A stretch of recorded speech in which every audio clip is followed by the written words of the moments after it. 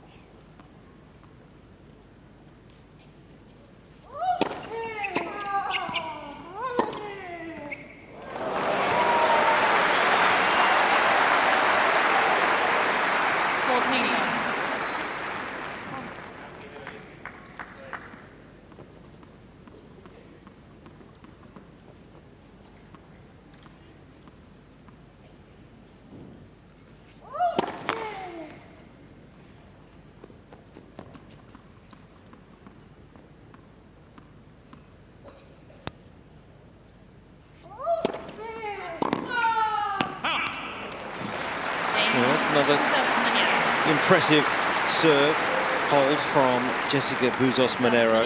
2-1 second set. First set, Sabalenka.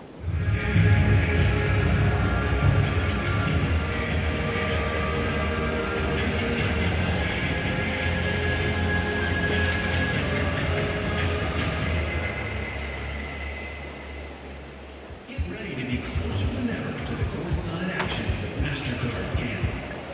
Just scan the QR code for your chance to be next.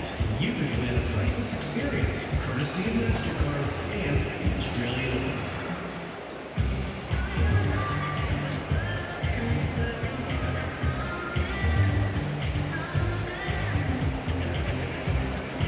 Moments that TV cameras miss. Priceless.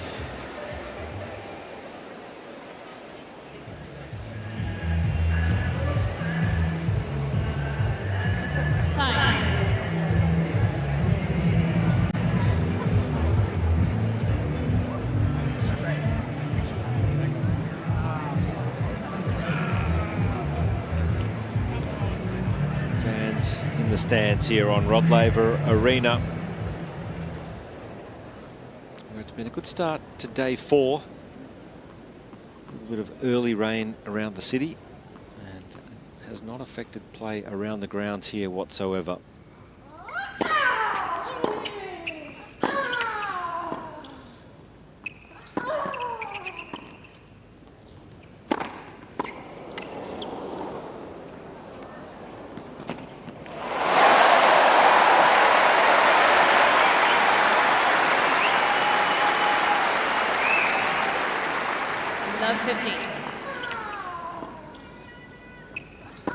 Yeah, would have probably liked to have done a little more with the smash. Went straight back to Buzos-Monero and then just no man's land.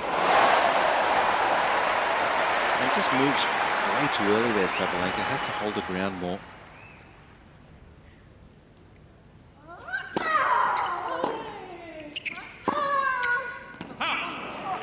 There's a bit of a chance. Love 30. It's very noticeable down here, like you mentioned, Laura, with the return contact point of Jessica, is that she's actually able to hit a full swing, full ground stroke, and usually Sabalenka's used to players actually blocking it back and her being able to get in position off the next ball, but right now she's hitting such quality returns and Sabalenka looks a little off.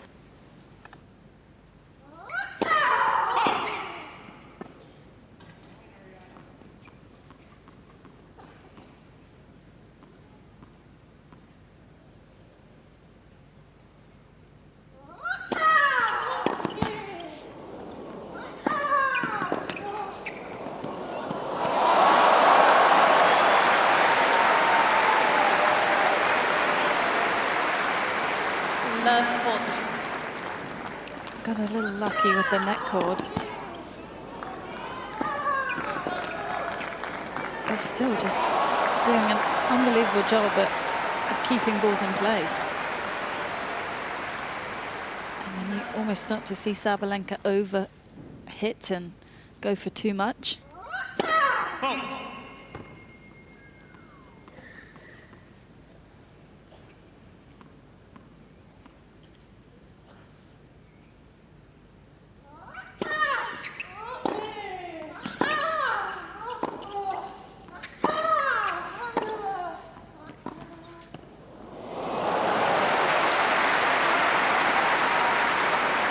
It's a brave shot when you're down break point.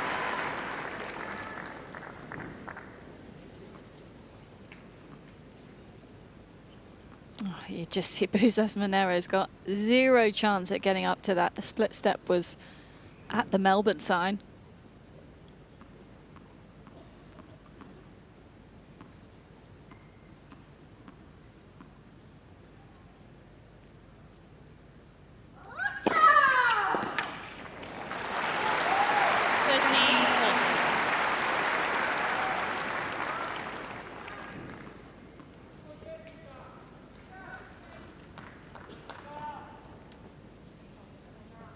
That was her fastest serve of this second set.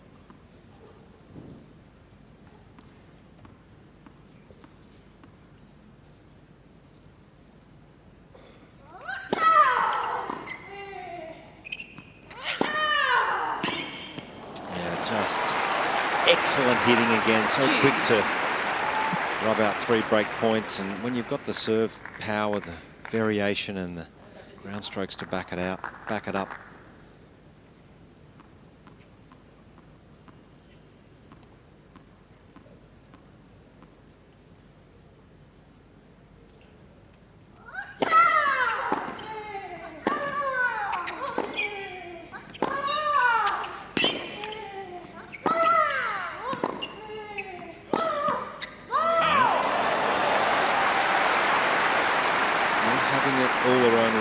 Longer rallies either. 2 of 10 on break points. Busas Monero, she'd love an early break here in this second set.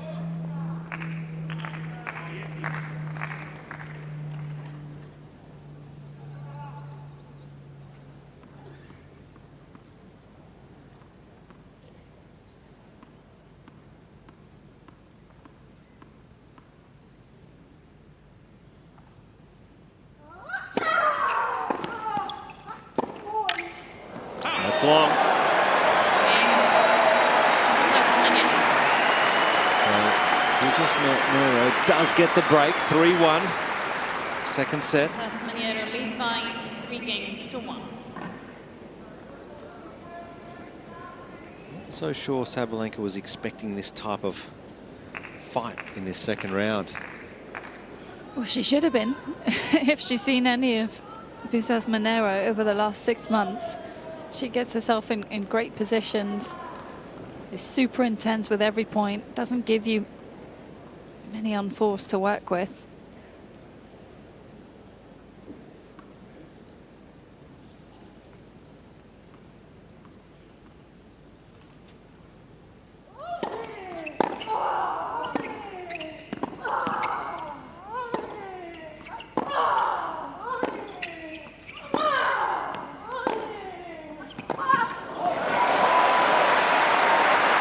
Great stuff.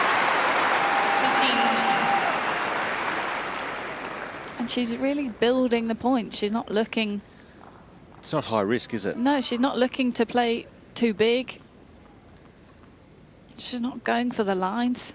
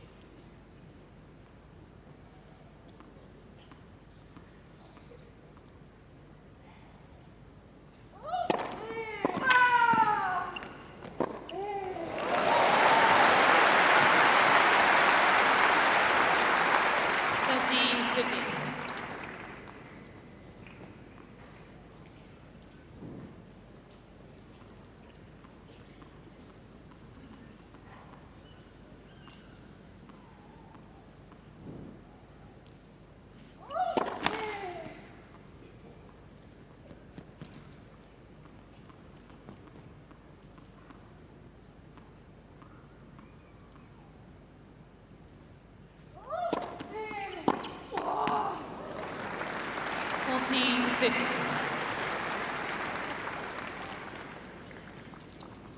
Unforced error count racking up.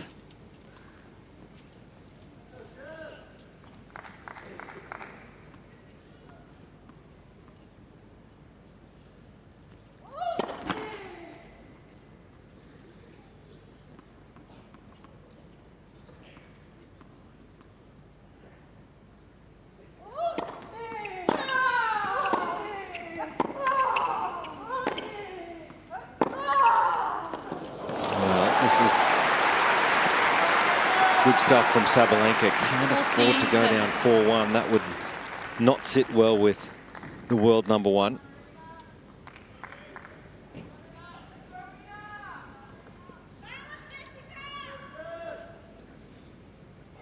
She did have some topsy-turvy matches in Brisbane, Sabalenka. Game. It's an ace from Buzos Monero. And that's a good lead. 4-1, second set. Monero leads by 4 games to 1.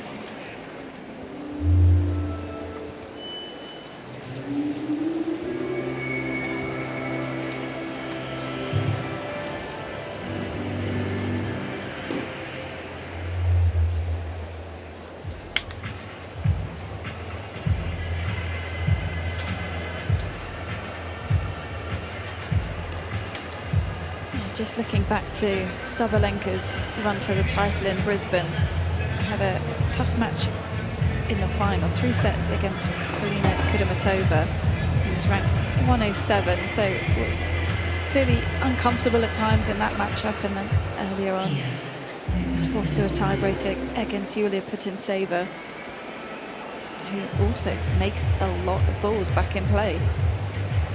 Time.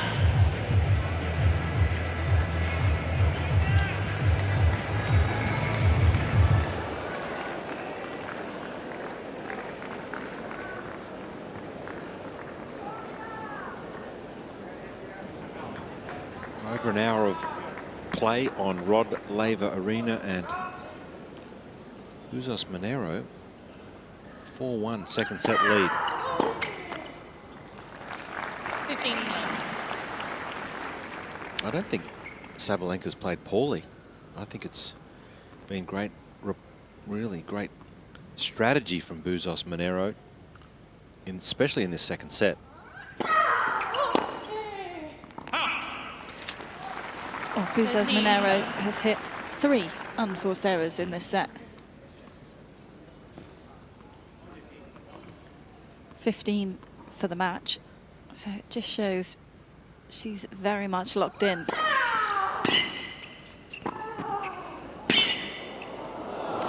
Sure you love that S&B there. I do. I like the serve and volley, but I'm not so sure that that's what she wants to be doing or how she wants to be playing Sabalenka, but I like how she's serving that slider wide. That's just opening up the court.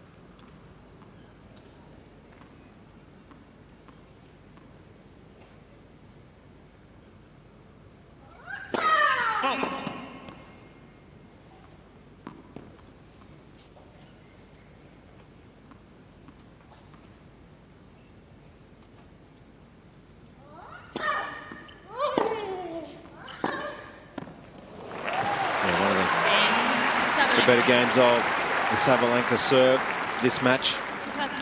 Just down the one break, 4-2. Buzos Monero leading.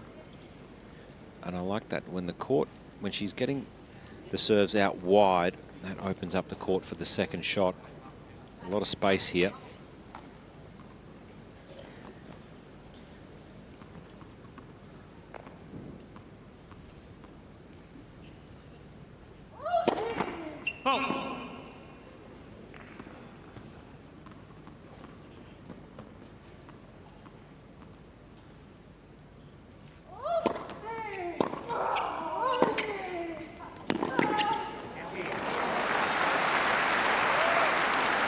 Had enough time to hit that as a topspin backhand, Sabalenka.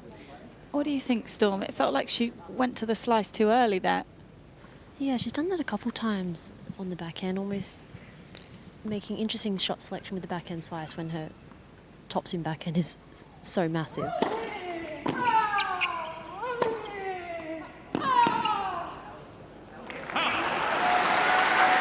I think that's credit to Jessica just making her have to play an extra shot, make her have to think about her shot selection a little bit more, and at times, yeah, Sabalenka's trying to use her variety, but maybe not making the right shot selection.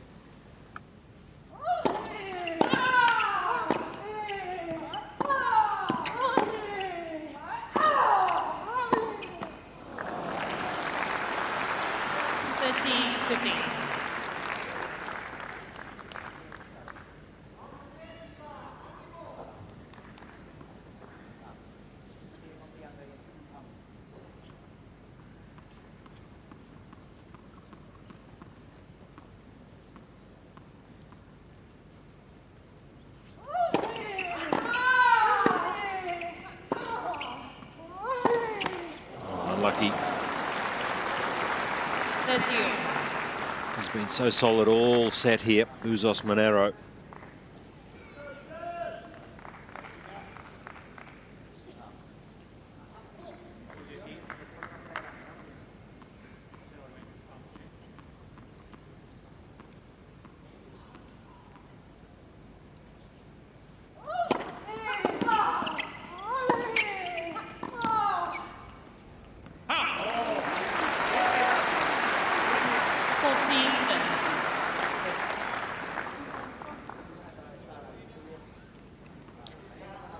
Well, Storm, you said it halfway through the first set. Bouzos Monero totally believes she can win this match, and that's never gone away. Came out with renewed focus in the second.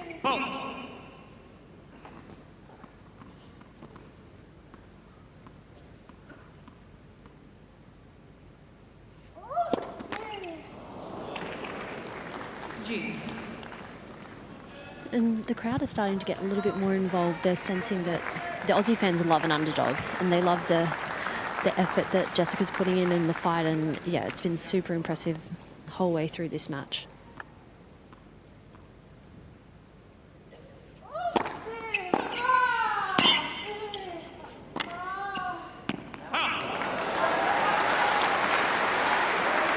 Definitely not as comfortable as we have seen in the past couple of years on this court.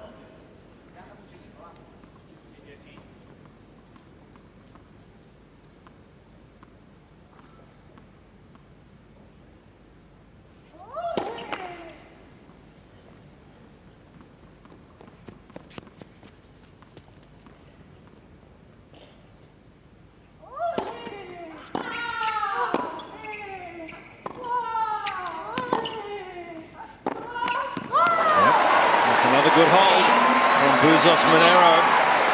She's one game away from leveling this match at 1 set all. Bouzos Monero leads by 5 games to 2.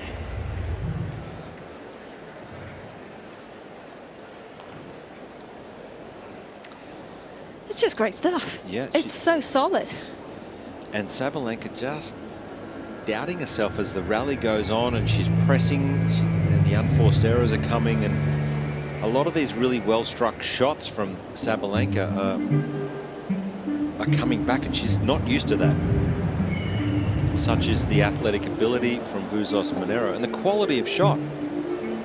Yeah, the top spin rate on her forehand at the moment is super impressive. She's getting some really nice width as well. We've seen her try and go for maybe a bit more forehand angle.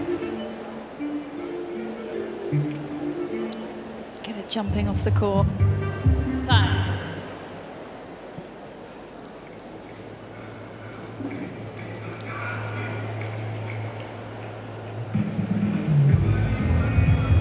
So it'll be new balls here for Aryna Sabalenka, coming out to serve.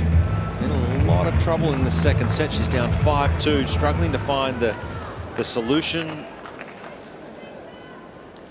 and the answers, because it has been a red-hot Jessica Bouzos Monero in this second set. That's good stuff. I like this play. 15. Serving wide, opening up the court.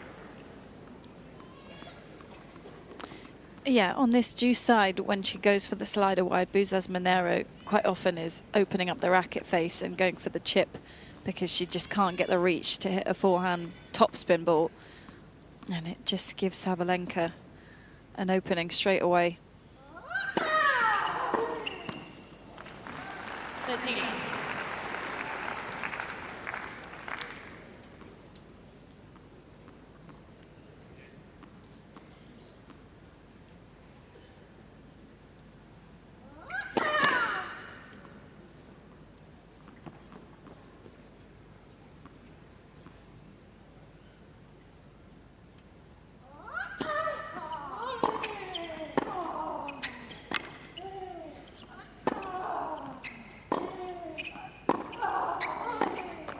That's a better point. Just get a little more patient. 14.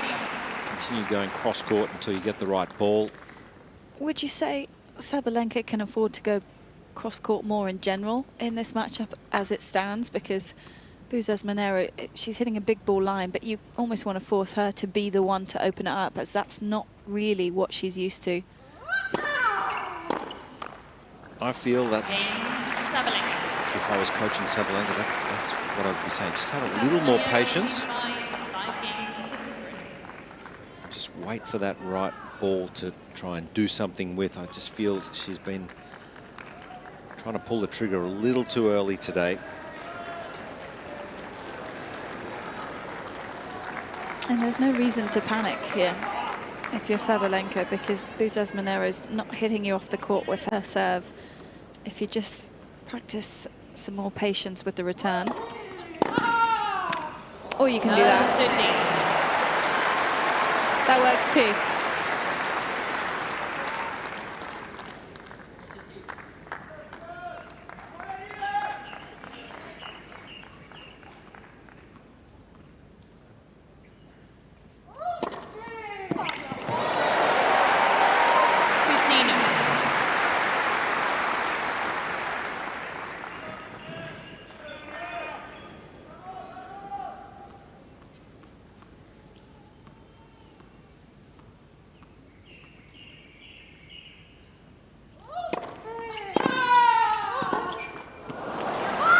That's the shot you're talking about, Laura. When you've got to change direction, you're taking on the high part of the net, more risk. It's a harder shot. But she's done it very well, Buildup Monero. Can she hold serve here?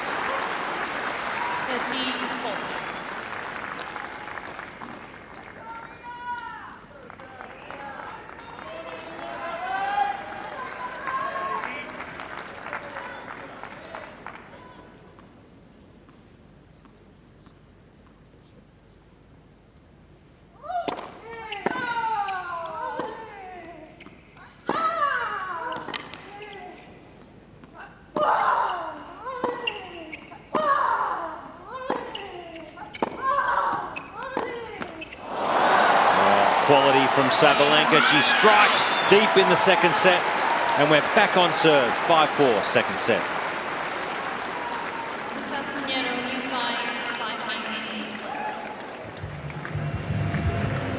As you would expect, Sabalenka coming out, not wanting this to go to a third. And was a little more patient, I felt, in this game. Yeah, she's just got that ability to rein it in when needed. It's not like there's any pace coming off her shots, but just the placement of it. If she can continue this trend of a few more cross-court,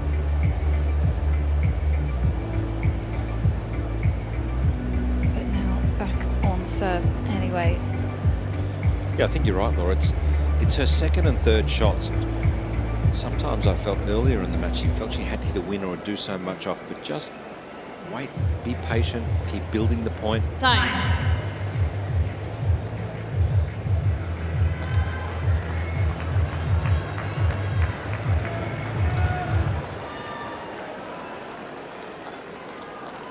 So Aryna Sabalenka gets the vital break back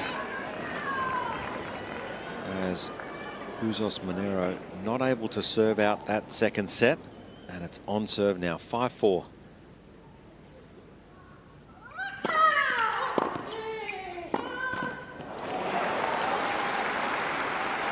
Love 15.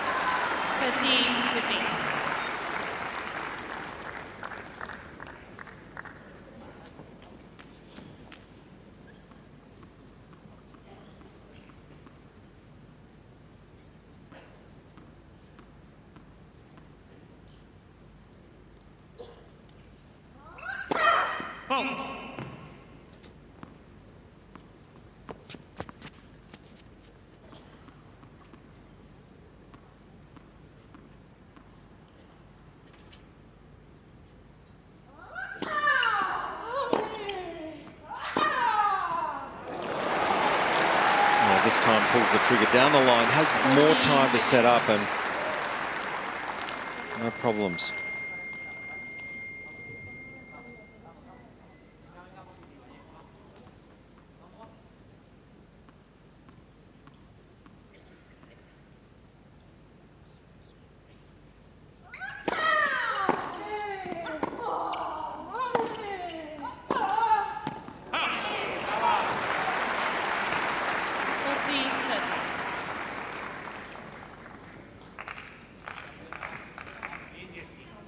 Again, that's the one that I don't feel has to be so close to the line.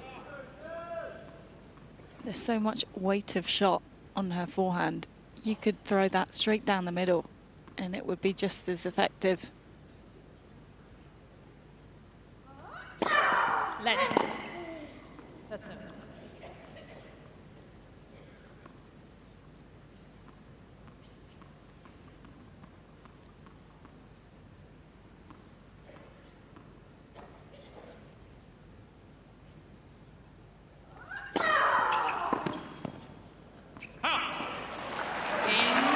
Things have tightened up now.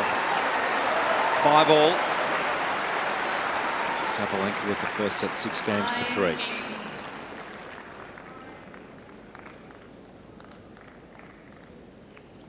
Roberto Ortega there on the light blue shirt, just urging on Bouzos Monero. Well, for him in the corner, he can see that she's not done anything wrong here. To get broken and then to be back in this position of serving under pressure.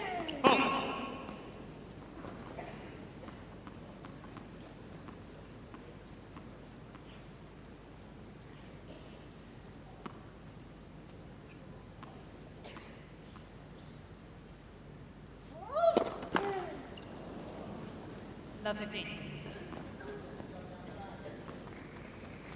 Jessica's intensity has just dropped a little bit. I think she almost maybe serving for the set started thinking what if, but intensity's dropped a little bit. So for her, it's about trying to get the feet going and try and get on the front foot.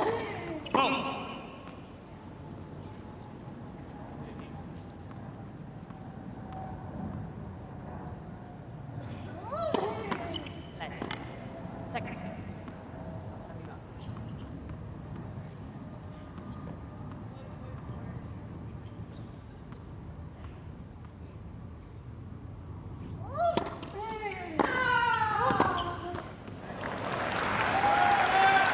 serve 30.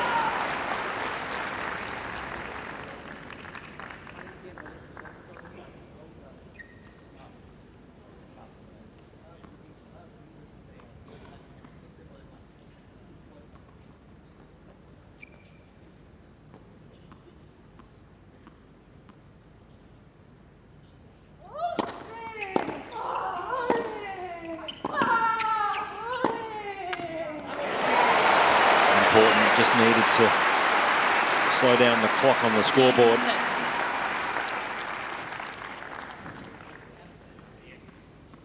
And like we've seen all match, just okay with changing direction, hitting that line ball.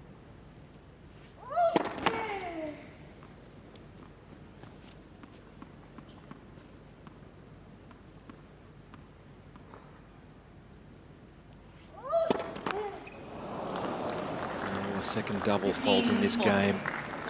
That's costly. So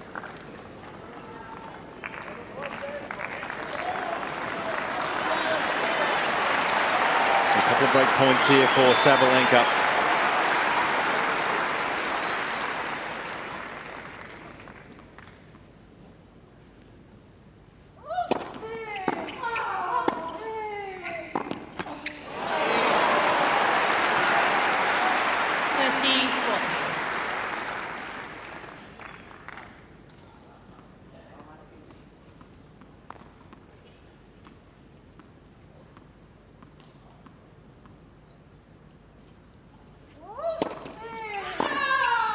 Gets it. So it's Aryna Sabalenka with the break deep in the second and a chance to serve it out.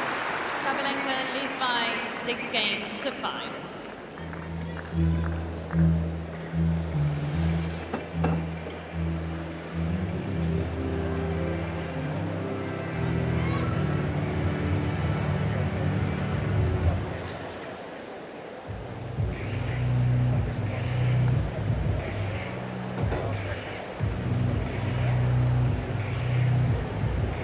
So 4 straight games here for Sabalenka. A lot more patient at the back end of this second set.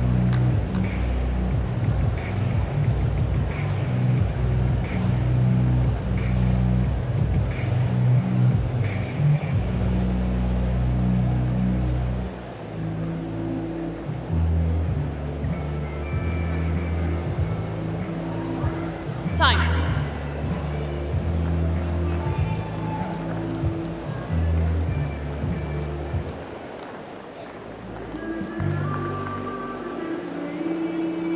So it's the 2-time defending champion, Aryna Sabalenka, coming out to serve for the match. Was in trouble, down 5-2 in this second set.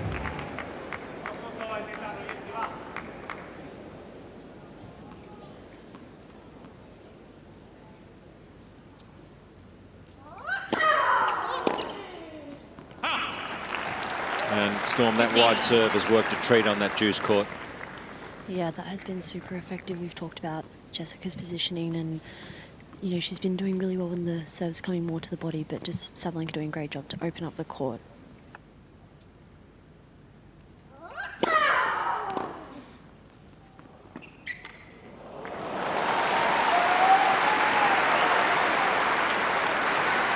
And also doing a great job using the variety with the drop shot.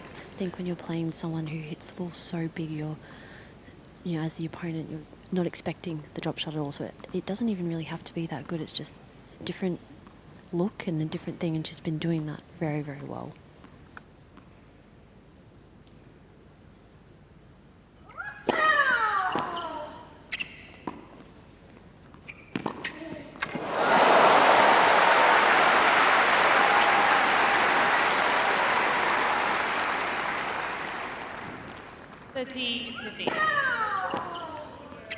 Well, maybe just overplaying this one a little. There's Sabalenka paying the price, but still just 2 points away here.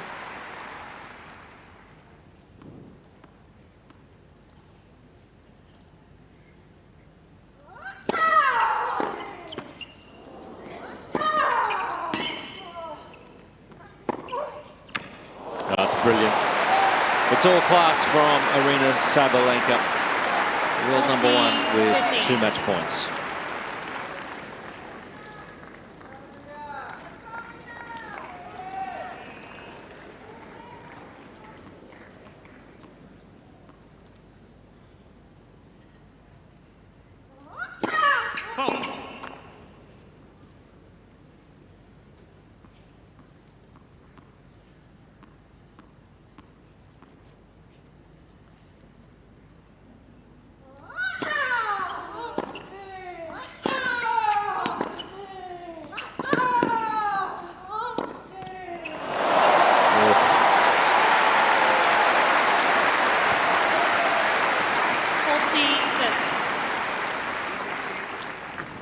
Just spreading the court magnificently here, and the ball striking's been superb from Jessica all day.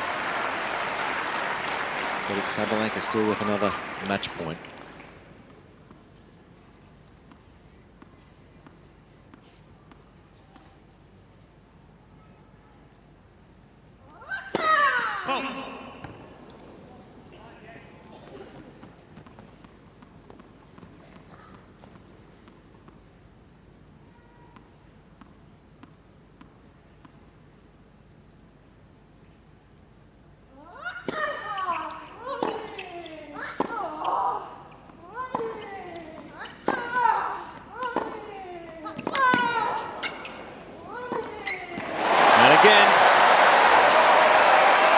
Her attitude all day. Juice.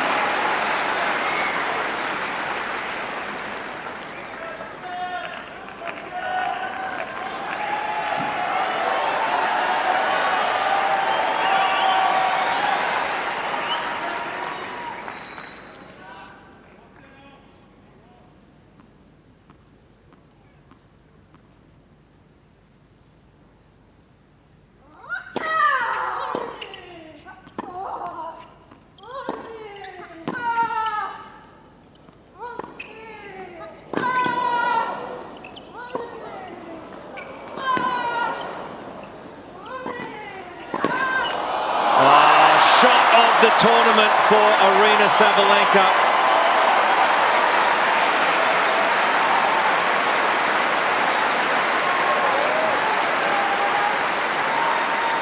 And vintage Sabalenka.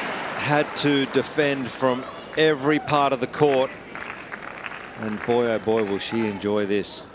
Bringing up match point number 3.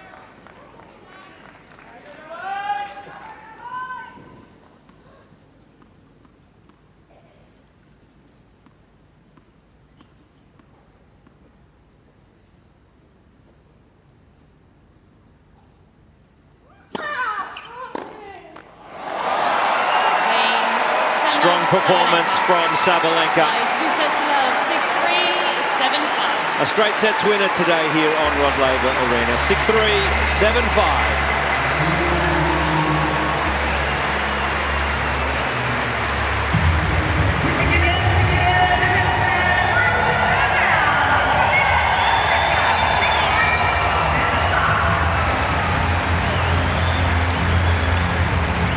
Well, such a popular player all around the world, particularly here on Rod Laver Arena, where she's had back-to-back wins here at Melbourne Park. And Storm, that was an impressive comeback in that second set. Down and out at 5-2 seemingly, but a lot more patient right at the back end there. Yeah, she did a really good job just to reduce that unforced error cannon and just go back cross-court with the same amount of aggression that she hits the ball with. But Jessica played absolutely incredible today. She has gained so many new fans today. The crowd standing ovation for her performance. It was super impressive. Absolutely. At 54 in the world, she is a player on the rise. There's no doubt about it. And with this result, the live rankings push up inside the top 50. Aryna Sabalenka sitting very much at the top of the tree at world number 1. Should be happy with that today to get through. Had to work hard in that second set especially.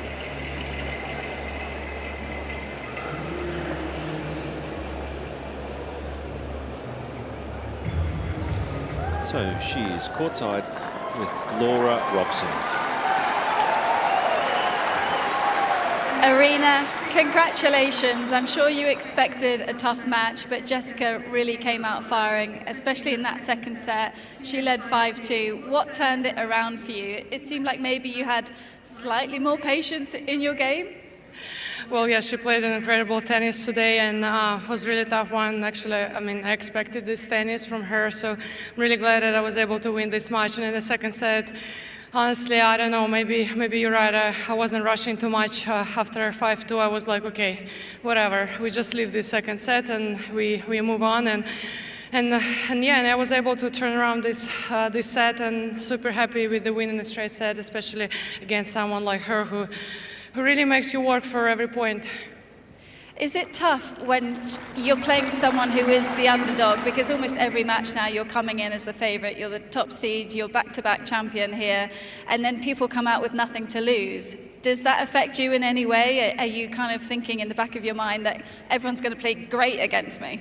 No, I love it. It's a good challenge to have, and I love it. They play good, and I have to play better. So this is the way I improve my game. So I love it.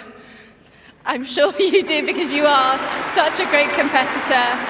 And we mentioned the back-to-back champion. This makes 16 straight wins in Melbourne Park. What is it for you about this place that allows you to play your best tennis on this court? Well, definitely people, definitely the atmosphere. I feel the support. I mean, okay, I have to say, today you guys were a bit more cheering for her. But it's okay, I forgive you, it's okay. Make sure next one you come out and you cheer for me. No, guys, thank you so much for the atmosphere. You guys are amazing, thank you. There was definitely some Sabalenka fans, so where I can see some signs, especially the Queen Arena. So, for sure, you've got a lot of support here, and I feel like they get to know you off the court as well, because we see a lot from you on your social media, the TikTok dances, everything. How is it that you're able to switch it on, though? Because as soon as you come onto the court, it's all business all the time. Well, this is something I really love. This is something I really want to be successful at. And, you know, here it's not about being nice. It's about come out, fight, and just get the job done, you know. And off the court, I really love to share myself. I want people to know that I'm not that crazy off the court, you know. It's only on court arena, and off the court, I have to say, I'm nice person. I'm not sure my team will agree with that, but I'm nice, I promise. You don't have to convince us, we know. Congratulations through to the third round. Please give it up for Aryna Sabalenka. Thank you, guys. Yeah, she's certainly popular here in Melbourne. There's no doubt about it. And she's got a massive personality to boot as well. So great job for Aryna Sabalenka through in straight sets. Had to fight hard in that second.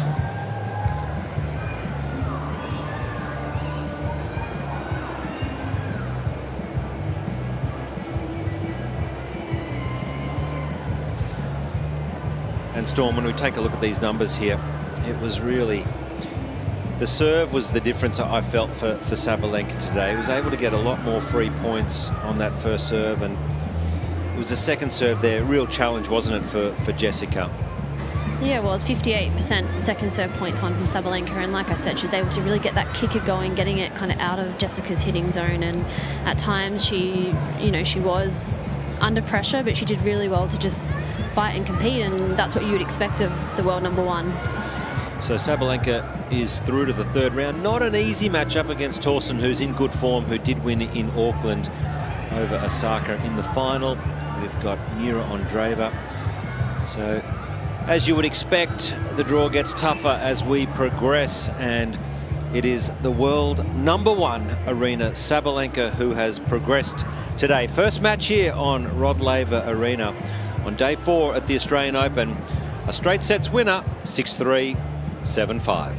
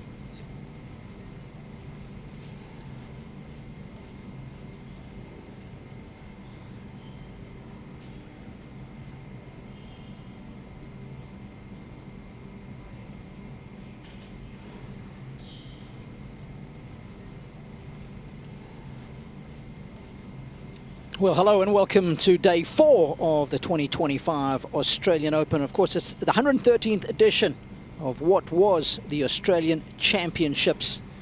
And for the 38th year, we are making Melbourne Park our home. And today, we get to see the legend versus the rookie. The man who is competing in his 77th major is Novak, against a man from Portugal who is competing in his first, and he has earned his way into the draw, as Jaime Faria. There he is there in the yellow shirt. Came through qualies and was pretty dominant. And of course, by beating Pavel Kotov in the opening round, he secured his very first win at tour level. But today he faces the ultimate challenge. And what a privilege it is to take on one of the greatest the game has ever produced and continues to produce. Cannot wait for this one to unfold, and delighted to have Colin Fleming alongside me on the call. Colin, this should be good. I'm certainly hopeful, Robbie. Great to be here. You mentioned it's a privilege for Jaime Faria to be taking on the great Novak Djokovic. It's always a pleasure and privilege for us, isn't it, to cover these matches. And I love these matches in the slams. A similar dynamic to Djokovic's first round, where he took on Nishesh Basavaredi, you know, a player that he won't know an awful lot about, a player that will come in full of nervous energy and throw everything at him. So it'll be interesting to see how Djokovic deals with that again. But yeah, I'm very much looking forward to this one. Just hope that Faria can, you know, handle the occasion, play his best tennis, and show us what he's about. I tell you what, Bessev already did a good job of exactly that. But we'll have to wait and see. Scott's everywhere. If it's not a Scott alongside me, it's a Scott alongside Novak. And I see he's been very patriotic as Djokovic. He's got the navy blue out there. Yeah, I think that's a nod to the Scots. We like that if it is.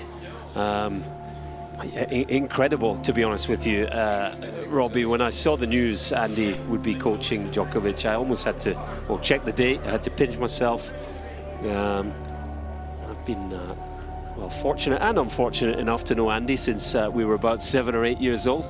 But now a very, very good friend of mine, and incredible, really, that here we are with Djokovic coaching Murray after all they've been through as rivals on tour. There they are, the pair. I'm looking forward to seeing their second match together.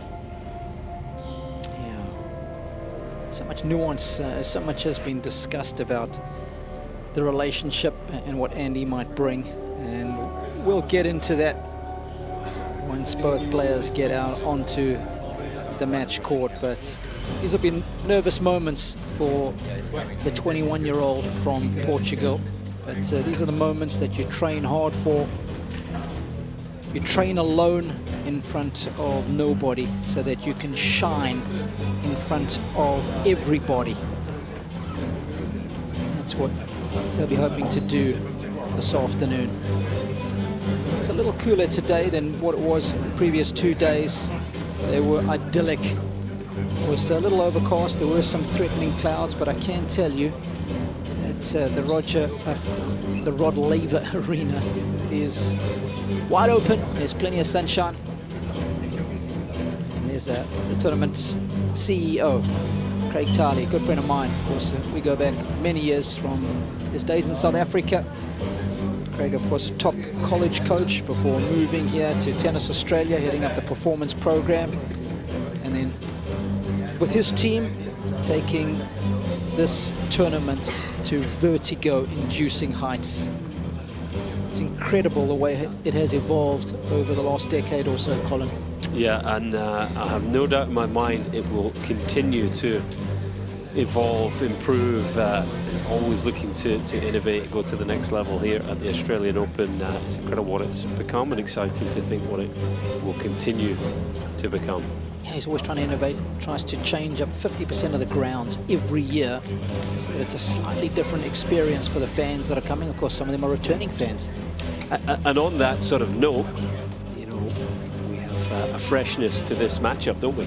It's one thing watching Djokovic play someone that he's played 15 times already on tour, which happens quite regularly. He's been around for so long, but here he is facing an opponent for the first time again, and we get to see him figure out another player in the men's game.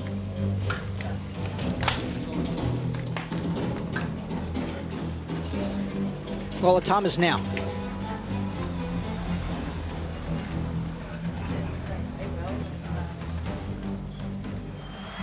He's living up to his nickname, Love the Rocket. The names are John Newcombe and Jimmy Connors. The new Australian champion, Margaret from Sydney. Here it is. Congratulations to Brian for winning the Australian Open. And that's Miranda wins it. Game, set, match, London. Game, set, match, Korea. Sampras has won the title, his 9th Grand Slam. The men's singles champion, Yevgeny Kafelnikov. Agassi is the champion. A sensational 6 for Federer down under. Novak Djokovic, champion of Australia for a 10th time. Jannik Sinner, his maiden major.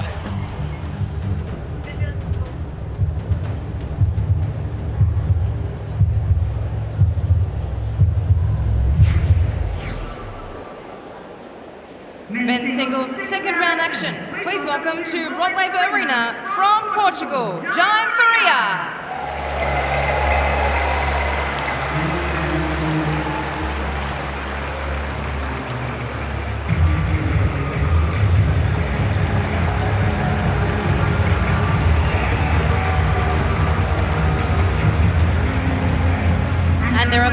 afternoon. Please welcome 10-time Australian Open winner, winning in 2008, 2011, 2012, 2013, 2015, 2016, 2019, 2020, 2021 and 2023 from Serbia, Novak Djokovic.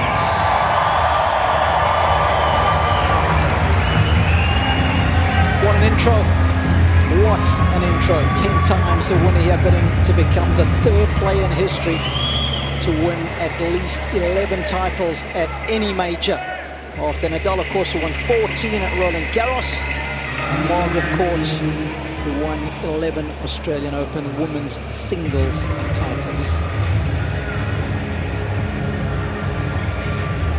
And it'll feel good, but it'll feel intimidating as young Faria walks onto the biggest stage that he ever would have competed on. But it's exciting times. No problem. 24 majors.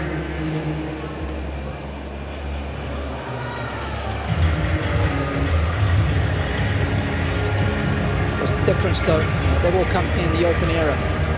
A lot of Margaret's courts came pre the Open era. Hazel with us for coin toss. Gentlemen, before we start, please, at the end of the coin toss, stay here with Hazel and face that way for a photo, all right? Now, 4 serve clocks in one in each corner, towel racks in each corner. Nole, blue for you, red for you. Red, yes. Free crowd movement. If they come in all the way low, we're gonna wait for them a little bit, but we see how it goes, all right? And kids, ball kids are not allowed to bring towels, so manage your own. We have VR as well. You can request for a challenge for everything except line calling, all right? I think I line calling. That's live. I think I covered it all. If you guys need anything, something's wrong, let me know. John, you want to ask John if he wants John Newcomb or AO? Go for it.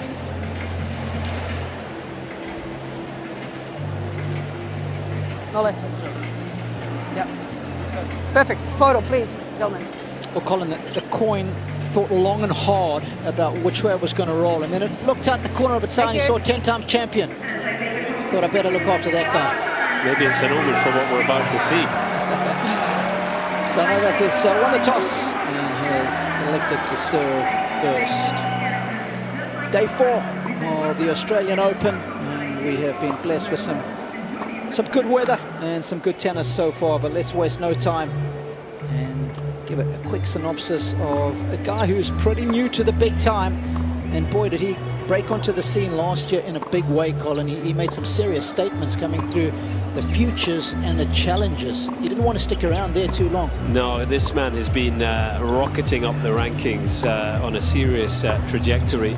Started 2024 outside the world's top 400 and finished it, well, not far outside the top 100 in the world. He won 4 straight $25,000 events on home soil in Portugal and in the Algarve. I'd like to just spend 4 weeks in the Algarve, let alone win 4 tournaments. But he also won 2 challenges last year, one again in Portugal, one in Brazil, and comes in here having qualified for his first Grand Slam, won his first main tour level match, playing the best tennis of his life.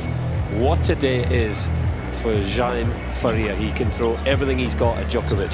I mean, he beat Gijs Brouwer 4-3, he beat Dane Sweeney 2-2, and then he won 6-4 in the third final round of quality. So that's some pretty impressive wins. I'll tell you what's impressive is the prize money of Novak.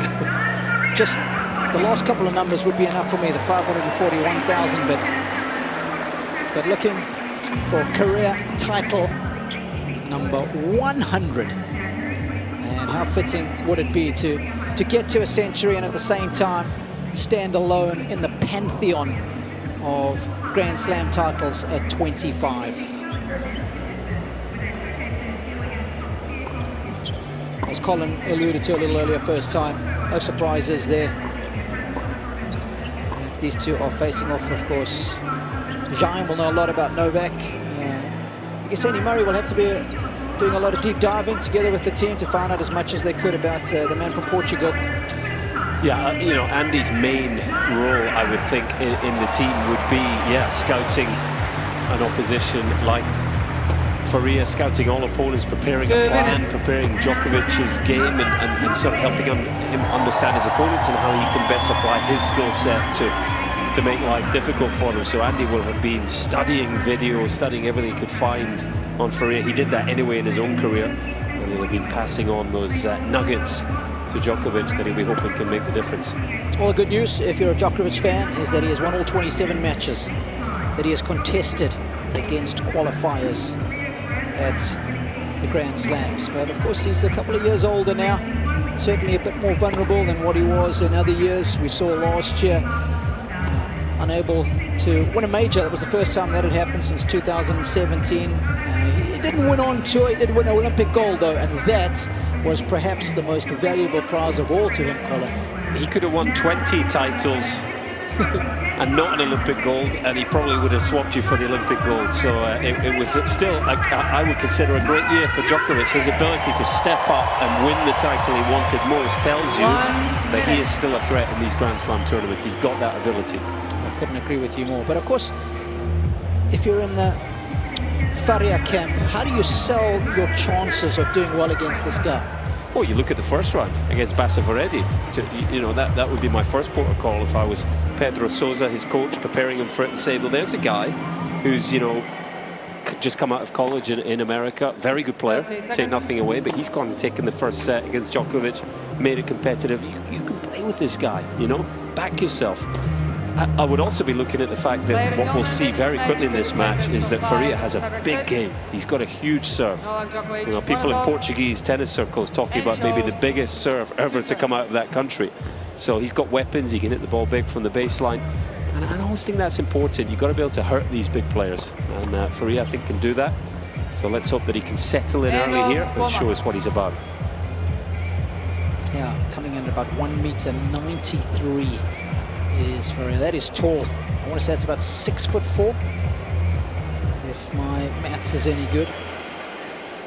And Novak Djokovic, finely toned, tanned and sculptured athlete. The best to ever grace this centre court. 10 times a champion here. Looking for number 11.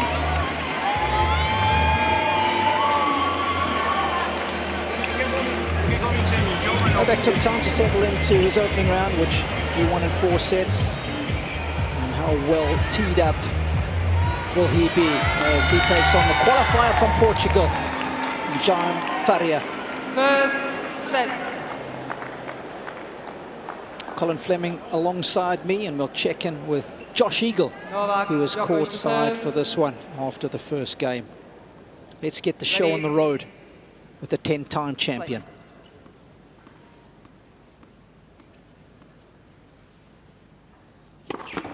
Pumped.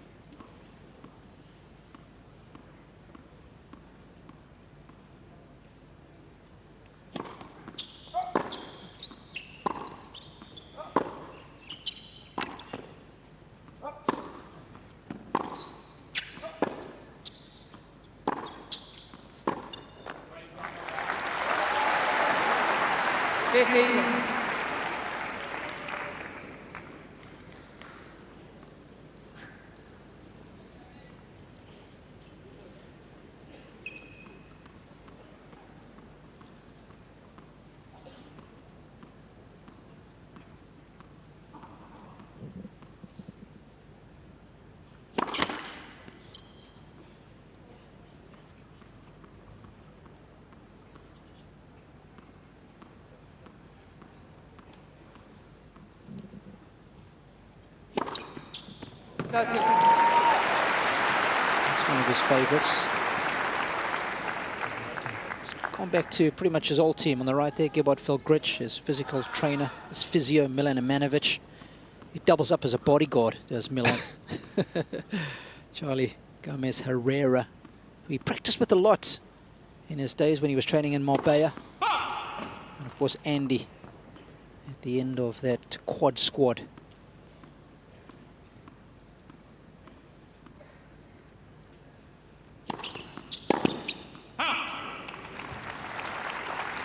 I think in his years under Gebhard Filgrich, that's when he was probably the fittest I think he's ever been. I think it's a good rehire.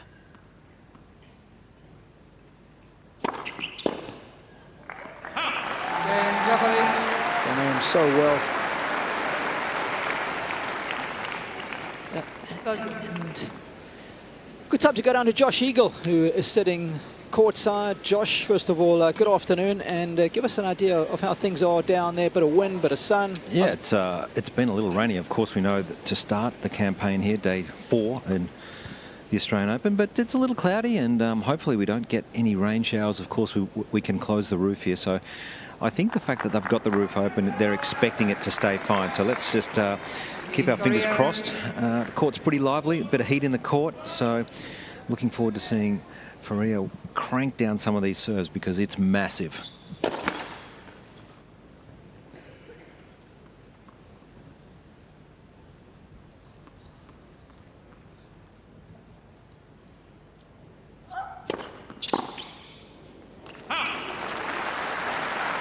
.85 kilometers an hour with the second serve there. So it's one thing having a big first serve, but it's bringing the heat on the second as well. It's going to be tough for Djokovic to attack that, but he's...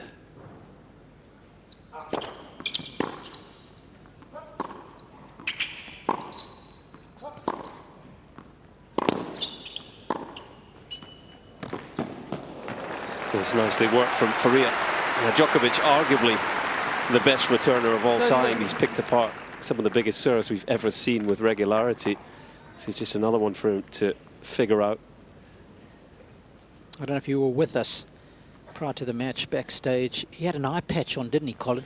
Yeah, he had an eye patch, and he was touching this sort of... the lights. Yeah, the light sensors, the reactions. Fine-tuning his vision, his reactions, his nervous system to be ready to react to this big serve in particular.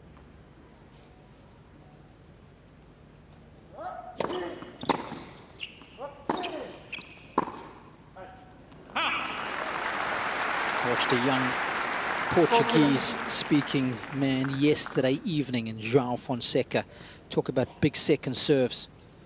Wow, I was so impressed. I mean, the first is meaty. Doesn't hold back on the second. He was regularly in the 180s, Colin.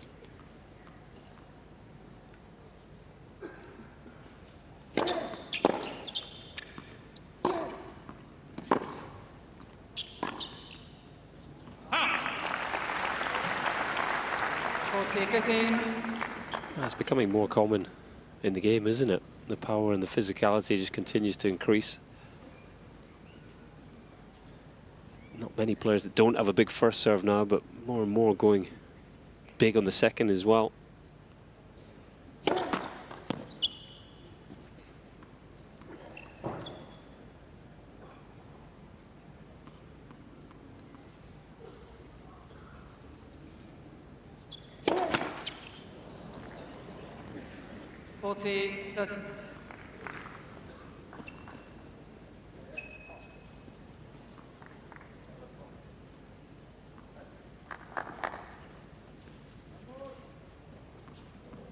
Pedro Sosa on the right, coach of Faria.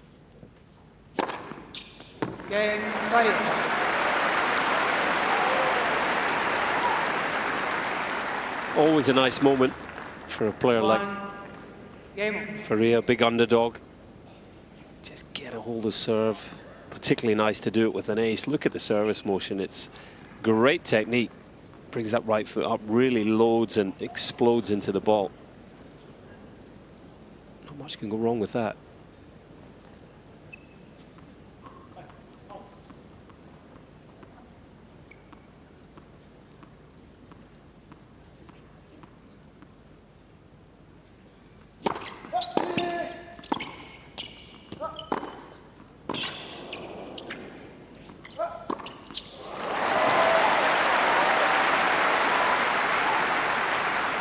Loved it.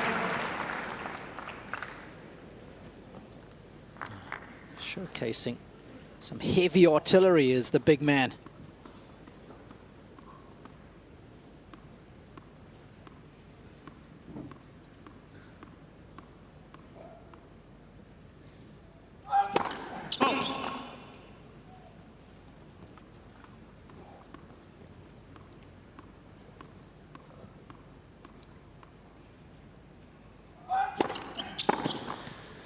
We mentioned Andy Murray will have been scouting Faria. Done a bit of scouting myself, and everything I've seen points to a really good two-handed backhand. His forehand, he could do some damage, but it's the more erratic wing.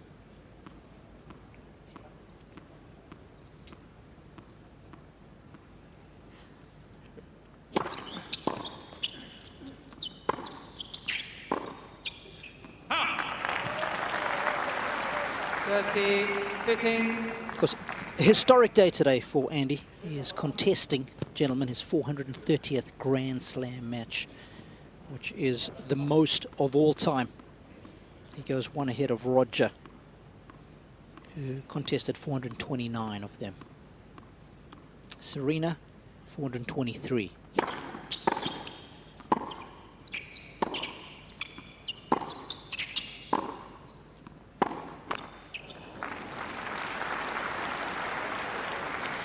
Interesting courtside here. Andy Murray, very vocal early on. I think he's just starting to slip into that coaching role quite nicely.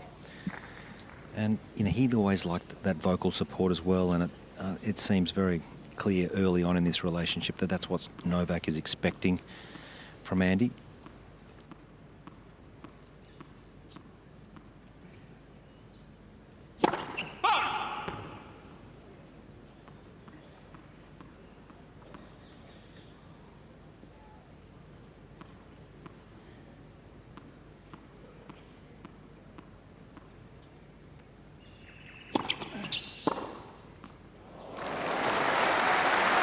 Not often that you see Novak flat-footed.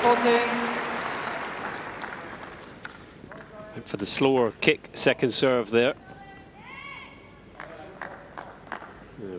Pretty apparent that Faria likes that one. There's that beautiful backhand that you were talking about, Colin, and it's brought up a break point.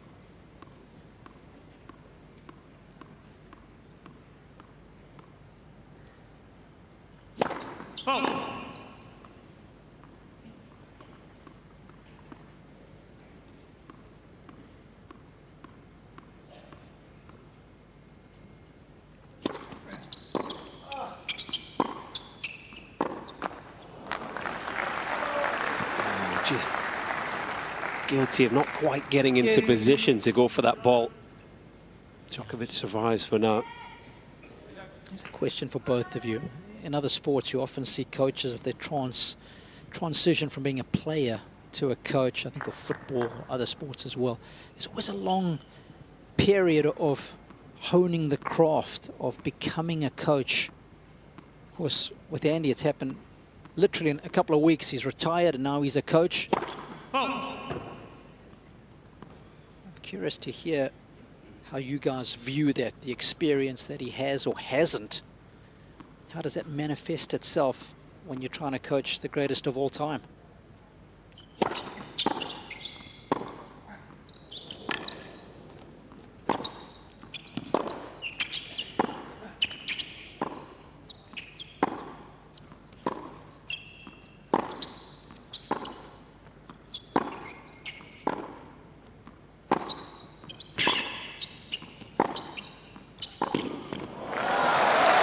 Beautiful work there from Djokovic.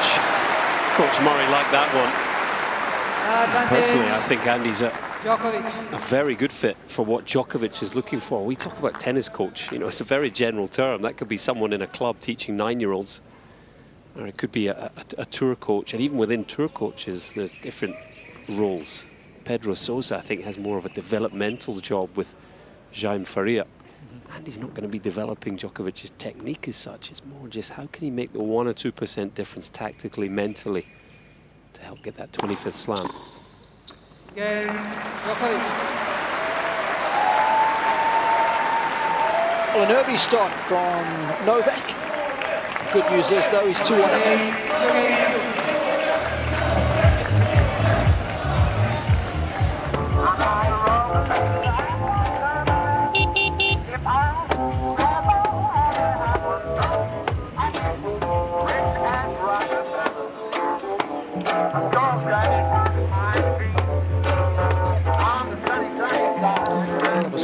Commentating on that gentleman, I call that a multi-combo special. I think it's a one-man band, isn't it? Nobody knows or understands.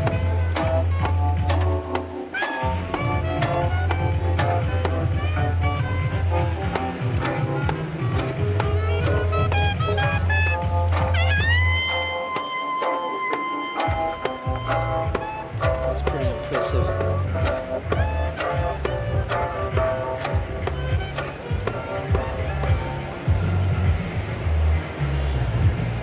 Strings to his bow, as does this guy.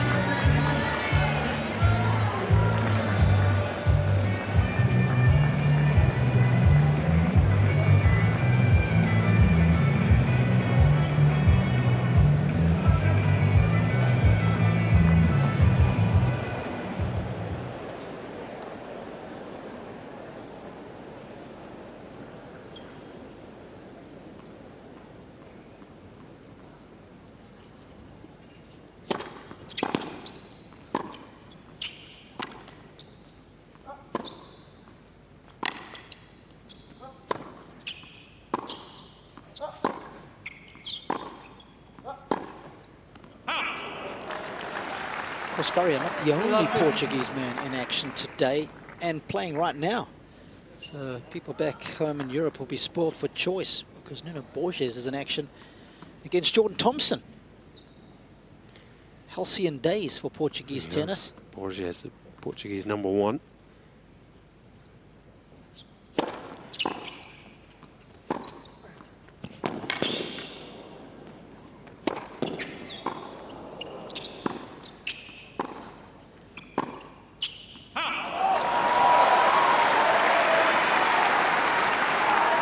Away at that forehand, isn't he, Djokovic?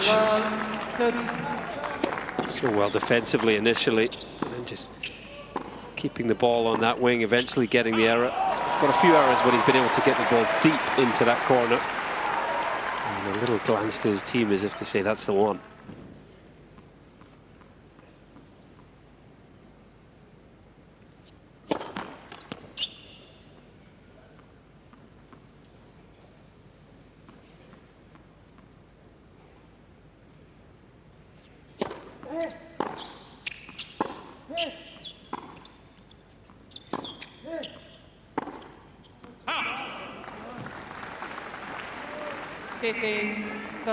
Josh, does it look like Novak's a little tentative early on here? Yeah, I think so. And I think when you haven't played against an opponent, he faced this in his first round as well, where he was a little bit on edge, a bit of a slow start. But I like his start today. It's better. It's just more firepower up against him early on at the moment. I mean, this is a seriously big serve. It's not just 208 kilometres an hour, but it's coming from a high height, so it's really doing a lot off the court, almost forcing Novak back. How would you describe the pace of the court? Fast, medium? No, not at the moment, not because there's been a bit of rain around. It's humid, so I'm going to call it medium at best at the moment. It's like when you see Novak bounce his racket. Might have just missed that on a camera cut there, but he wasn't happy with that return. Yeah, very surprising reaction. Yeah, just nothing extreme, just a little bounce to the racket. Venting his frustration.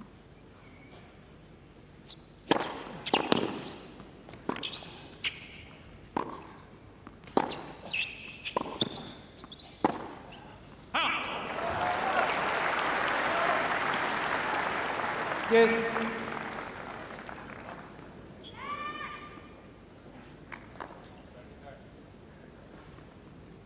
Such a big game here for Faria. We're only in the fourth game of a best-of-5 set match, but if he can just stay on serve in this opening set, he's going to feel like he's right in it.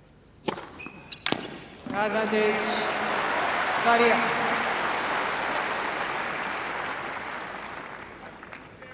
I have to say, whoever's taught him to serve has done an incredible job. Not just that he's tall, as the guys say, but the technique is brilliant.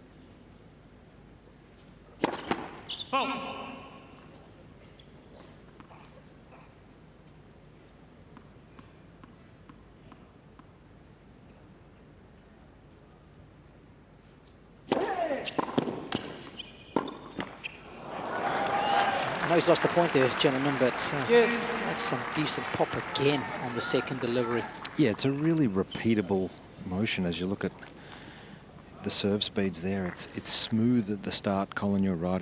It's a simple technique. It doesn't look like it's going to break down over long periods of time. I just love the ease of the motion. In fact, if anything, he could probably serve a little bigger if he needs to or wants to.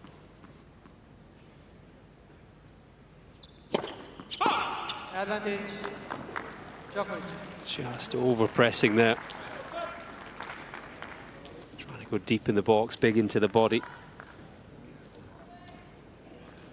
Oh, Djokovic would love to just nick a break. Put some breathing space between him and Faria. He's got a chance to do that now.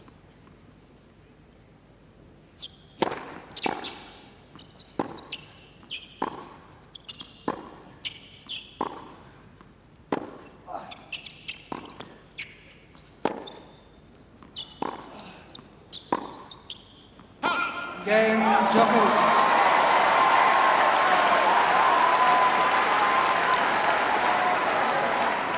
Okay, first break is under his belt. You just got to be a little careful when you're serving to Novak. You just don't want to fall into the trap of going bigger and bigger. He almost sucks you into that. You've got to mix up your pace, your variation. You've got to, those little subtleties are the key, because no one returns a big serve better than Djokovic. So maybe just showing a little bit of inexperience there on serve, Faria.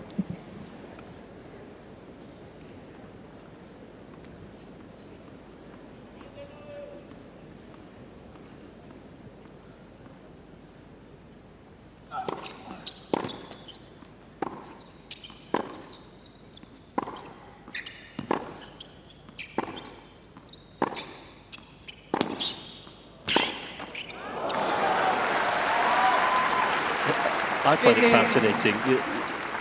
4 games in, of course, they've scouted Faria, they've made a plan, but for me, Djokovic has figured him out already. 4 balls into the forehand there, just kept the ball there until he got his error. He's going to try and break down that wing.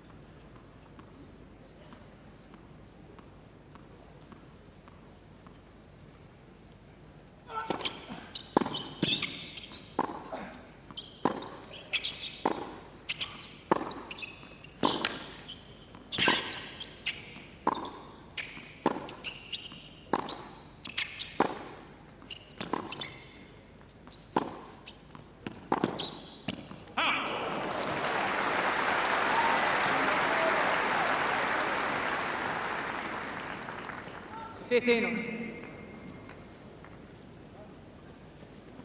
was pretty busy in the off-season, was Novak, and especially so he made the trip down to South America, to Argentina, where I guess he did a retirement exhibition match with Juan Martín del Potro. It was a very nice gesture.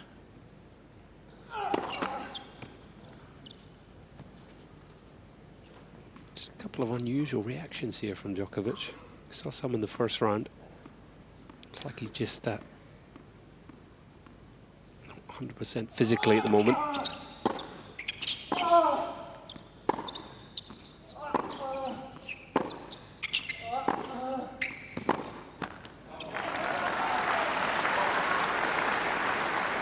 He looks exhausted. It's almost like this sort of, he feels faint. Yep.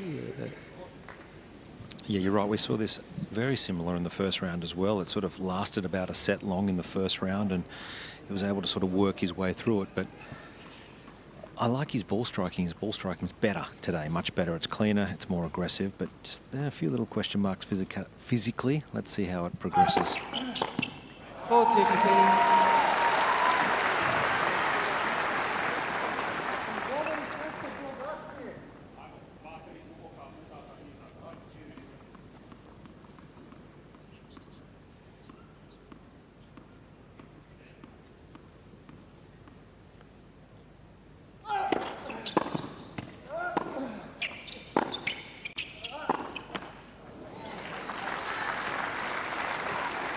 30-30. I just saw his physio shaking a bottle in the background there, Milan Manovic. There he is, he's just making some sort of concoction that I think he's going to pass on to Novak after this game.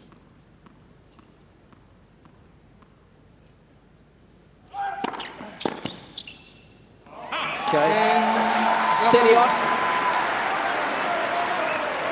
He's had to work hard so far for the 4-1 lead. But he is not a happy camper. Djokovic leads 4 games.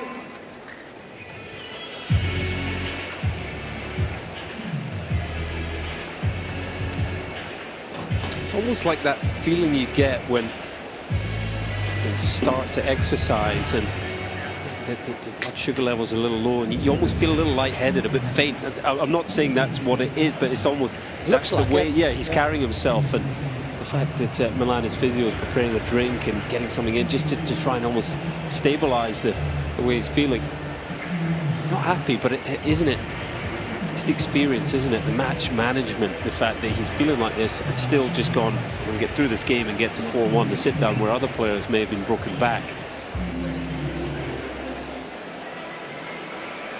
Well, he's the ultimate professional, isn't he? He leaves nothing to chance, that's for sure. And when things are not right, he lets you know about it. So he demands a lot of his team, and they have absolutely delivered for him.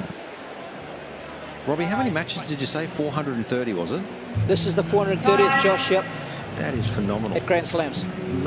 So he's played 430 times at Grand Slam level. That's phenomenal. It's a joke, Rod. It's mind-boggling. Just to play a Grand Slam's a good effort in tennis. Yep.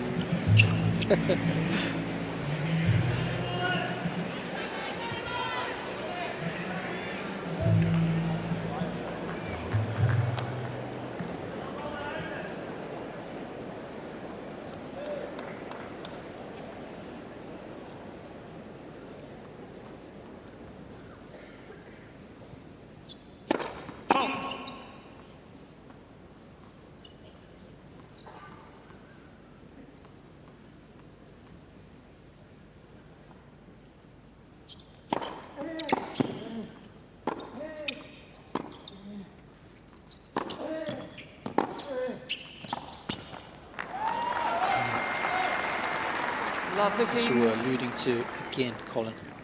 He's just picking on that forehand, isn't he? Yeah.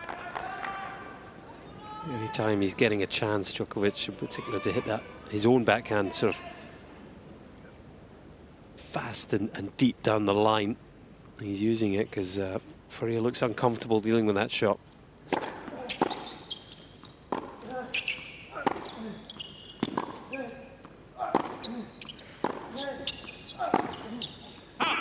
This is the thing, you know, Jaime Faria, 21 years of age, he's still a player that's very much developing. He's not even in the top 100 yet. And looking at his backstory, it was only at sort of 16. That's right. 5 years ago that he started to sort of produce any kind of results. He wasn't the top junior, was he? Yeah. He was always 3 or 4. Yeah, in Portugal, which, with all respect, you know, it's not the same as a Spain or a France with, you know...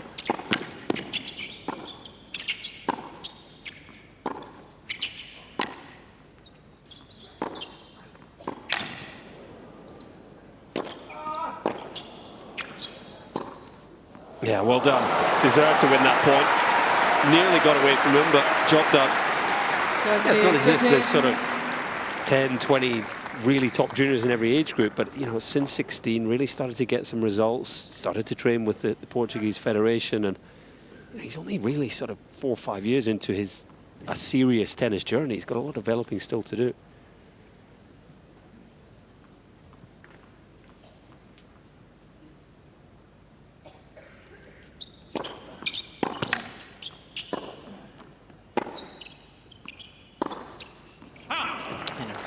His fellow countryman, just a year apart, Enrique Rocha, who was the top dog pretty much, but I can tell you he lost final round qualies here. I mean, how good would it have been if he had qualified as well? They practice a lot together, train a lot together.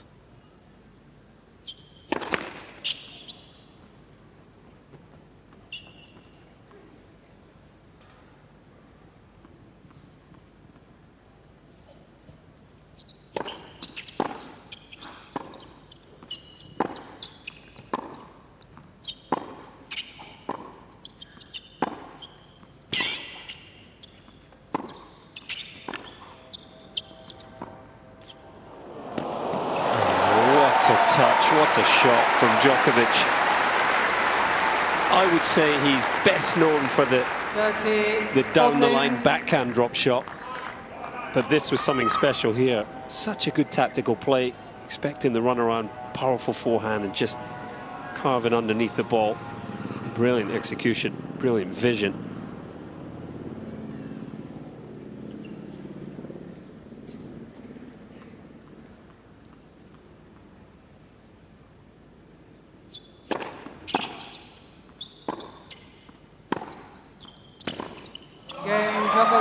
That's the best game that Novak's produced so far of the 6. Better ball striking. Yeah, it's a great start for Novak. I just think it's a step up today. He's come out of the gates a lot quicker. It's cleaner.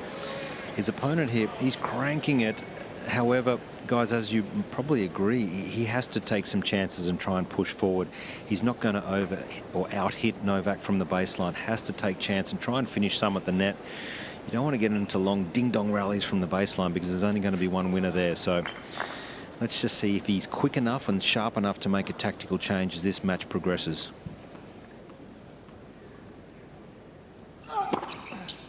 Of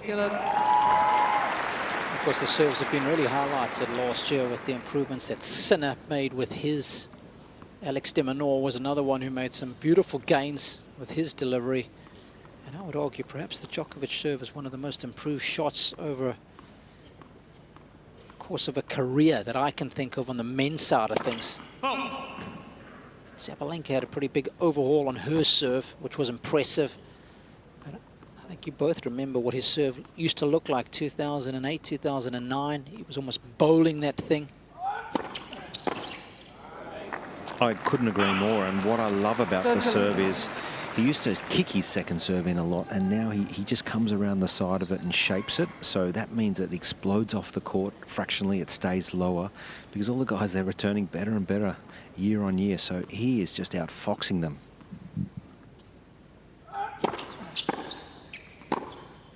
Oh, behave yourself.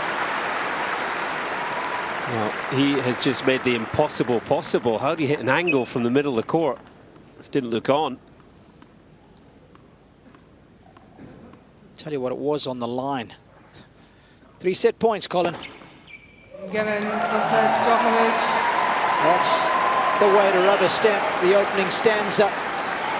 Slow in the beginning, but finished with a flourish. It's 6-1 for Novak.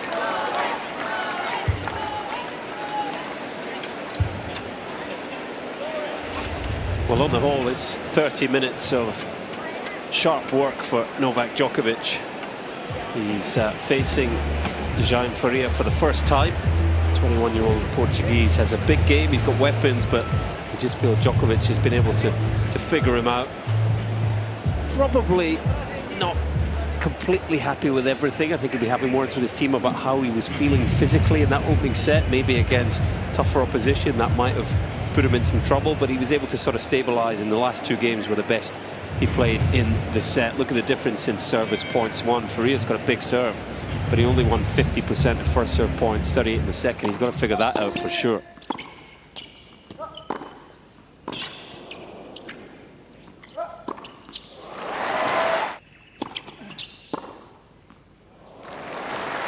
Great point, didn't he, early on?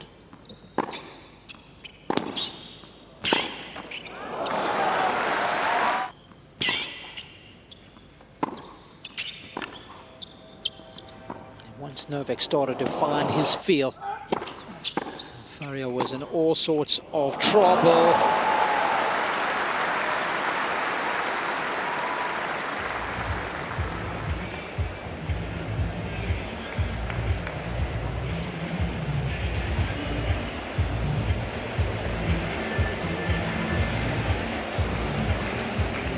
Well, if you were observant and you were having a look through the stats, bottom right of the screen, you would have seen that the winner of this match takes on either Riley Opelka or Thomas Mahach.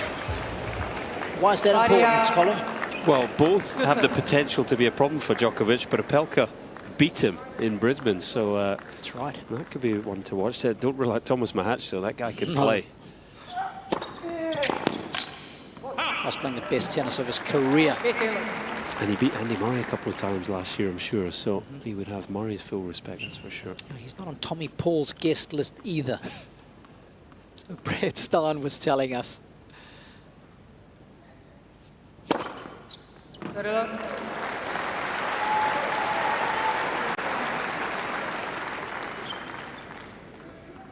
I can tell you the score there between Opelka and Mahach. First set 6-3 Opelka, 7-6 Mahach. Second 7-6 to Opelka, 7-6 to Mahach. They're about to start the fifth there.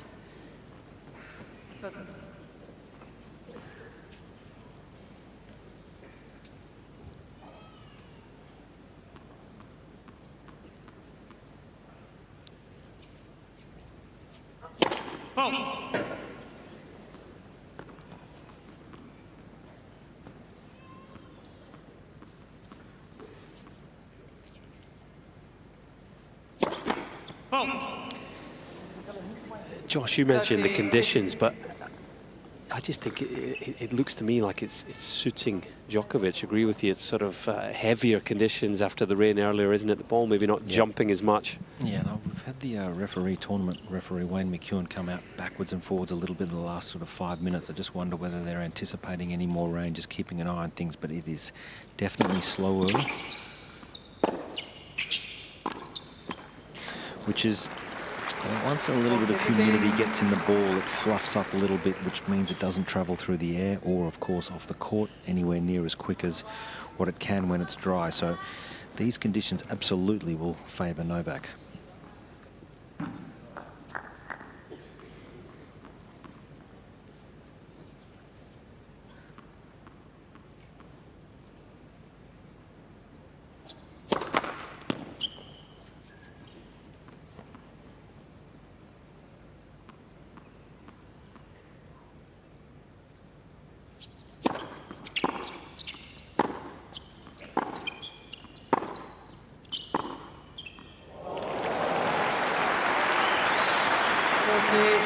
So smooth. That was his signature shot when he came on to the tour. I remember in Canada one year when he beat Nadal, Roddick and Federer for the title there. That backhand on the line was a joke. It's linear shots. That's what stood out. Good serving. And a little fun fact about the balls. A lot has been spoken about the tennis balls in the last couple of seasons, but I can tell you that there is a little area, Colin, below the centre court here, where they have a test lab, and every day balls come in there and they get tested.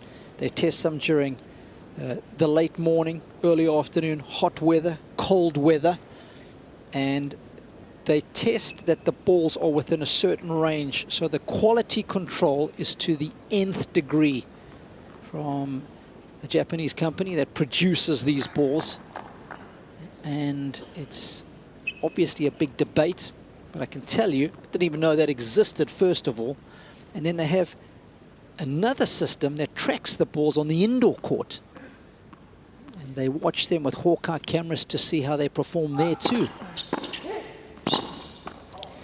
Have you been getting out much, Robbie?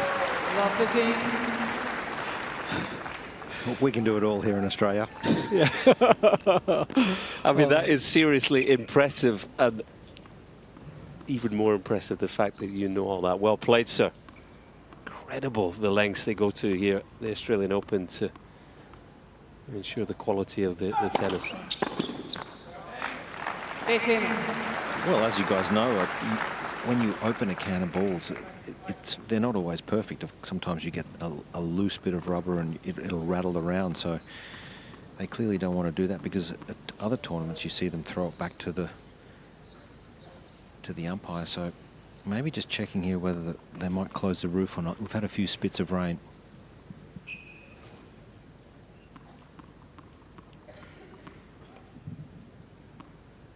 It's looking threatening, Josh. You've got the best view down there. And I'll tell you one last fact about how the balls come prepared. The lid of the balls, of course, always remember them being plastic. They're now paper. Really? So it's all about recycling and doing as much as they can to reduce plastic waste. They of course used to come in a can. I guess we still call them that, but it was made of metal, wasn't it? Now it's these sort of pressurized plastic tubes. A paper lid, wow.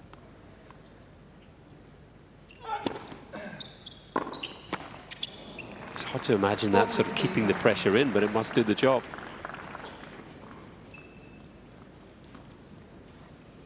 Trying to see if that is closing ever so slowly or not. I don't think so. This is a bright summer's day in Scotland, so it's that's a low blow. Oh. That's come from nowhere. Yeah, that's right.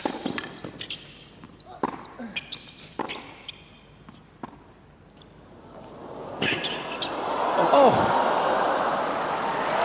He's down, but he's not out. Cain Djokovic.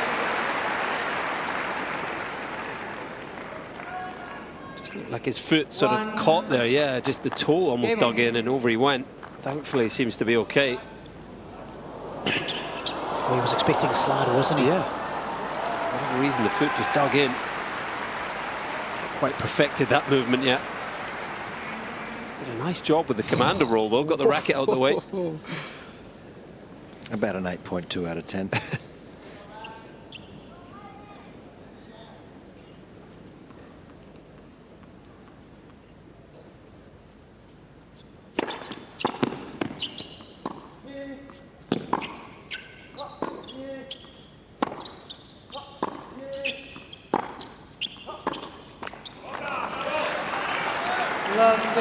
Period of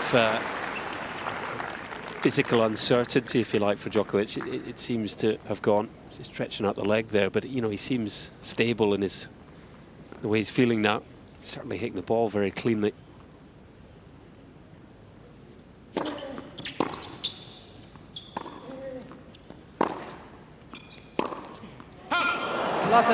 And I think tactically, a point that Josh made is a very good one. You know, for me there, Faria, a sort of three-quarter serve and then rolling the first forehand. I think if he's not on top of the point on serve here after either the serve or the first shot, I think he's in real trouble. I think he's got to go for more at the very start of these points.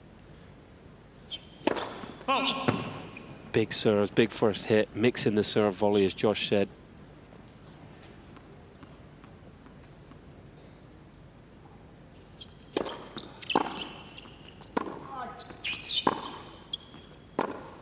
Lovely.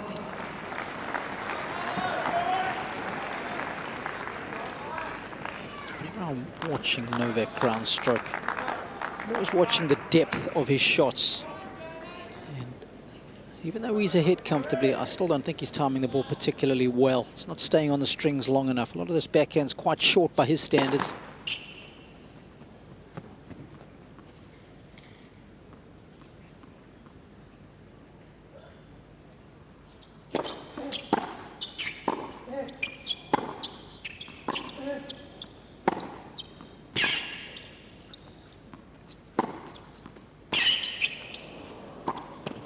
It's better length. And floating forward with considerable aplomb. Keep his fans extremely happy. Setting a break for Novak.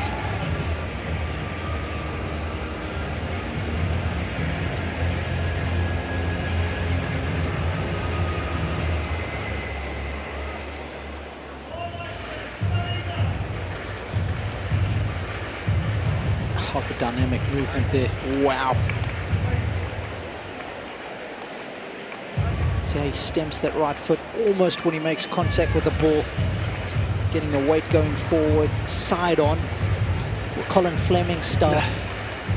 You look at the movement, though. You talk about the dynamic movement. You know, these young players are in many ways standing on the shoulders of Djokovic, aren't they?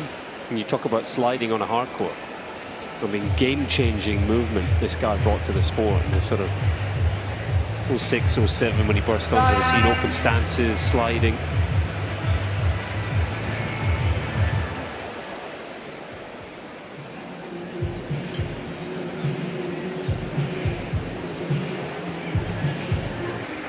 When he beat Roddick, Nadal and Federer to win in Canada, he beat Federer 7-6 in the third to win the title. I mean, you talk about having to do it to the nth degree. Roddick was ranked 3 in the world at the time. Nadal was 2, Federer was 1. For me, that was the big announcement to the tennis fraternity. I'm here, and I'm coming to play. Of course, he won his first major a couple of months later, right here, 2008.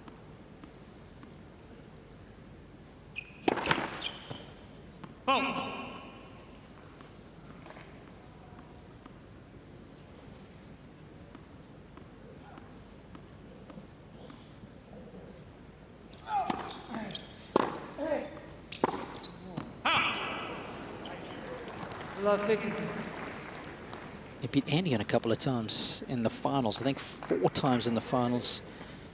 He beat Murray once in a semi. Murray was giving him a hard time about it too when they were doing the exhibition here prior to the tournament, wasn't he?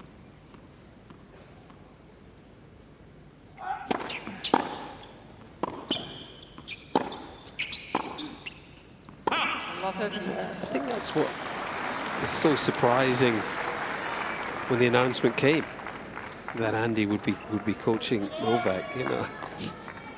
Not just because it was so soon after Andy, you know, sort of retiring from his own playing career, but, you know, Novak was the guy that single-handedly ruined his career on this court, as he put it. His dreams, yeah, on so many occasions. And rivals for such a long period. And I wonder if there was a bit of intrigue from Andy of getting sort of under the skin of how Djokovic does it. How does this guy operate? Yeah, pull back the curtain. They would always have kept that secret private from each other, right? Too true.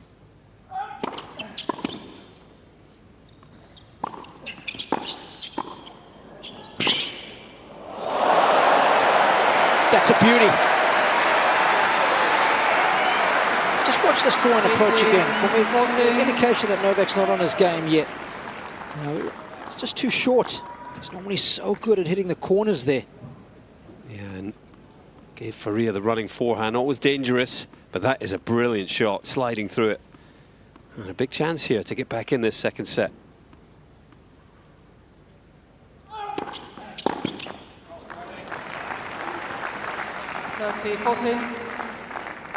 No surprise to see Djokovic targeting the forehand with the serve. They may well go there again. Faria has to make something happen here.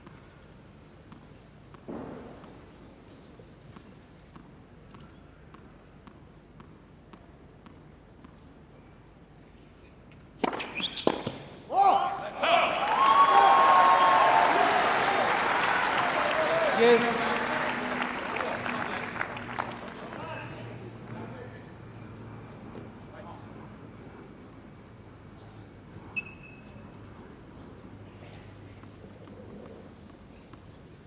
Still looking in showroom condition is the Scot.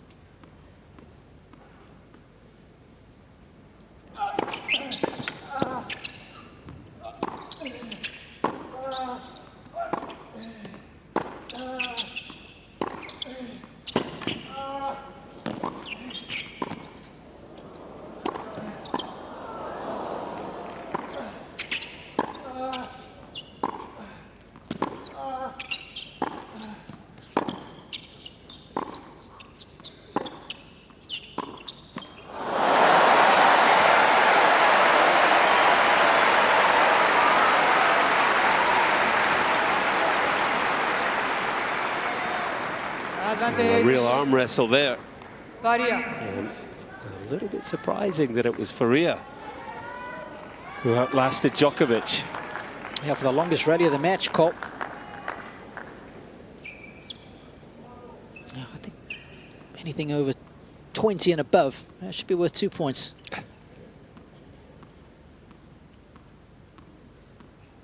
got a chance to get back on serve.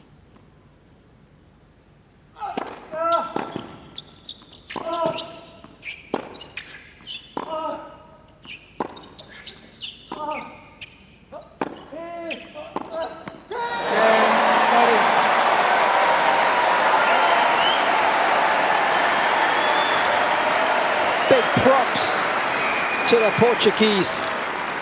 He was bold, he was brave. He's missed a couple of backhands down the line. Wasn't going to hold back. Well, all credit to him there. Jaime Faria. Just feels like he's broken off the shackles now, doesn't it? The reaction there. He was hitting the ball with a bit more authority and intensity. We might have certainly a set on our hands here.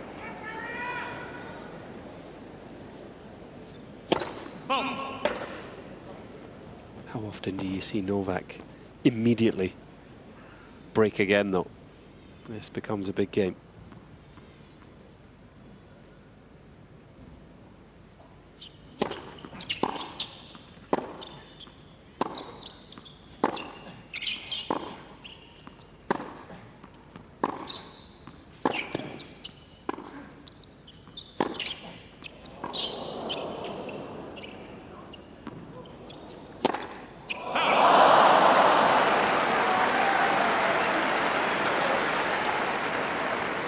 Love 50. Well, he thought about it. Faria just couldn't resist going for the rocket in the end. Went for a completely flat overhead. Usually better serve with a bit of slice to keep control of the ball.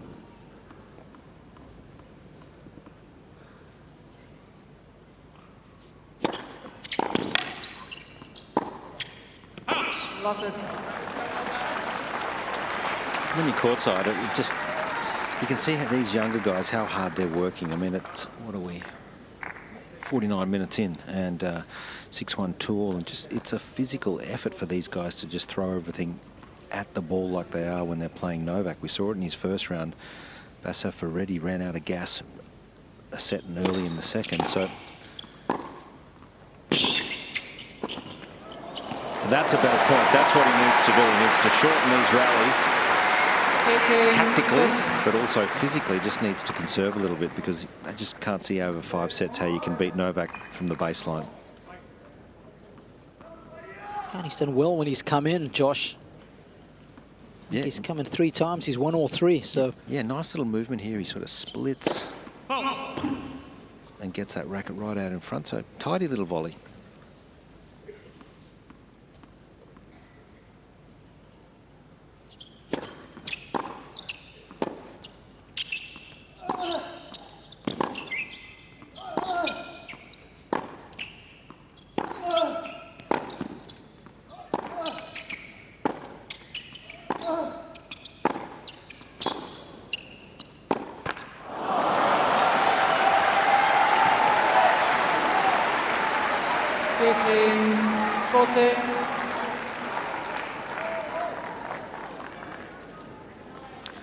Djokovic was looking to his team there. For me, it was actually to Gomez Herrera with regards to the forehand. It was solid hitting, but he's not really letting that shot go yet, flattening it out.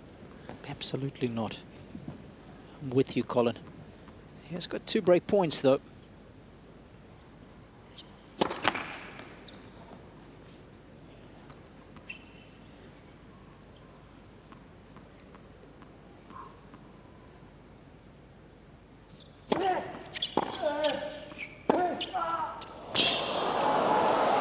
That's a proper strike.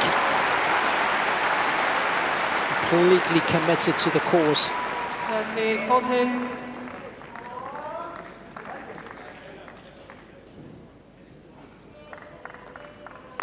Beautiful two-handed backhand. Really gets his weight through the shot.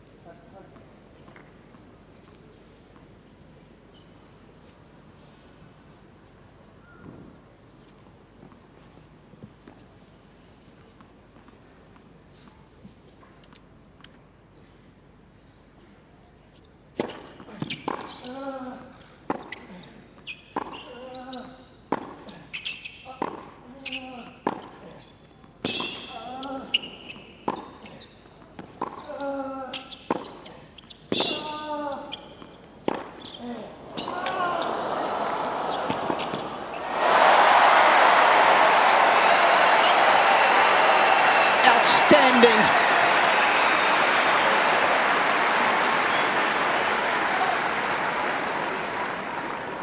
Yes. Continues to impress in the forecourt.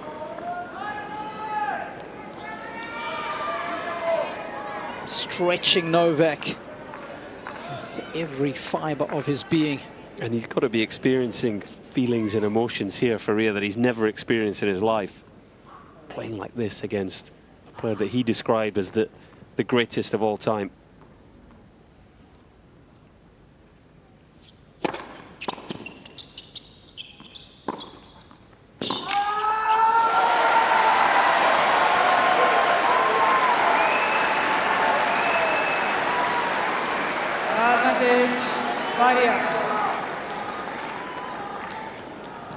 He's so on edge. I haven't seen him like this. He's so fired up with his emotions today. So animated. I want to see Novak tee off on a couple of ground strokes, guys. Really just let the arm go. I've hardly seen him do that at all today. Just almost play the nerves and the emotions out of him for a while, Josh.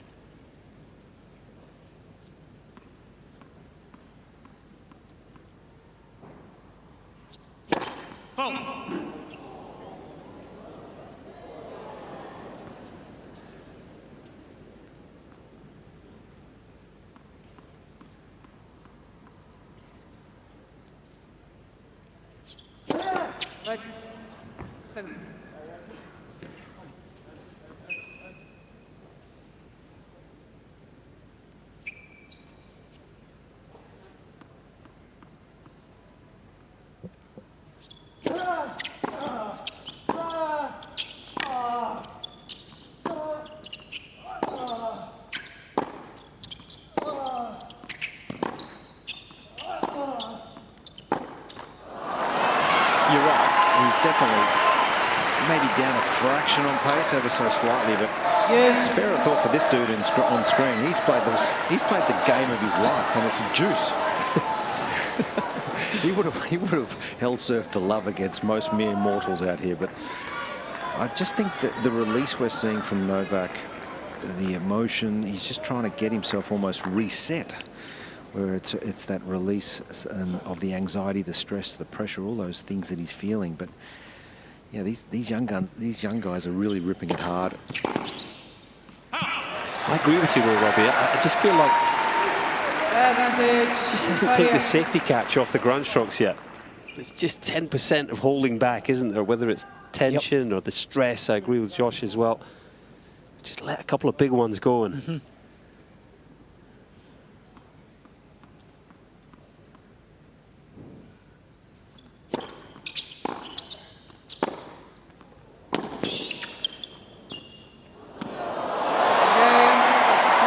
top-tier tennis right there. He showed us some firepower in the game, a nice bit of guile, and he leads the 10-time champion here in the second set, 3-2.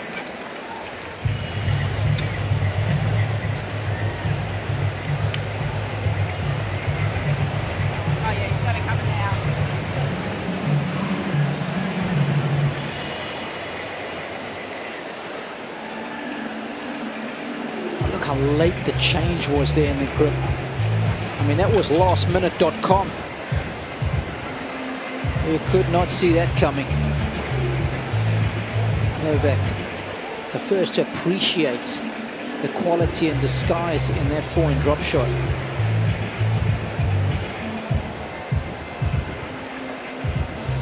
And you can see why it's a little more humid today. There's a lot of moisture around. That's the player pod that you can see there in all its glory. That's where the players will dine. And Rod Laver Arena just behind that.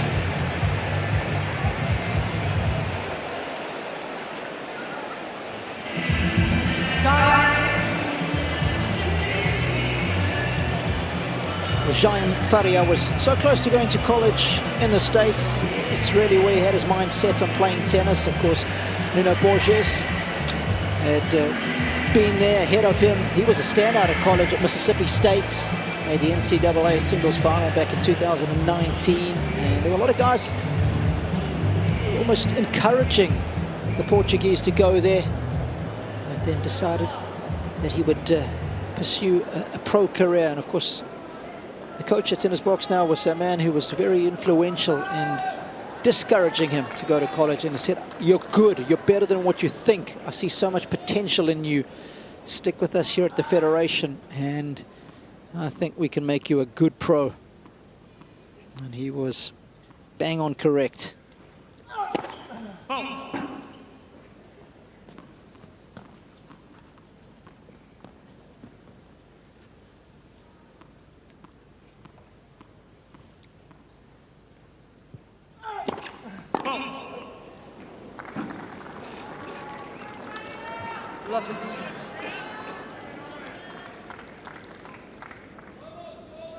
But I'll tell you what, if I wanted to put Novak in a good mood right now, I would let him know that Thomas Mahach has just beaten Riley Opelka in 5 sets. 6-4 in the 5th. So that potential banana peel that Opelka could be is out of the way. Thomas is tired, more than likely.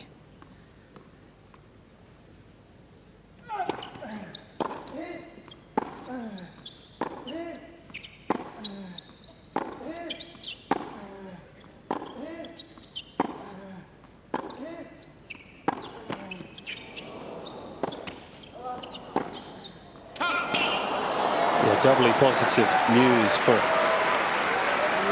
whoever comes through this one, that Mahach has gone a long 5-setter, but as we said earlier, the young Czech can really play. Mahach, Lehečka, Mensik, they've got a trio of serious players. That's a good Davis Cup team in years to come. Look at this though. 2-1 Djokovic with the break, now 2-3 love 30. Mm-hmm.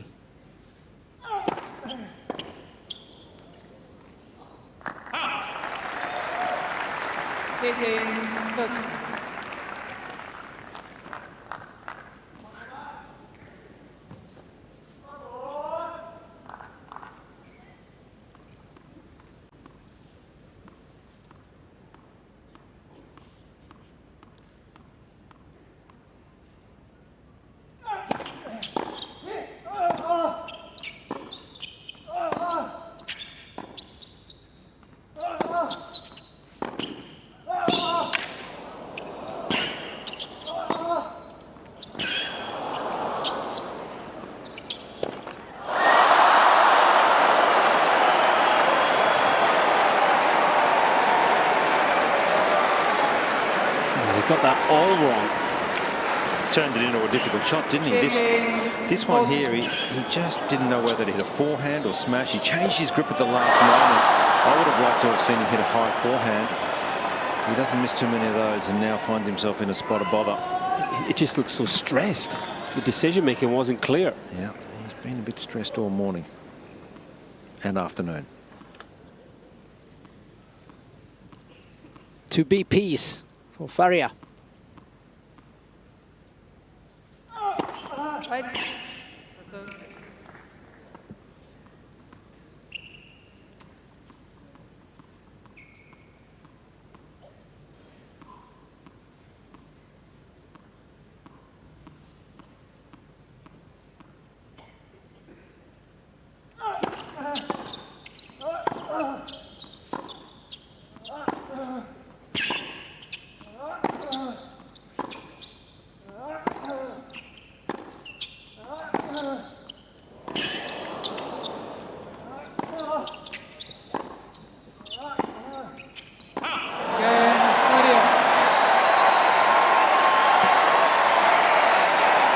That's good defense from the big man from Portugal.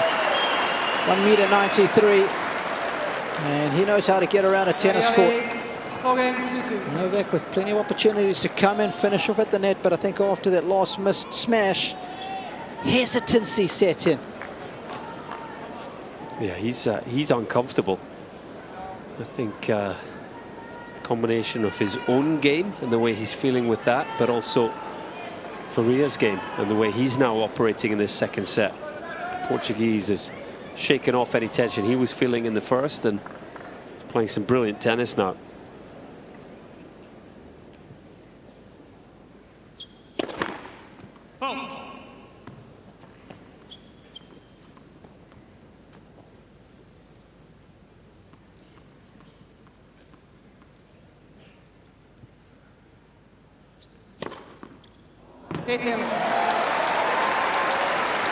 The two challenges he's won in his career at Faria, they were both on clay. Hueras first, which is close to Estoril. The Estoril Open has been over many years, and another in Brazil, but he's a very accomplished hardcourt player, I have to say.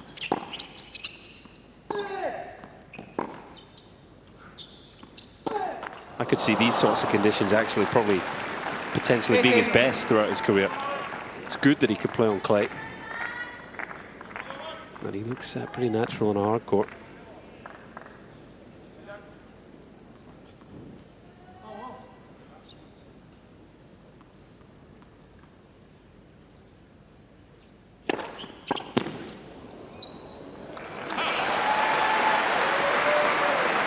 That's it, 15.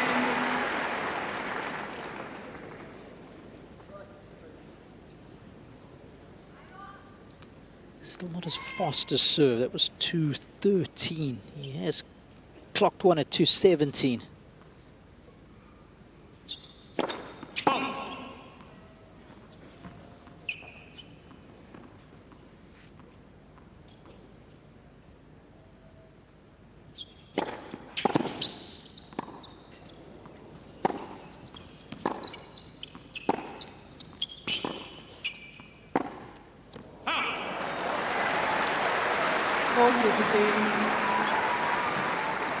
The compass is not calibrated correctly, perfectly I should say.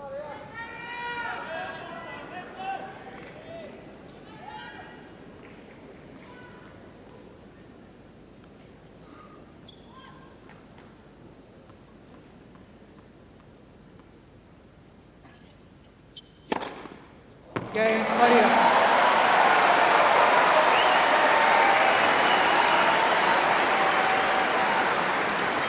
Oh, this is good stuff from Jaime Faria. He is one game away from taking a set off Novak.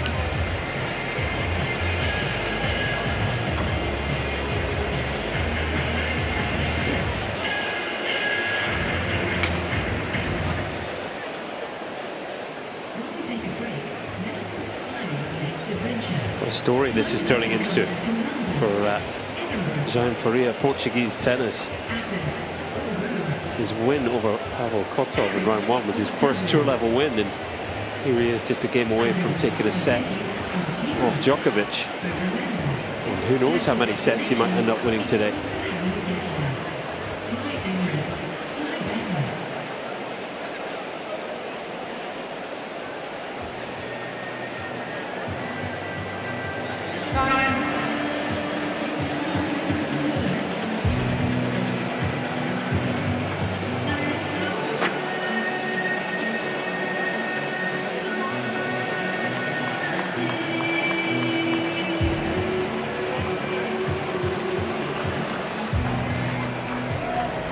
Day 4 of a live coverage of the AO 2025.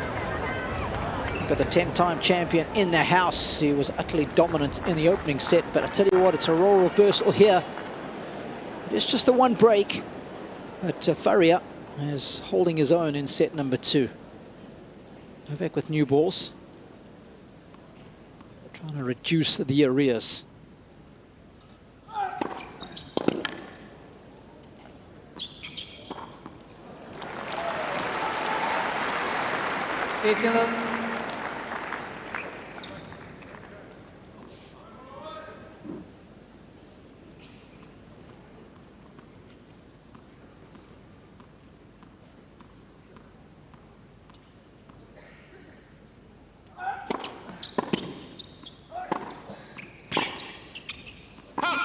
That's it.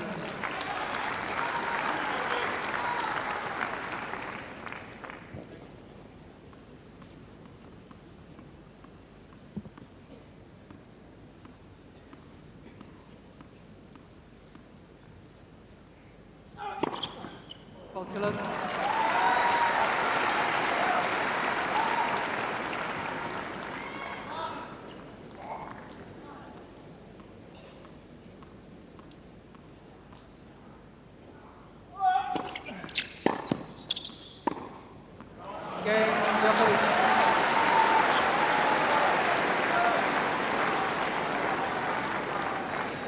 Robbie, I'm just wondering, as we take a look at the topspin speeds there, that's Novak 2024. He's down a bit, isn't he? Yeah, he is. Right. Yeah. He's down 5 kilometres an hour on average, both forehand and backhand. He's just not really hitting the ball. 100%. Yeah, and I just wonder, you know, he didn't play a lot at the back end of the year. Maybe he's just taking a little extra to get going. He really shut down his season early, Novak. So got a couple of matches in Brisbane.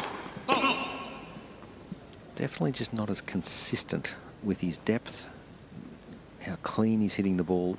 Of course, normally it's amazing, but still very good. Just taking a little bit of extra time to put it all together here. Yeah, he shut down in Shanghai, after Shanghai. He made the finals there, lost to Sinner. That was early October. Decided to take an extended break. Didn't play the tour finals.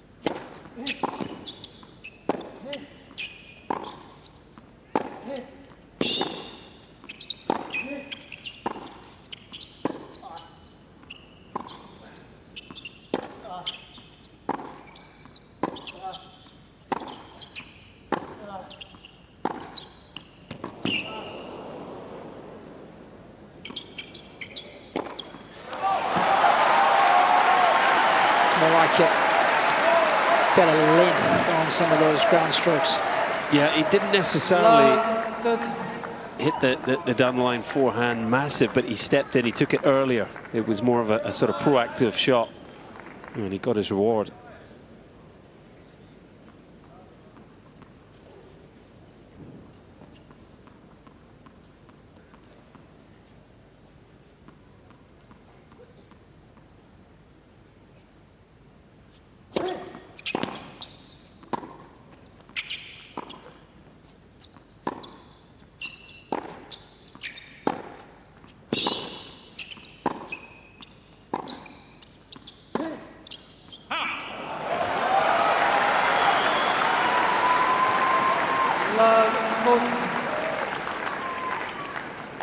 Pressure of the situation for Faria. A couple of unforced errors in the game.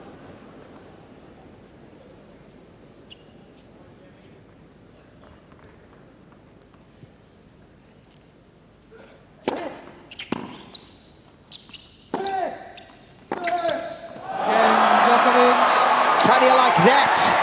New balls, please. 8 points on the bounce. And we're back on serve in a second. Faria leads 5 games to 4.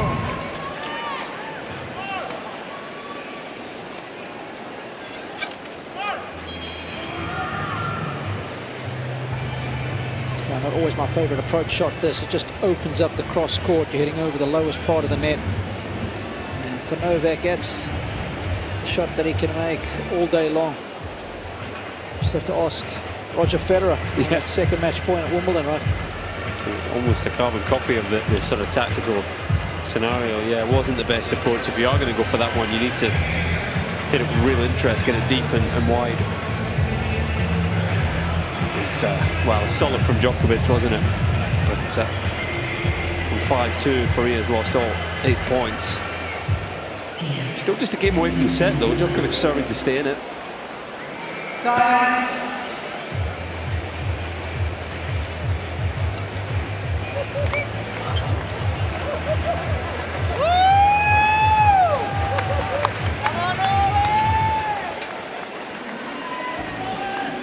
The Djokovic fans are a little happier now. How about dinner, Novak? Sure gets a lot of requests.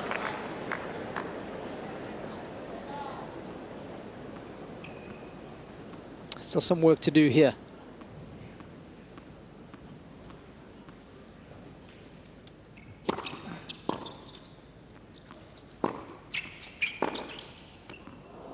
Love 15. Oh,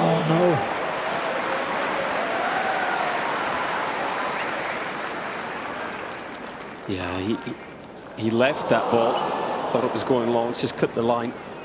Another approach, though, where he's not really sort of hit that ball, has he? It's a bit safe.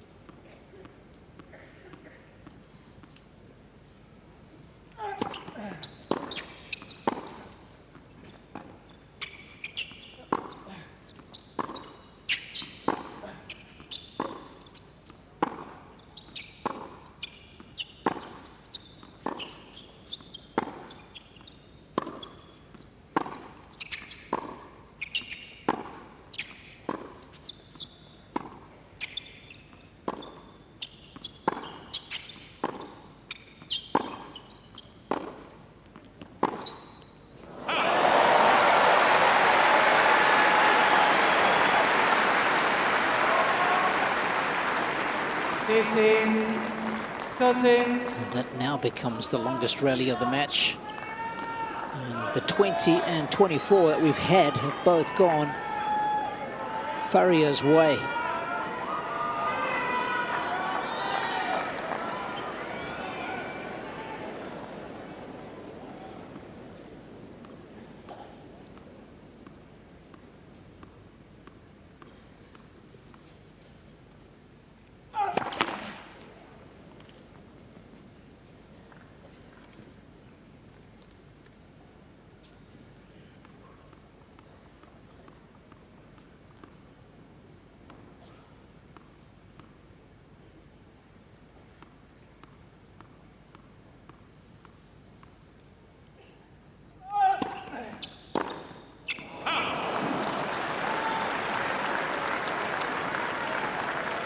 That was a big opportunity. Second serve, it was a slower one. Just came up and out of the forehand return for Faria.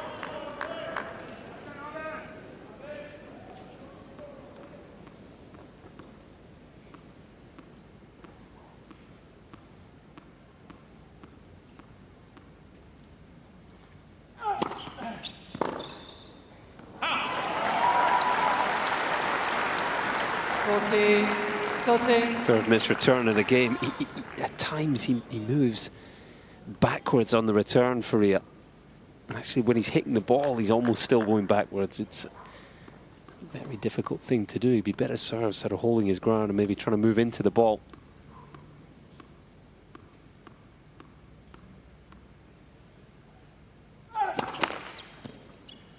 Going to move forwards on that occasion.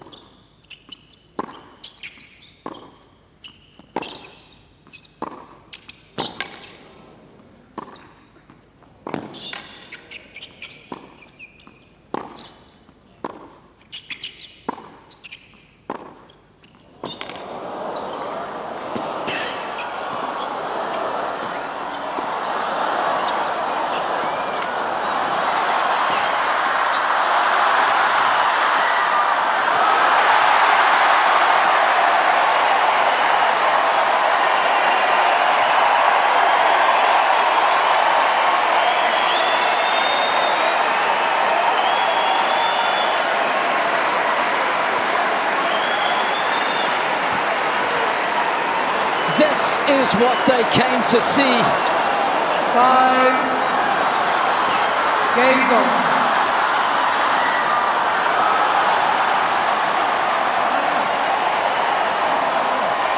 Man, you're making it hard for me here. Both guys dead on their feet at the end of that point and a smile to each other. I think it's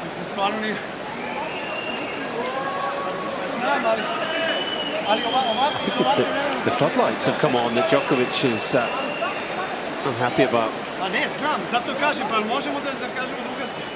Sam opet će trajati. Dok ja njih dobijem, dok oni to ugasi. Trajat će. Look, guys, I totally understand. I absolutely understand. What I said to Novak, you want both for me to call, no problem. But you're losing the rhythm. We wait to switch on. You're gonna, you're waiting. Also, I support you. I don't know why I also wait for the end of the set if they want to switch on. But I'm not talking now. so. You want to turn it on? No. Like we wait, huh? Okay, then we wait. You're losing the rhythm. You're losing everything. I'm fine with it. That was interesting. RLA, could you please get the lights on? They're in the 5-ball. Both the players don't bring it. Well, we're going to wait for the lights to be turned off, but see if you agree with me, Robbie. Faria said he sees fine, he's okay. Does that mean that, yeah, I don't need the lights, or I'm happy to keep playing? No, I think, I'll turn them off. That last point has reignited this crowd. I tell you, it is pumping courtside. He has set it alight, Novak, and rightly so. They shouldn't come on at 5-all. It maybe wait till the end of the set if they're going to put lights on. So sanity has prevailed. Nobody likes the big light on. You've got to put the little table lamps, don't you? Yeah, turn the big light off, will you? It's normally not good when you switch out the lights, because that's when the party's over. And in this case, it's what they both want. But also, I'm not sure why. 221, sorry guys, that's massive. That is the biggest of the afternoon for him. I'm surprised they weren't consulted. Yeah, that was unusual at that stage of the set to suddenly put the lights on.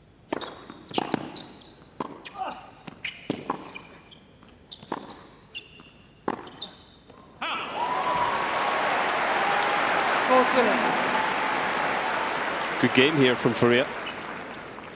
Great game.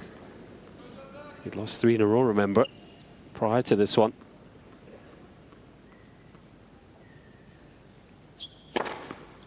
Jaime Faria. But pyrotechnic serving. Some of the biggest of the match for him in that game. That's a good response. 6-5.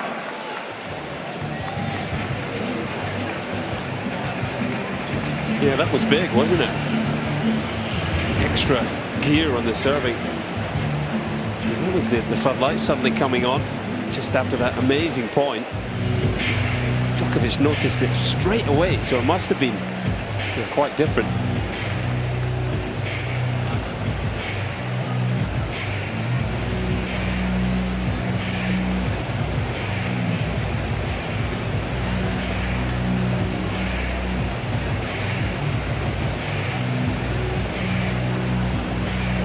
Director is courtside there, Josh. Is Wayne courtside there? Does he have a little instrument in his hand? Maybe the light was getting a bit dull. Yeah, I don't know. He's been coming and going, so I thought possibly, you know, in preparation in case there was a slight shower. But they have all sorts of meters here, so we'll wait and see what transpires at the end of this set.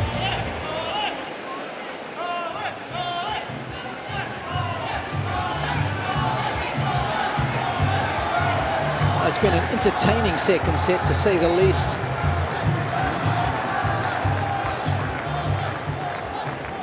At times, the tennis has been of good quality. There's been plenty of drama, that's for sure. See if Novak can take this to a tie-break.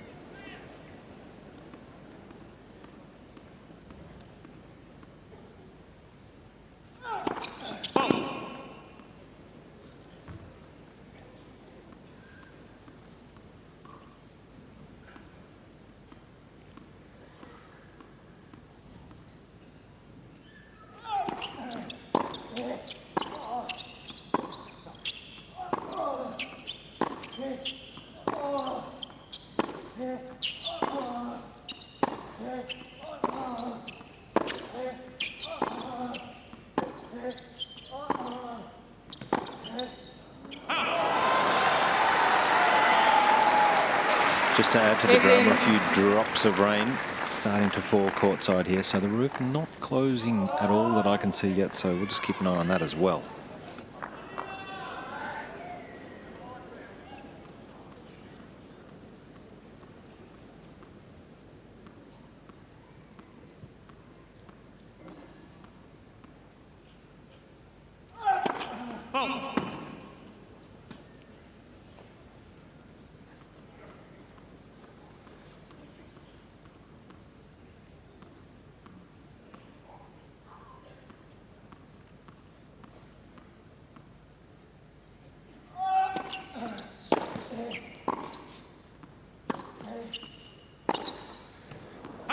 Wow, that was a tight point there. Nothing on the second serve. Just 137 kilometers an hour, as you can see, and really came out of the forehand as well. I mean, he's almost going backwards when he makes contact with that. He's tense, you know, even the greatest get tense. See if he can work his way through this set from here.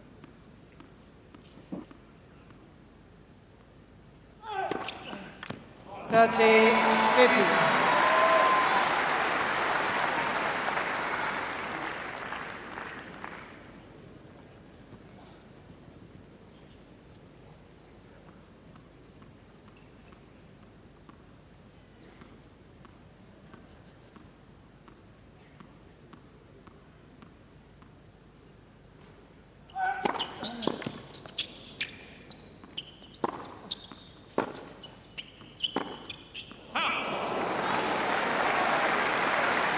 Strange he didn't take that return out of the air and drive volley, move forward. Not entirely comfortable.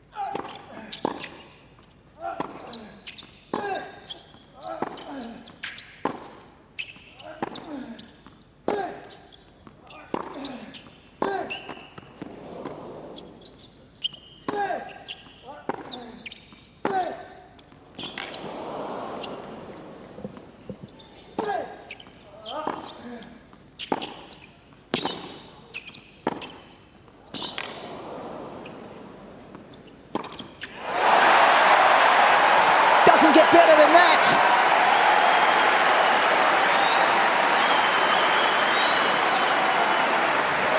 Djokovic is being dictated to by the world number 125. He's all over him here, and it's another long point that the Portuguese comes out on top of. Djokovic just isn't hitting the ball.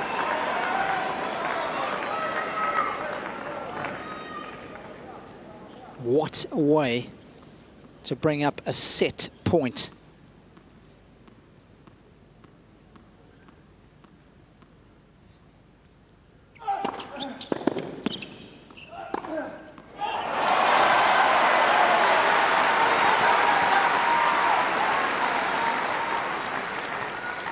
How many times on a big point have we seen the first serve find the corner of the box?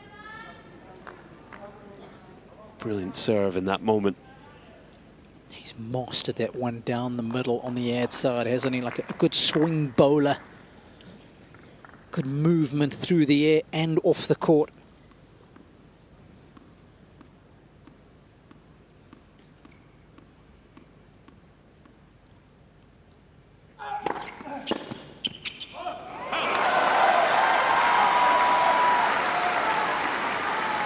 Advantage, Djokovic.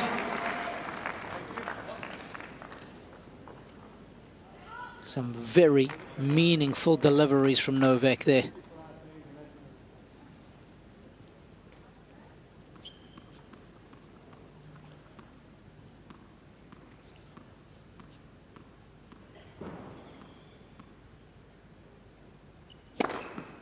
Cain, Djokovic.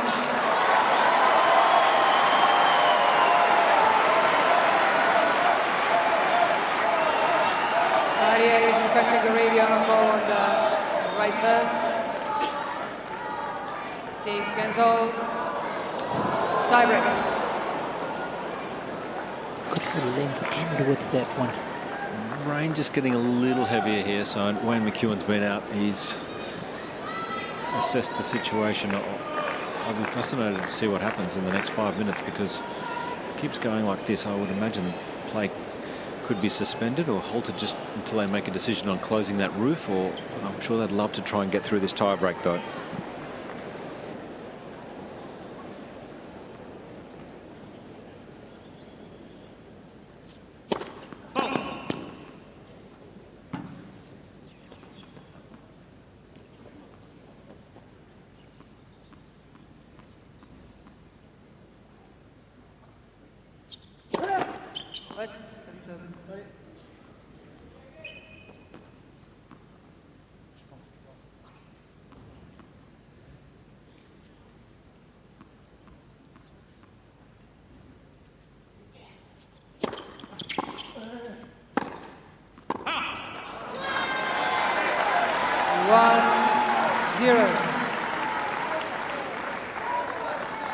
Djokovic.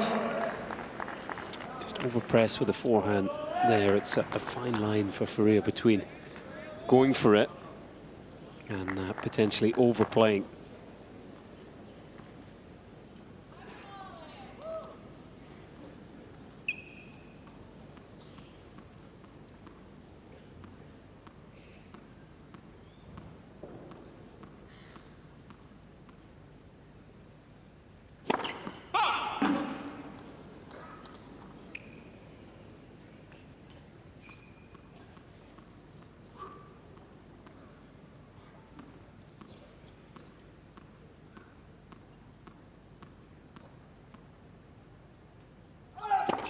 Right.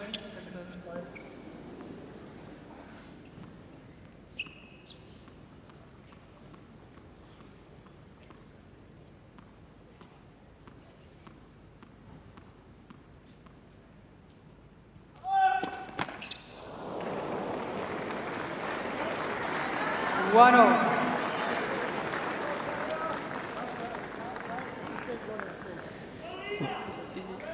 Josh, how's the light down there as well? The ironic thing is, like, we could almost do with the lights back on. No, look, I think the light's okay, but you know, the players, they'd be so aware of these few drops, they'd also be thinking, boy, do we stop? Do we keep playing until we get to the end of this tie break? So a fair bit going on, a fair bit happening here.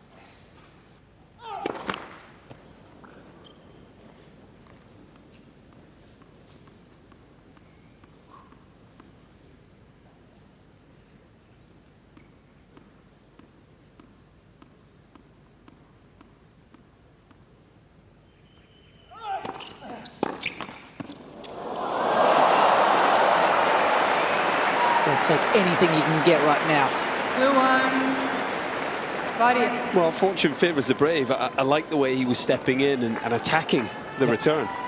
Not leaving this to chance. I always believe when you hit that shot tentatively, it stays on your side of the court. But when you go after it, as you say, I think good things happen. The miss hits go in.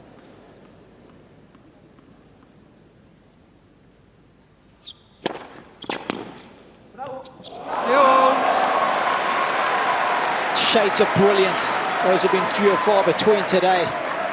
But that was vintage Novak. It's a 218-kilometre-an-hour serve. Pretty good placement as well. Incredible.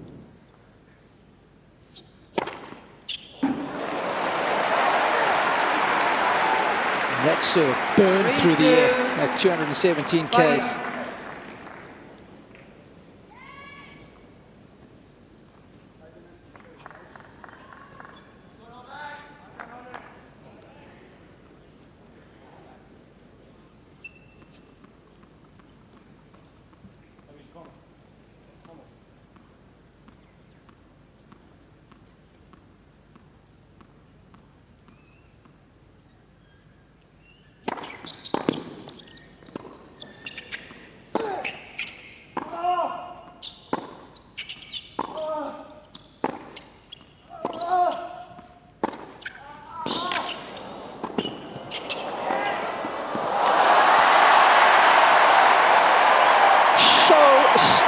volley.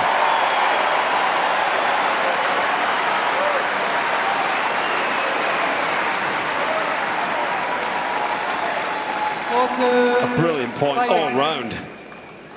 Faria's turn to produce a moment of brilliance. The return got him on top of it. This guy is a serious tennis player.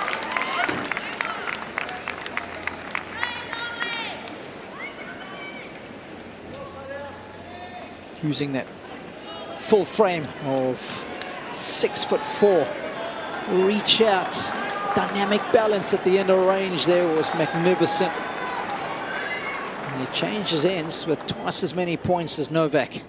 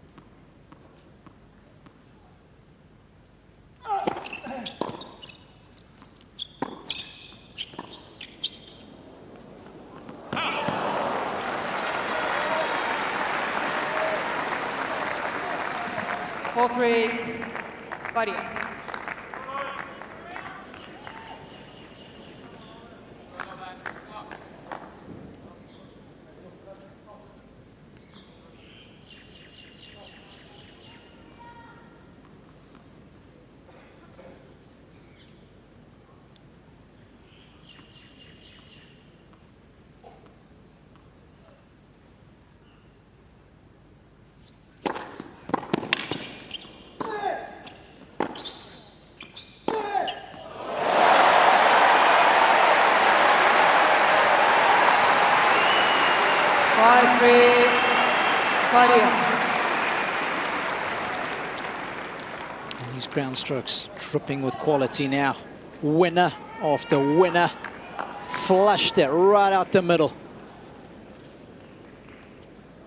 That ball did not deviate on its path.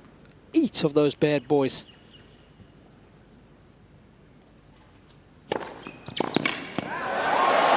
How good has this tiebreak been?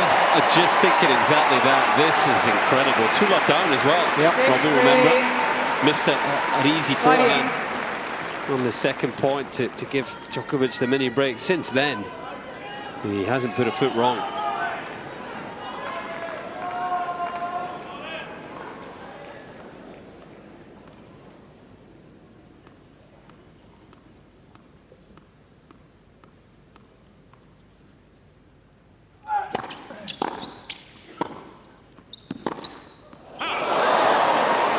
Nearly made it. 6-4, Faria.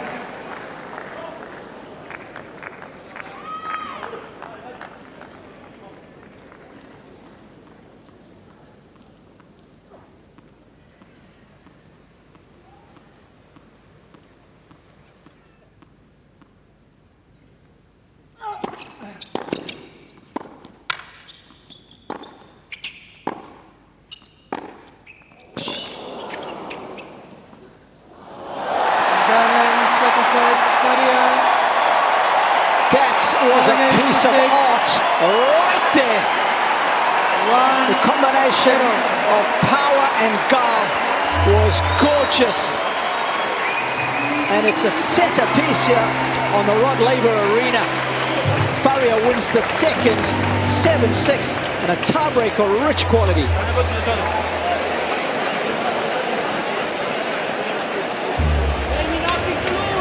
Well played. Jaime Faria.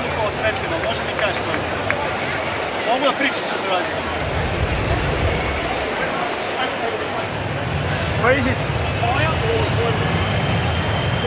Novak is communicating in Croatian, serving there with the umpire Maria Cicak. She's Croatian. No wonder he's unhappy. That set has got away from him.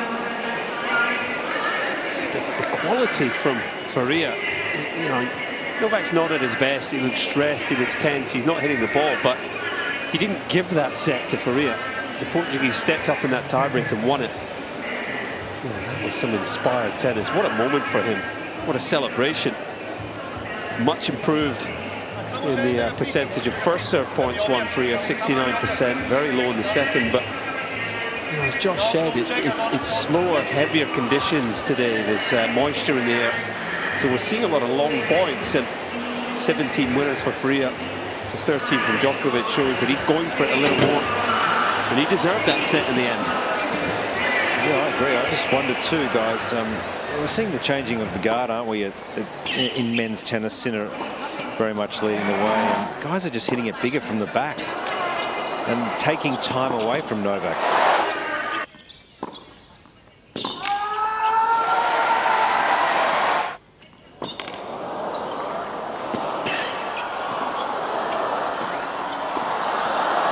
What a point this was. Neither of them quitting.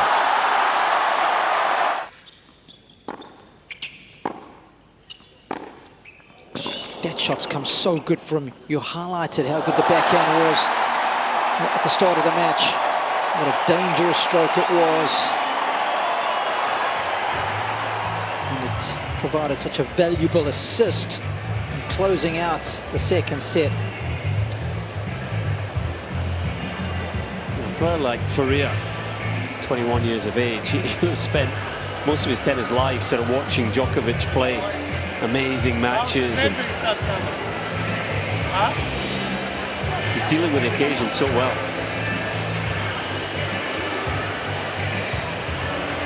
You know, it's easy to come out against Novak and be overawed, isn't it? And I think he was nervous for you in the first set. Yeah, he's upped his level significantly since, though. And I think he's getting things just right.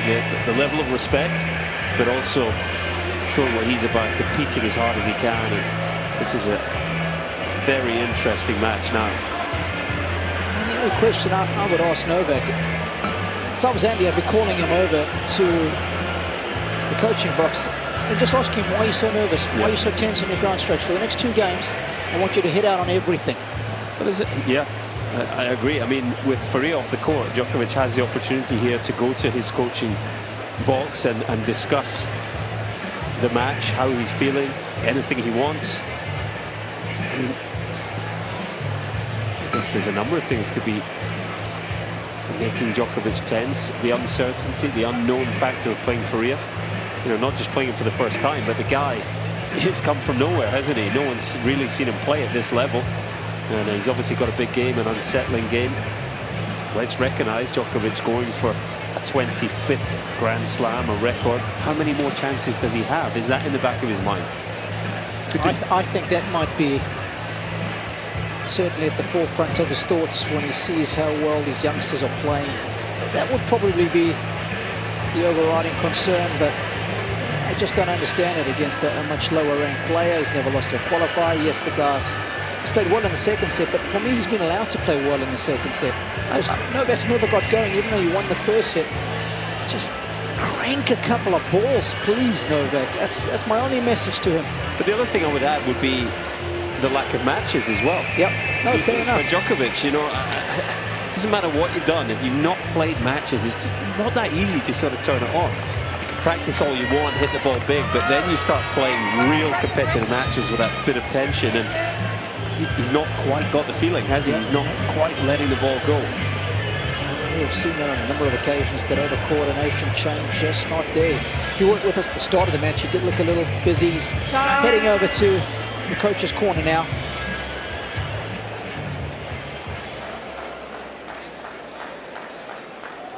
Third set.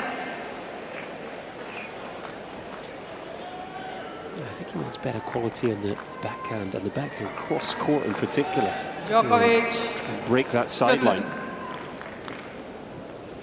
Potentially then with a view, I would think, to attacking the forehand.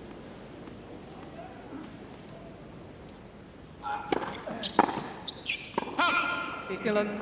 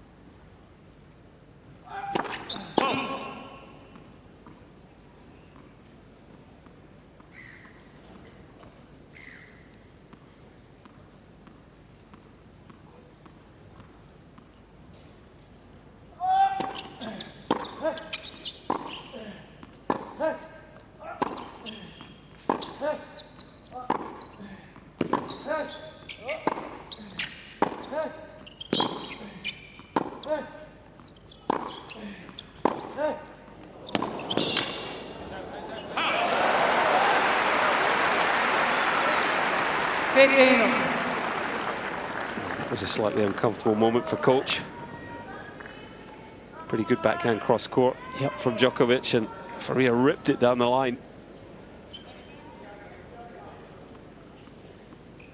This is where Murray can really, make a difference. When he's winning the first set 6-1, there's not much to be said, is there? Yep. Yeah, well said.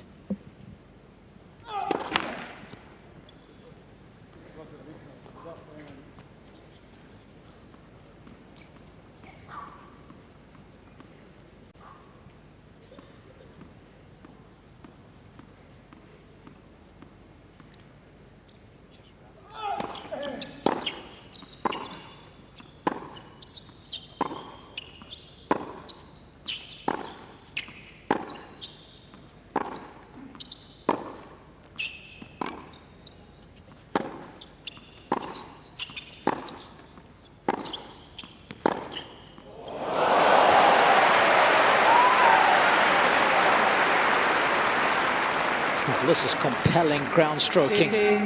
13. This is taking a page out of Novak's book with some of these linear strikes.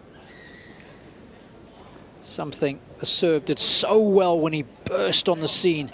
That forehand has melted into the strings. So tough to defend a shot that is struck so well down the line. The most direct way past an opponent. Of course, you are taking on risk. Nice part of the net. You've got a lot of court to hit into.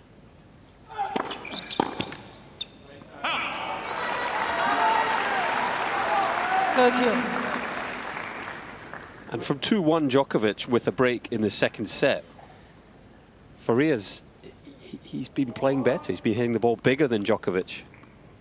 To Josh's point, these young players now, they go for it. They've taken the game to a new level in terms of power.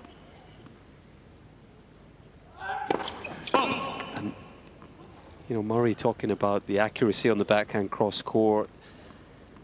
Part of me thinks Djokovic just needs to start hitting the ball bigger himself. Fight fire with fire here. Couldn't agree with you more. Make Faria defend.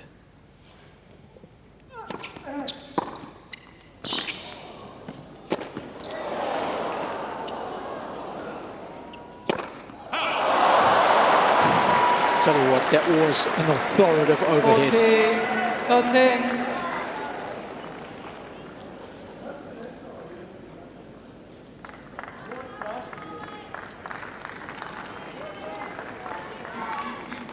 Put a little asterisk alongside that smash. Could be huge in the context of this set.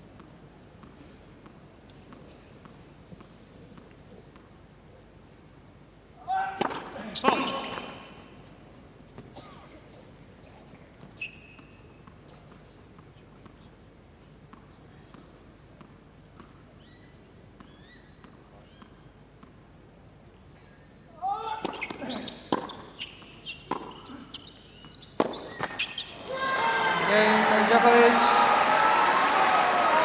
First game. Third set.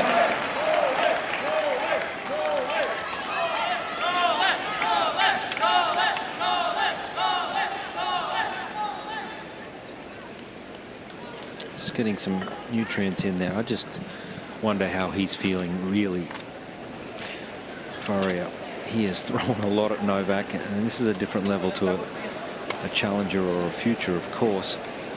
But as you can see, he could become the first Portuguese player since back in 1973 to defeat an ATP top 10 opponent at a Grand Slam level. Wow, that's 51 years. So I just wonder how he's feeling, guys. He's thrown a lot at Novak, and he's just been calling out to his coach for food, drink, all sorts of things, and I just hope that he's travelling along okay, because we know one thing's for sure: Novak can stay out here all afternoon. Yeah, I wonder where the battery percentage is for Faria. Is he battery saving mode yet? I don't think quite, but not much solar around on a day like today. Yeah, that's true.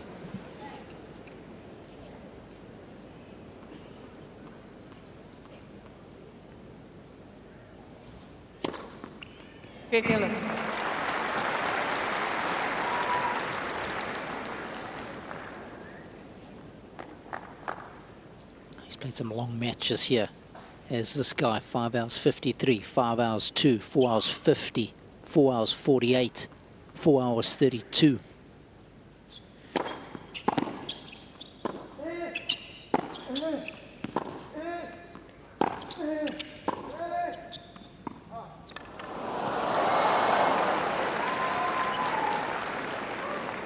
Kırtılı. Kırtılı.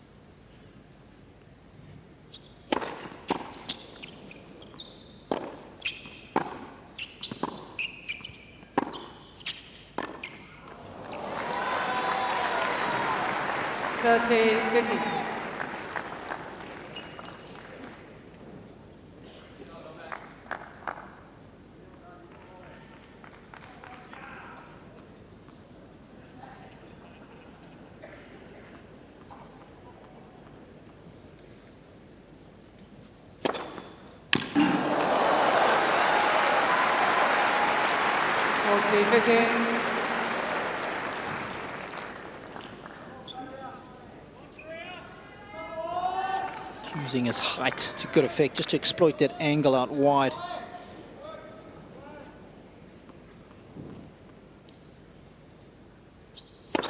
Lights.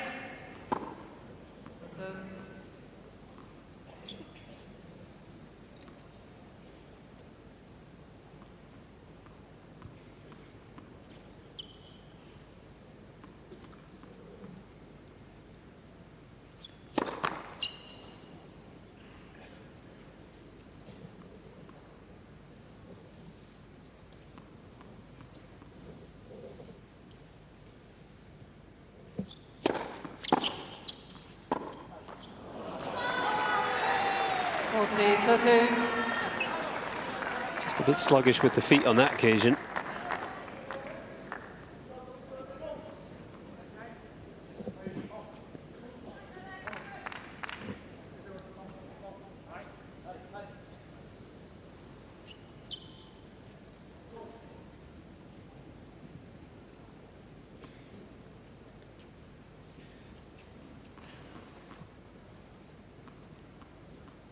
Those raindrops you can see down there.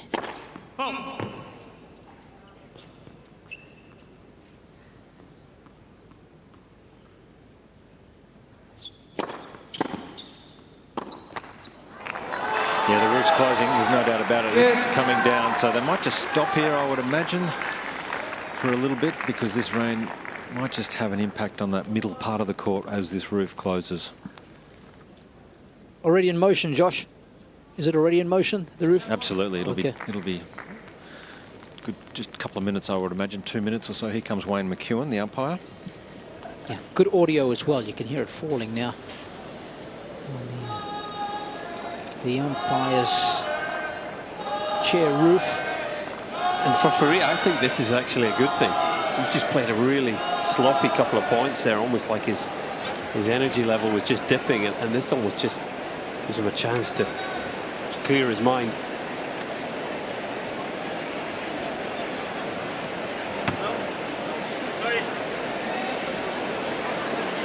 Yeah, fortunately, it won't be too long until they're back on, because not too much of the court has got wet and it's not coming down too hard. And they're getting the ball kids out here and support staff here just to dry the lines. So the radar's looking pretty good as well. So I think we'll be right. We won't be out of action for too long here. Of course, when the roof closes, the lights will come on. There you go.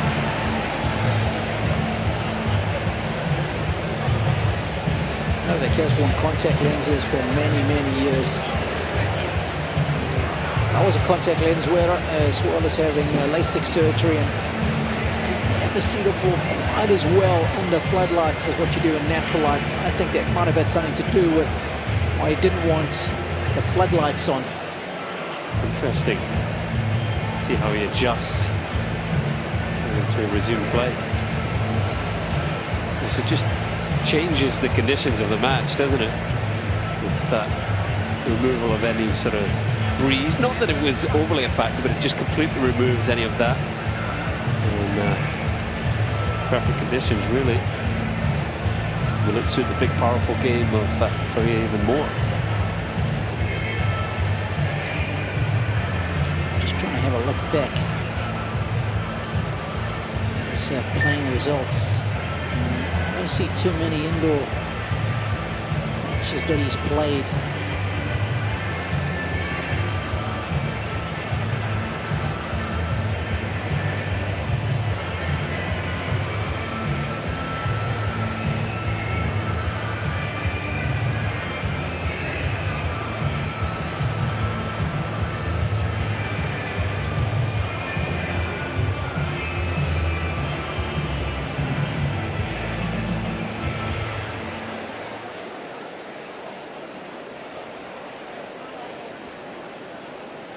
Been stretched in all areas of his game, but he has responded to Novak fighting fire with fire. It was early on in the opening set. He was only down for about a 4 count. He was up and ready for the battle. He's a big guy to take a tumble on a hard court as well, but thankfully no damage done.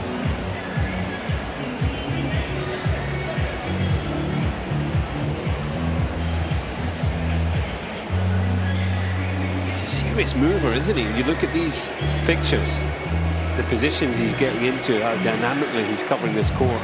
You know, open stances, sliding. It's the modern way. It certainly is.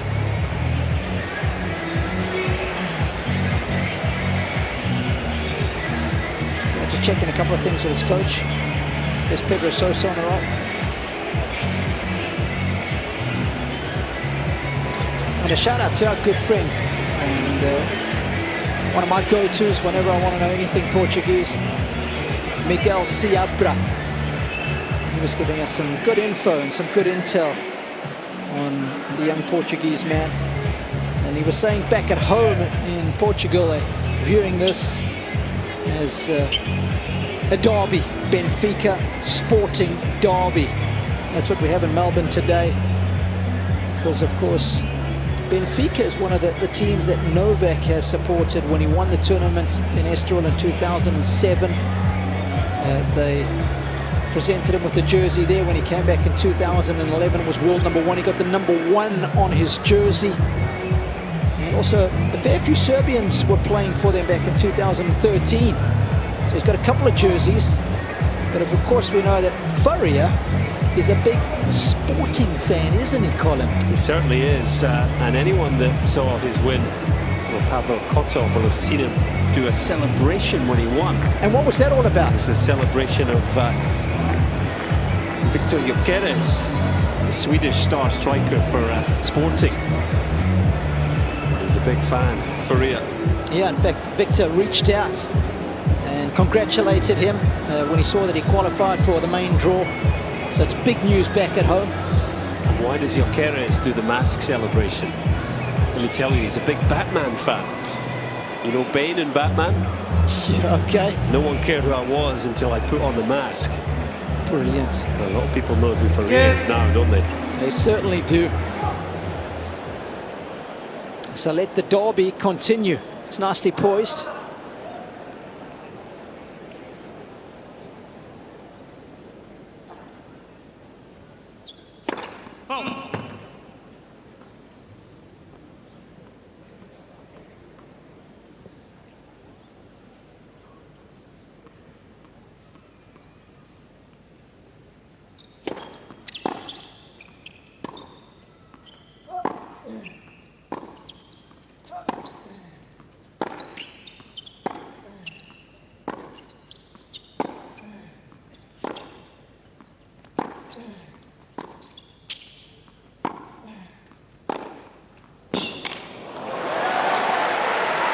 I really think that little delay helped Faria.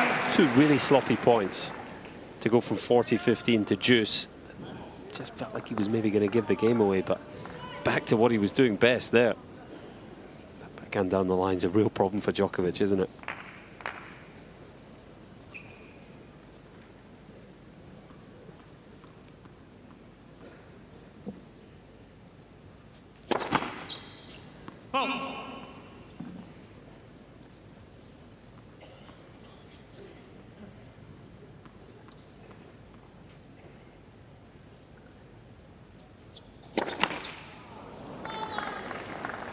Yes.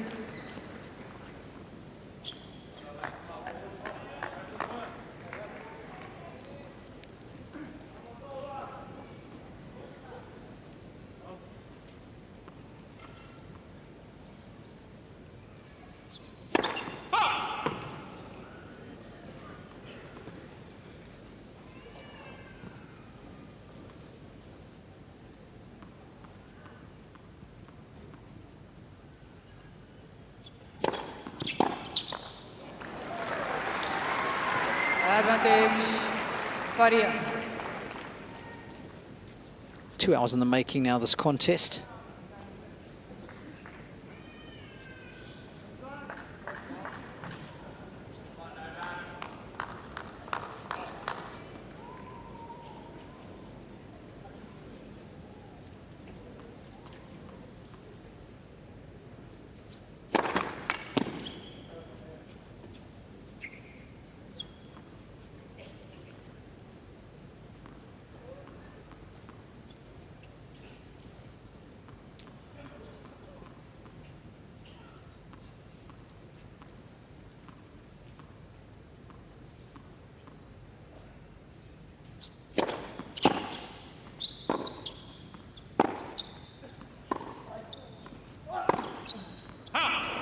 Again, Faria.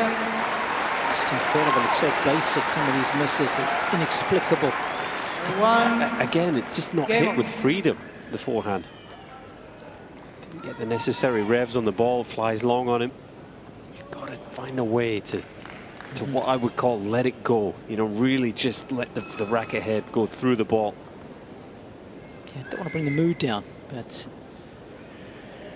the lowest ranked player that Novak has lost to at a Grand Slam is slightly ranked lower than Faria today is, but it was here. And the trivia question today to you, Colin, is who was that player? Have you read your daily notes? I know who it was. He was a player that liked to play in glasses.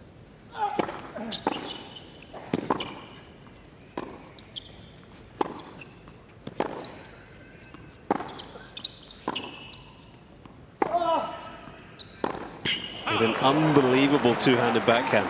He certainly did. And he was one of the nicest guys on tour, I have to say. Dennis Isterman. That's right. So for all the glory he's had, 10 times a champion. One of his worst losses ranking-wise was also here. That was back in 2017. Long way away from that, but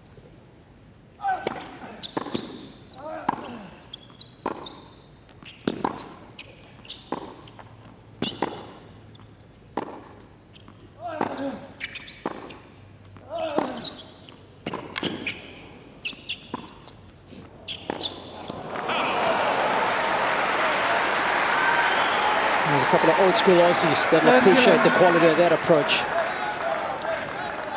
I like it.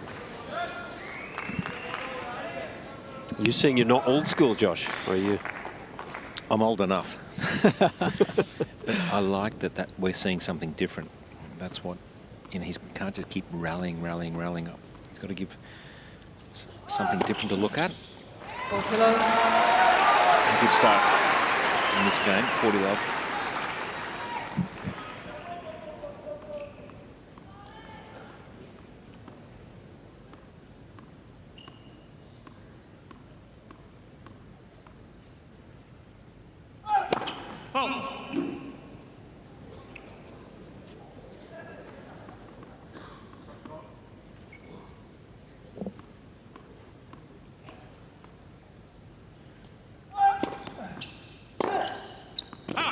Again, Djokovic.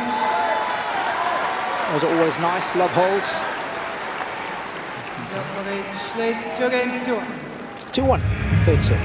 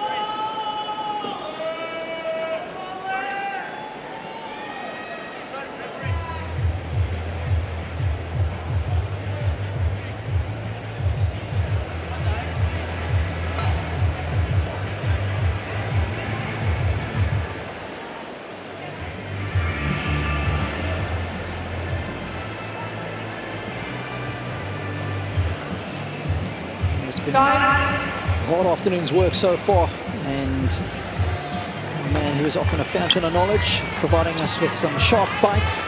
Greg Sharko just reminding us, Colin, that this is the second straight year at the Australian Open that Novak has lost a set in both the first and second round. And prior to last year, well, of course it happened with Prismic and Poprin. It never happened before. Things are getting a little tougher for Novak these days. It's not as easy, is it?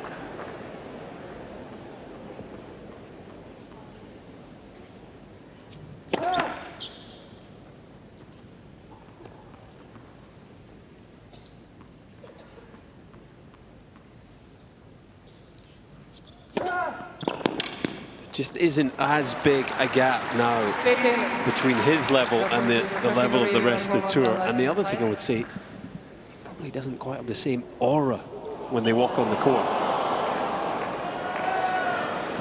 He certainly has my attention when he walks on the court, but I just think you'd be worried if the game wasn't moving on, getting better, and of course it does. I mean, this guy's 125. The depth has got a lot better. I think that's the big change in the last couple of years.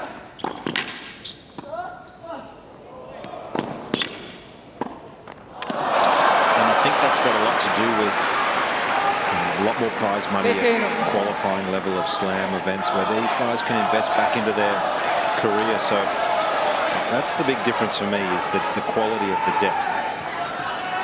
Yeah, it's a great point. We saw it with Bassov already. We're seeing it here with Faria. They're walking on, kind of thinking they have a chance.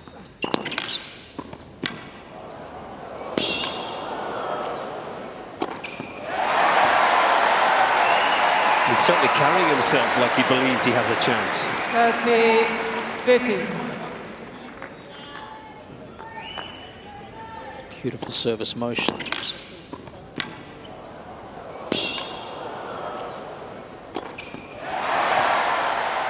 Seen him pop a couple of smashes already.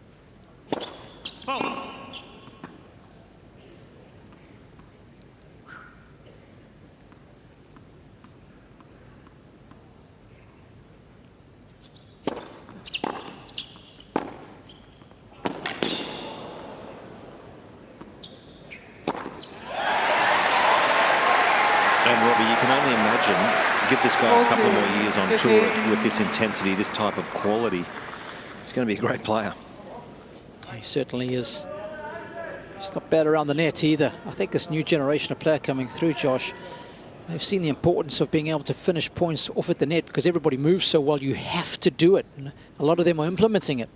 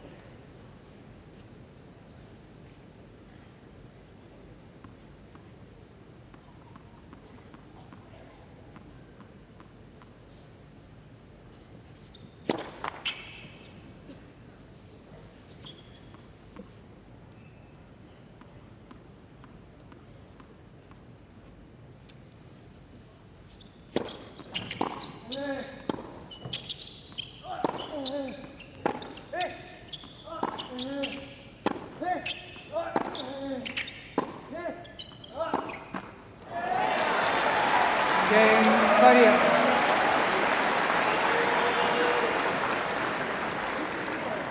Two games up.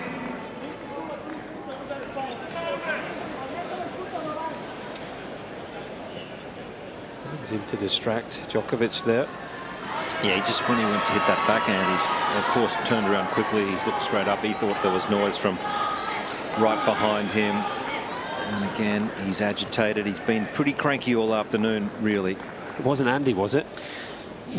No, Andy's a classic. He's sitting there. He's petrified. He joked about being here to sabotage him, didn't he, in the exhibitions pre-event? I'm just not sure Andy knows what he's got himself in for here. Time violation, warning, Mr. Djokovic. Thank you, thank you, thank you.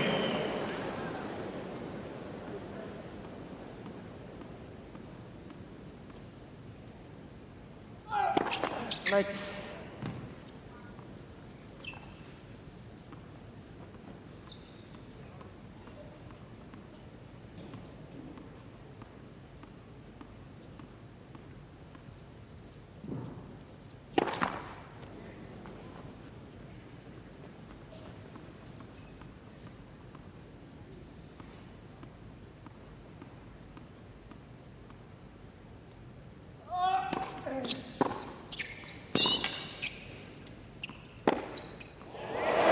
Simply stunning. Love 50. Well, that was almost Fonseca-esque. The young Brazilian that we saw beat Rublev. I mean, no pace on this ball. Not easy to generate like that on the backhand off a no-pace ball. That is special.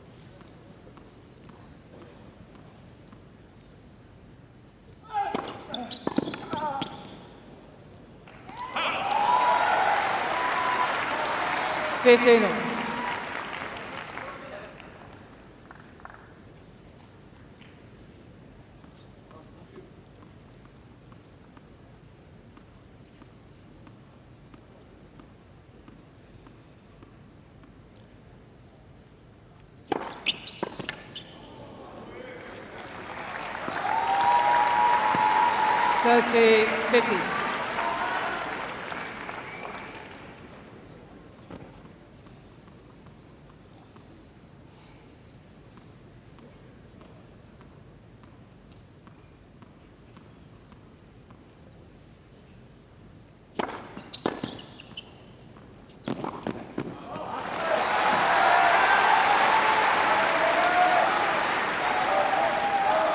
Forty, 15.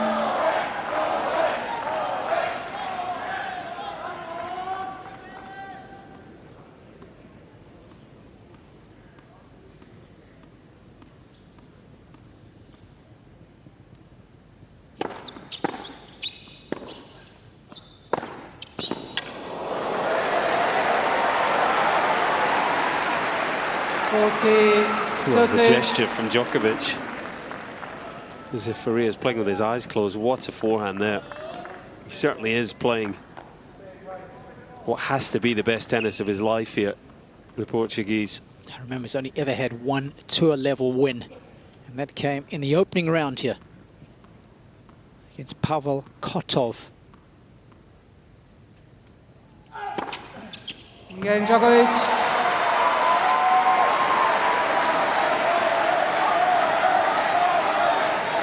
Djokovic leads. It's a set apiece.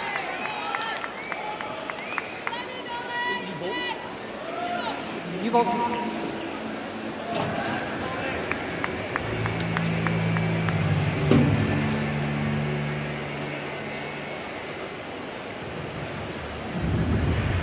The new balls. I was hoping to get a glimpse maybe of the top of the can. See the fact that it's no longer made out of plastic.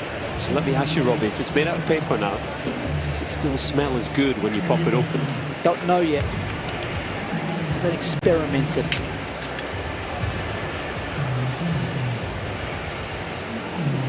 I don't know how it keeps the compression in if it's made out of paper. Yep. That's what's got me beat. It's one of the great things, though, isn't it? Down the local club, someone turns up with a fresh can. Oh, yeah. It's going to be a good day. Time.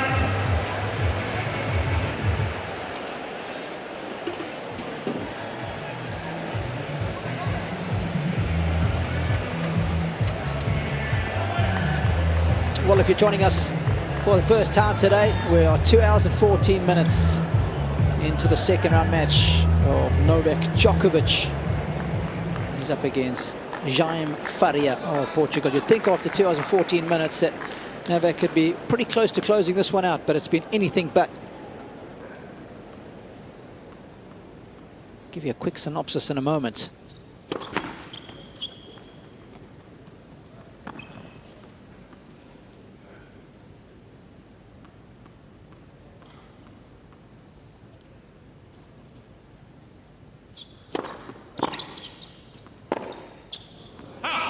might be surprised to see, well, the Look, opening set, Novak must have duffed him up. Well, he was a little tentative, actually. But Faria, on the other hand, was just missing a lot. He was even more tight. Serve wasn't as effective. Forehand was missing. And he was down a break early in the second as well. But he started to up his level big time. Did serve for the second set, but got broken. Played an outstanding tie break. Went after it and was rewarded for doing so.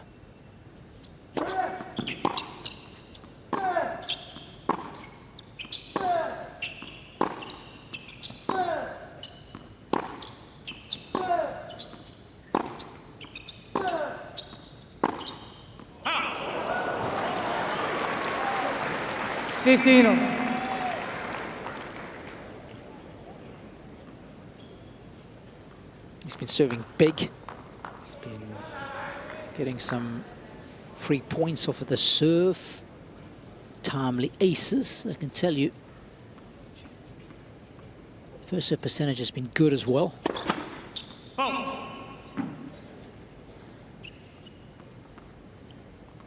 Just dropped off in this current set.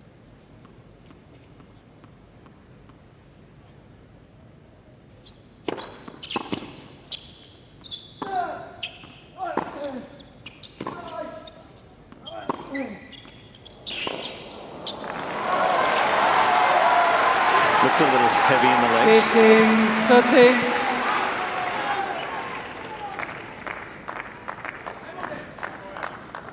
Yeah, he was in the zone for the end of the second set, the first couple of games in the third. Is he maybe just starting to cool off slightly here? Half a chance for Djokovic.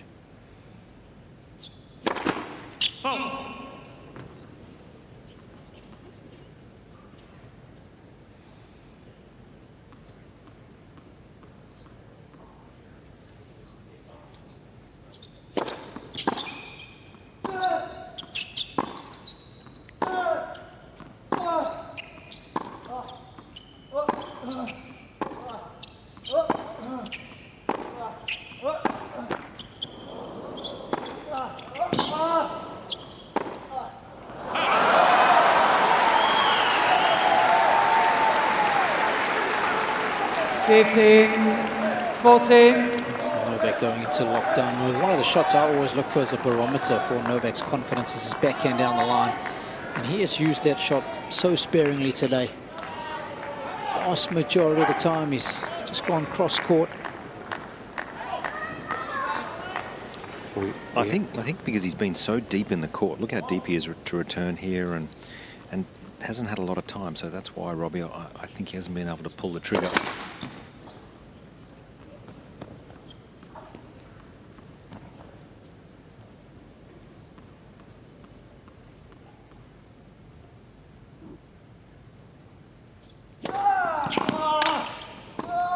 Game, Djokovic.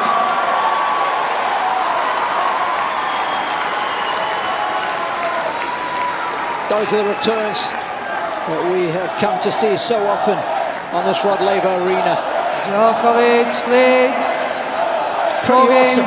2-2. Just enough of a dip from Faria. Gave Djokovic the opportunity, and didn't he take it well, the way that he's done over the years. Feeling an awful lot better now. This match is back under his control.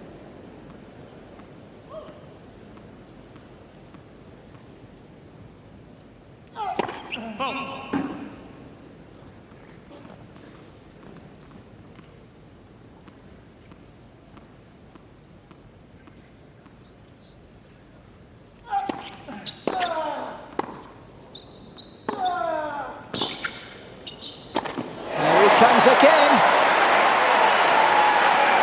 And let's not forget, in the second set, it was Djokovic who went up an early break 2-1, but got broken in the very next service game. It was somewhat of a turning point in this contest.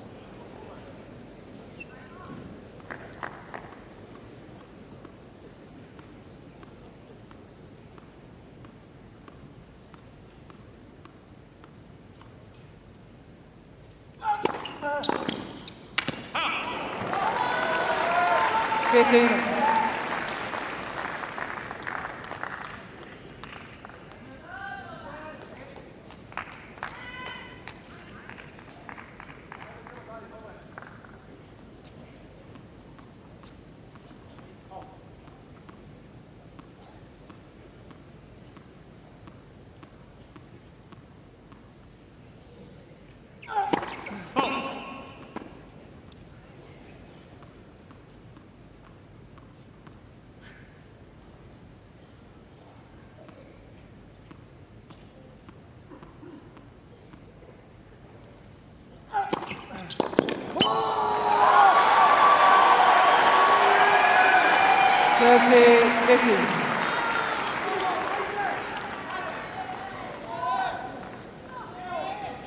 It's not often you see a reaction like that after a second serve from Novak.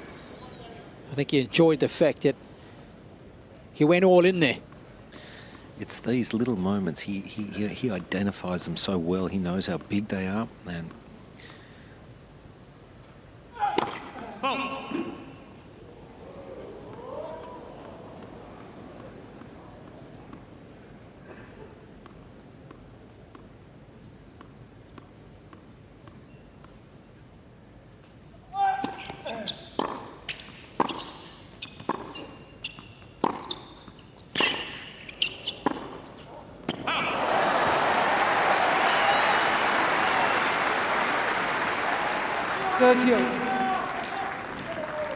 This is good from Faria.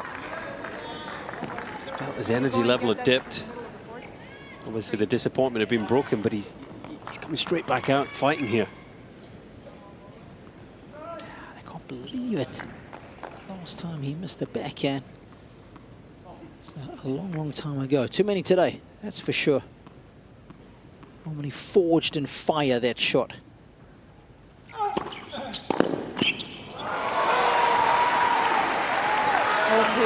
13. Serving numbers feel good in this set. Yep, 11 of 12 when the first serve has gone in.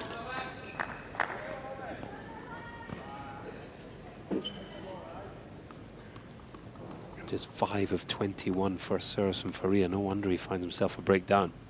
He's lost the serve in this set as well. The leg's a little heavy. Game, Djokovic. Pedal to the metal for Novak. Fans are fired up. 5 games to 2. It's 5-2, third set. What do you got for us, Colin? Well, Djokovic should be feeling an awful lot better about things with that 5-2 and a break lead. We heard prior to this set, Andy Murray tell him to use the backhand cross court, get it closer to the line.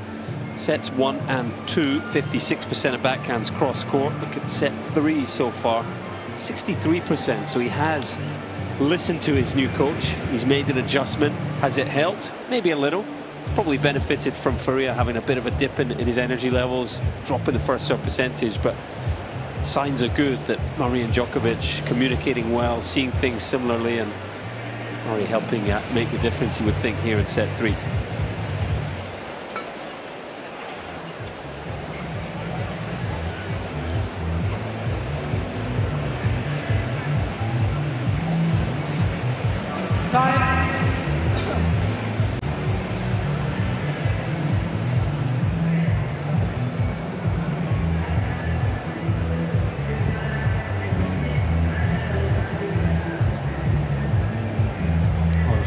Crowds here. Monday was a record, 95,000 through the turnstiles. It's the biggest day that we've had at the Australian Open. These majors are some of the biggest annual sporting events. Get close to 1 million fans when you include the qualifying week as well.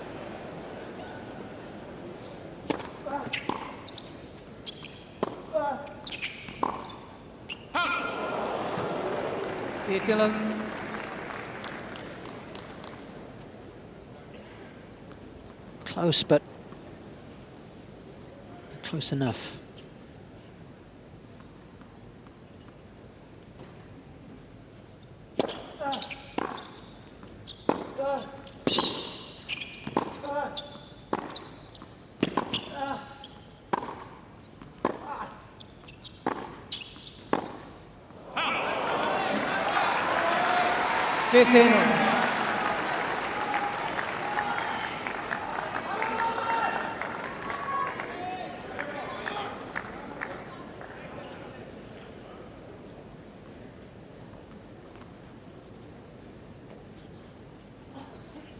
Both players putting in a good shift.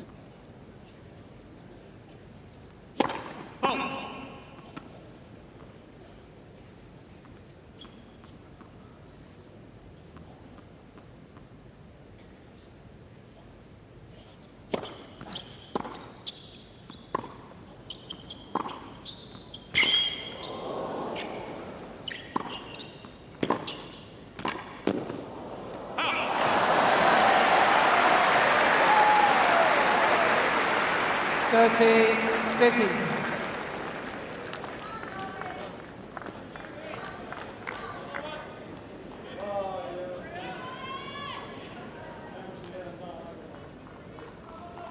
you what, Andy Murray's locked in, isn't he, as a coach?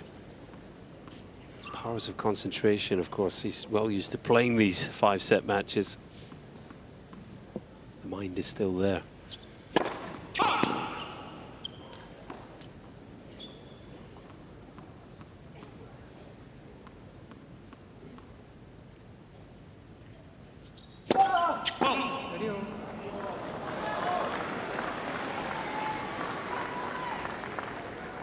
The feedback you get when you play against somebody like Djokovic is just invaluable.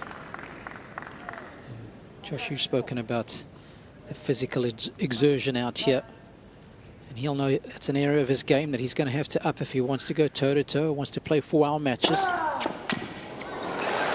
as I said, when you've only won one match at tour level, and that's a couple of days ago, this is a giant learning curve. It does not get any better when you come out here on Rod Laver Arena. You're playing Novak. You've got coaches with iPads with live data information as well. Well, that's ridiculous. That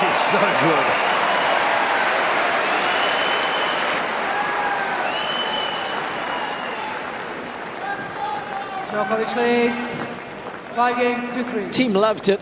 This is an unvarnished forehand.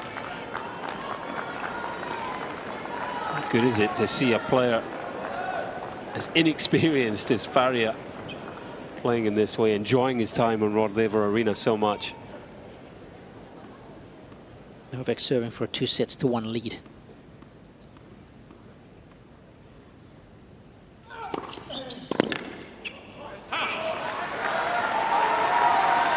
Of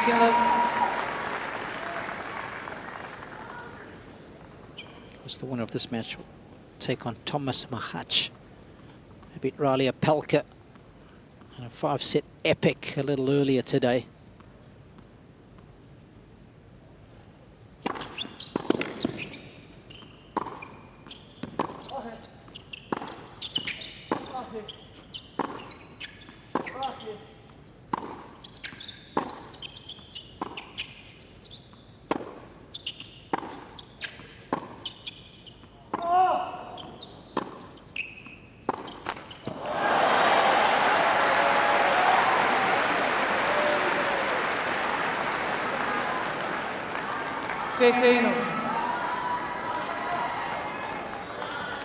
He's going to take his time here, Djokovic. This is 2-10s for some to watch. Looked like he ran out of steam a little on that long point. Exactly what I was thinking. He's already had one time violation, remember? So he can't take too long.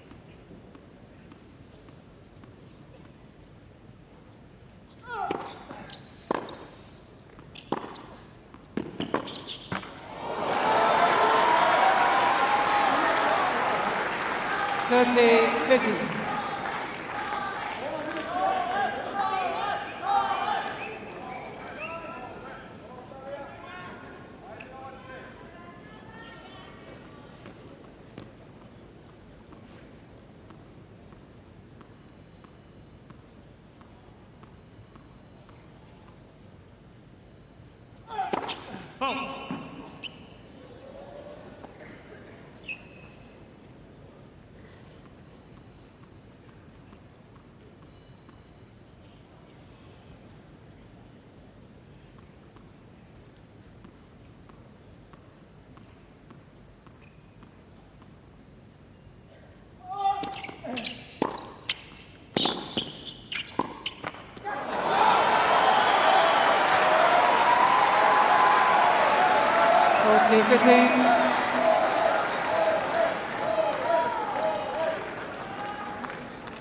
Just up the quality when he's needed to in this third set, has Novak. He's been aided by Faria's serve not working as well as what it did in the previous one. He's got 2 set points. Game end. That's it. Only needs one. 6 games to 3. Djokovic And he'll be breathing a little easier now as he sits down with a 2-1 lead.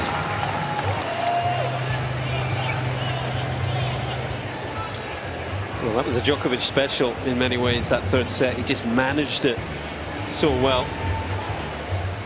And, allowed inexperienced Faria just to drop off. Look at the first serve percentage. It dropped off a cliff down to 33% of first serves going in. I think the legs got a little heavy, maybe just the adrenaline left his body for a period. Djokovic with 88% of first serve points won, as I say, just managing the set. Won the points that he needed to. He'll be feeling good now, he's 2-1 ahead.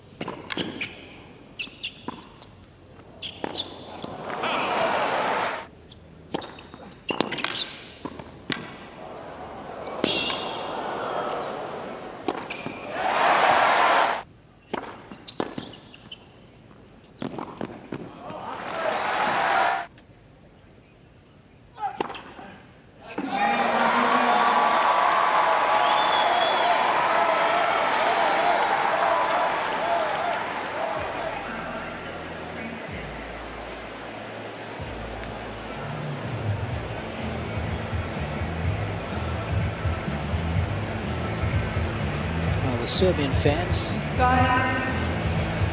are feeling a little bit better about themselves.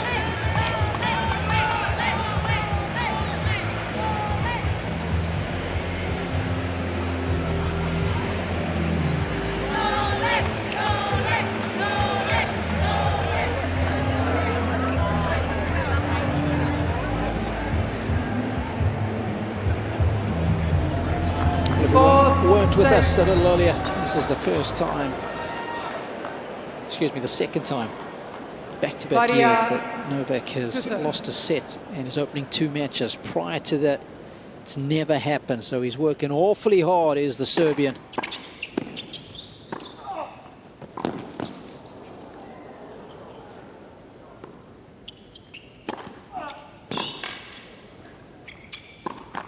This last year it was Prismic and Poprin gave him a hard time in the early stage of the tournament. This year it's Basavaredi and Faria that have been stretching his limits.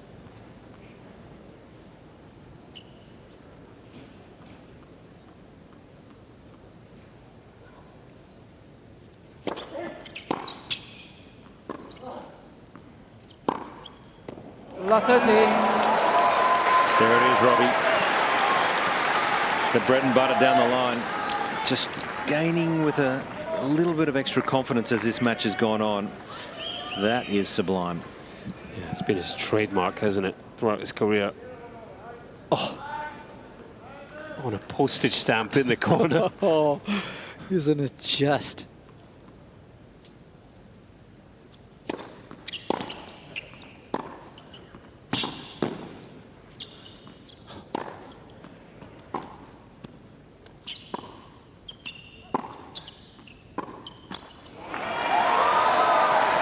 The big fella he's battling here. He's just physically not used to playing at this intensity for as long as Novak can keep you out here. 2 hours, 34 minutes of just absolute quality, but I just think there's not much left in the legs.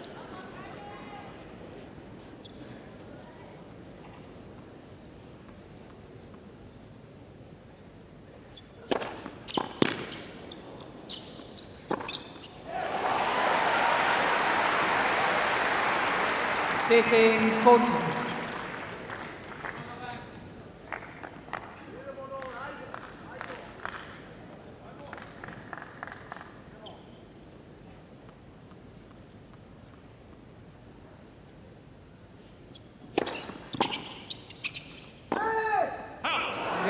Djokovic. Confidence definitely game. starting to course through the veins of Novak now. And I think what I enjoyed a lot in that game, not only the backhand down the line, Josh, but the improvisation that he has, the chip backhand return there to keep the ball in play, the couple of forehand chips. Just, he's got so many skills. We've seen it with Alcaraz as well. Yeah, you don't get a lot of kudos for having those types of skills, but that man had plenty, that's for sure. Andy Murray, on-end range, just keeping themselves in the point. Just really good tennis IQ from the very best players in the world. Yeah, and I did the Jerry Sinner match, and there's opening two tie breaks. Sinner wasn't playing great, just in crucial times, Josh. Just chipping the ball back into play, got Jerry to miss once or twice on each breaker, and that was the decider. Nothing fancy. In fact, it was the most basic that won him both those breakers. Yeah, I agree. I think a lot of youngsters today, a new coach at the highest level, sometimes they can be very one-dimensional in their training, Colin. They can be. I mean, a lot is made these days of, you know, having weapons. Yeah. You know, all the points are short, 0 to 4, and yes, the majority of points are probably somewhere between 60–70% in the men's game, or between 0 and 4 shots. But sometimes the most important points can be 10, 12, 20 shots, as we've seen in this match.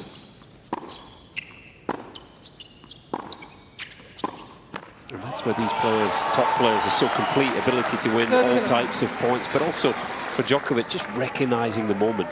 Starting this fourth set, you know, no lull himself, everything in play, got the break, now well in control.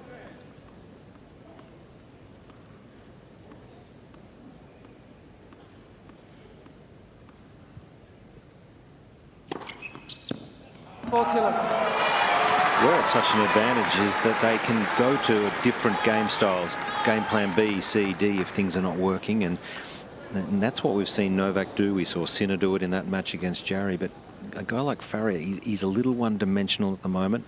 Incredibly talented, I'll give that, but you just need to add a few strings to your bow. Djokovic.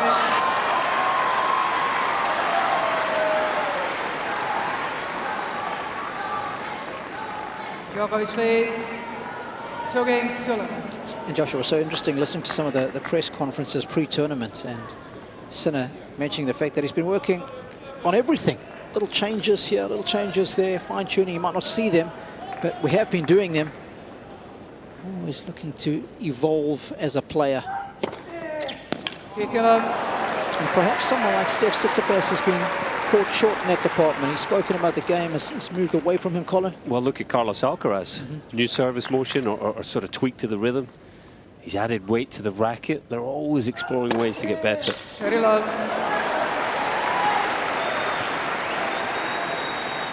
He's also brought a new approach on return. He's taken a lot of second serve returns very early, Alcaraz, so far. Hasn't had a match on Rod Laver yet. He'll get one at some point, I'm sure.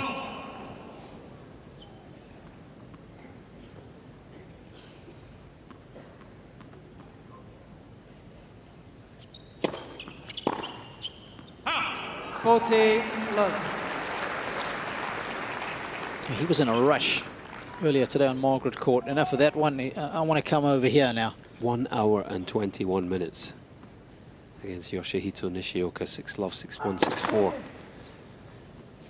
Probably back on court, I would think, with Juan Carlos Ferrero. Was Nishioka still on his honeymoon? Just got married recently.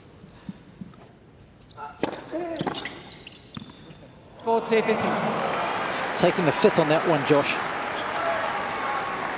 No, well, it's the only slam that Alcaraz hasn't won. We know he's desperate to win the Australian Open, so I'm sure in the off-season he would have been really doing a lot of work and really targeting to come in here primed.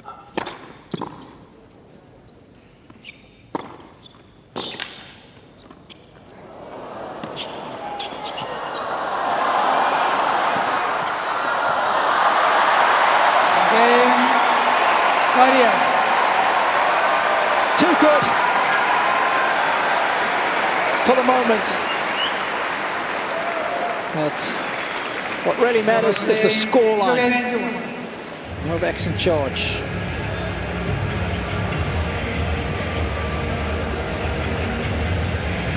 Yeah, we've got some great storylines in the men's singles this year at the Australian Open.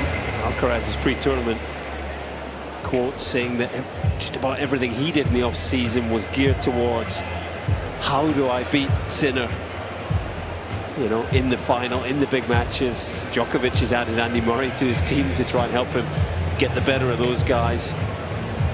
Big names potentially on a collision course. I think I'm right in saying from the draw, Robbie, it could be a potential Djokovic-Alcaraz quarter-final. Alcaraz seeded 3, Djokovic 7. It's tasty for a quarter if we get there. What do you think Djokovic's best chance to win another Grand Slam? What surface? Which tournament? I would say here or Wimbledon. I say Wimbledon. Yeah, Wimbledon, I reckon. Yep. That's the one.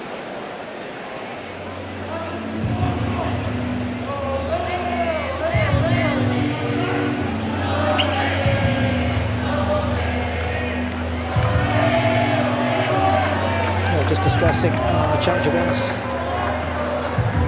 to Novak's chances, or best chances.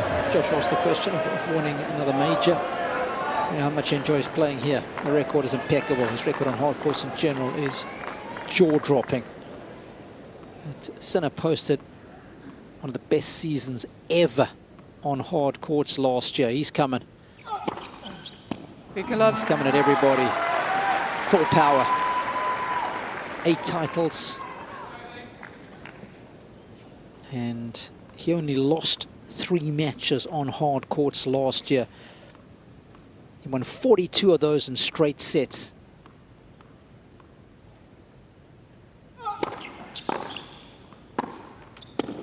Very low.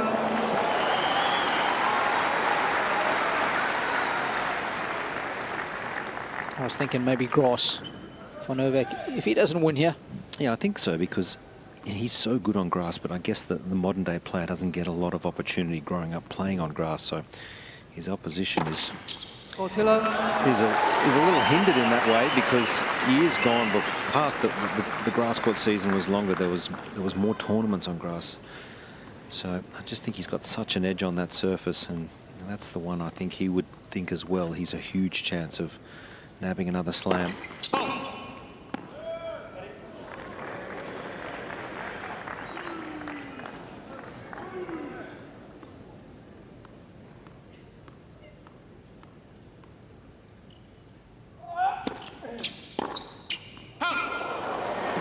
Djokovic. Bit of fancy footwork before that point, Robbie. That was Djokovic almost your leads. Benfica Sporting Lisbon derby you referred to earlier. I was thinking just that.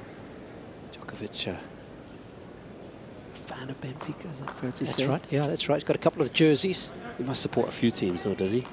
Can't just be Benfica. Red Star Belgrade must be one of those. Yeah, there we go. Faria, big fan of Sporting Lisbon, who are champions and top of the league at this moment.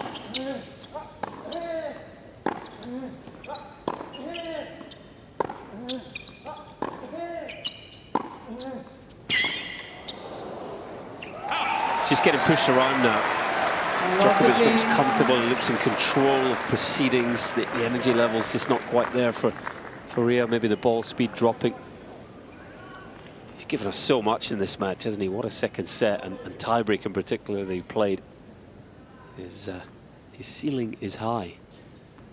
And that man there, his coach, Pedro Sousa, will know that.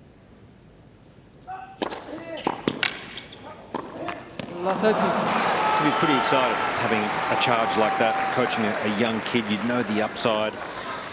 You just got to take a big picture approach. It's not about this week, or it's really not about even the next 12 months. It's about what can we do over the next couple of years to really build this kid's body up, add extra dimensions to his game, and really worry about it in 3 or 4 years. He's going to be contending for some titles, you'd think, sort of when he's in his prime, around mid-20s.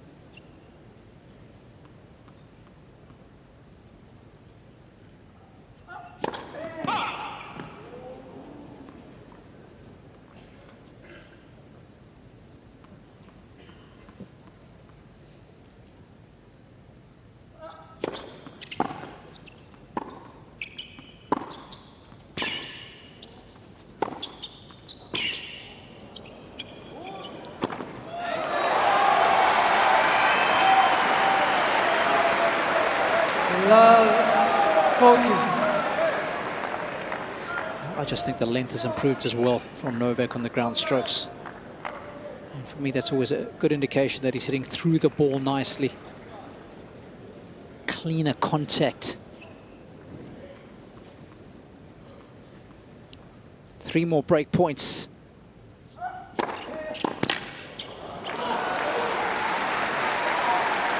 $15, 14.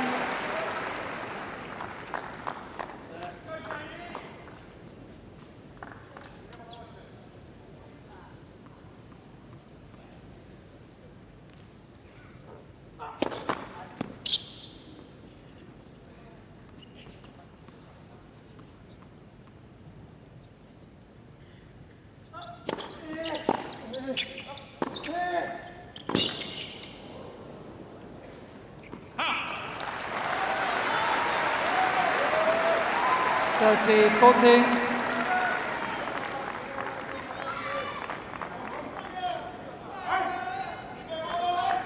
Pretty stressful, I would imagine, for Andy.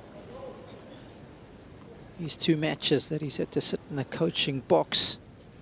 Lot to ponder.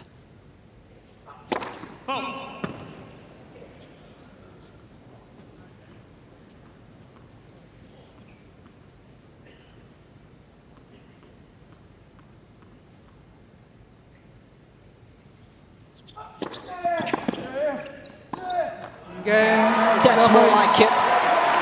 New balls, please. He's loving life now, and why not? There's a double break to the... Step up on what he's faced so far. No kidding. Yeah, that guy... I mean, he was 4-7 against top 10 players last year. Yeah, and he will step onto the court thinking, I'm going to be the pantomime villain here, I'm going to take this guy out. He will really believe in himself in that one. It'll be a physical match. The baseline points will be high octane. He'll be ripping the ball around. Sign me up for that one.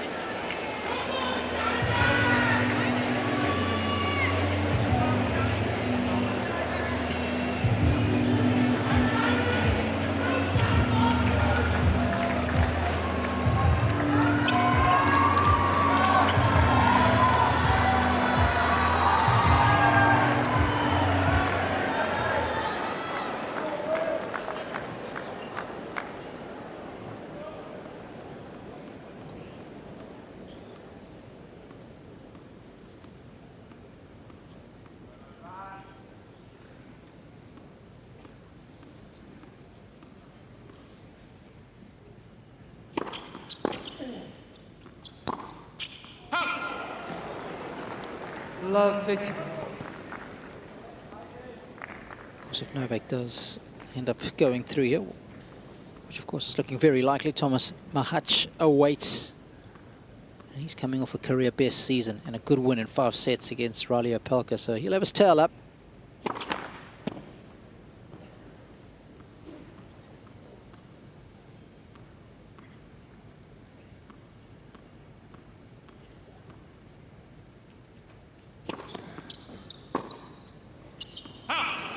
Mahach and Djokovic have played twice.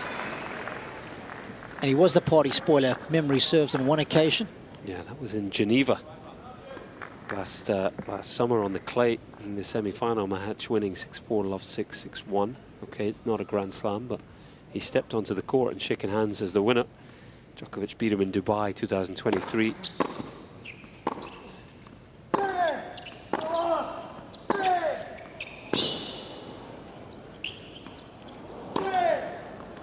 Just pushed it wide, but even that match in Dubai, that was 6 in the 3rd. Djokovic prevailed. Mahach is a better player now than he was then. Yeah, no kidding. And played really well at the United Cup in Sydney, Mahach. He was, you'll remember, he was playing Fritz, Taylor Fritz. He'd won the 1st set and was close to victory. And 2 match points, Josh. Yeah, ended up walking off the court. Yeah. Didn't finish the match, but his group stage matches were very impressive.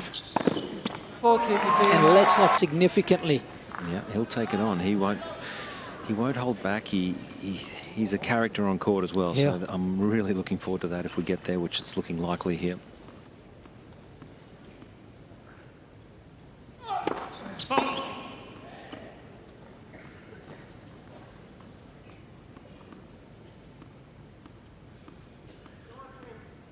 Thank you.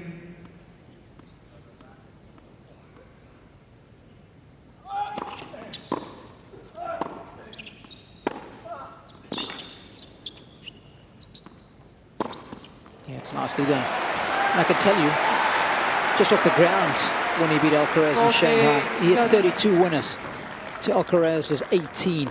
I mean, Gentlemen, out of respect to both players, please. so if you think this guy's got some big groundies, wait until Mahac takes to center stage.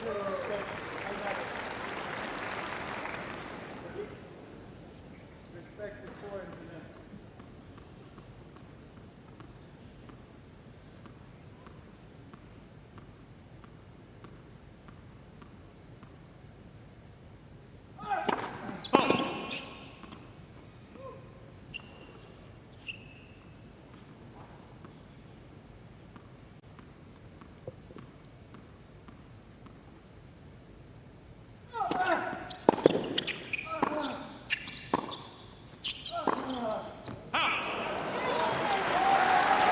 Yes.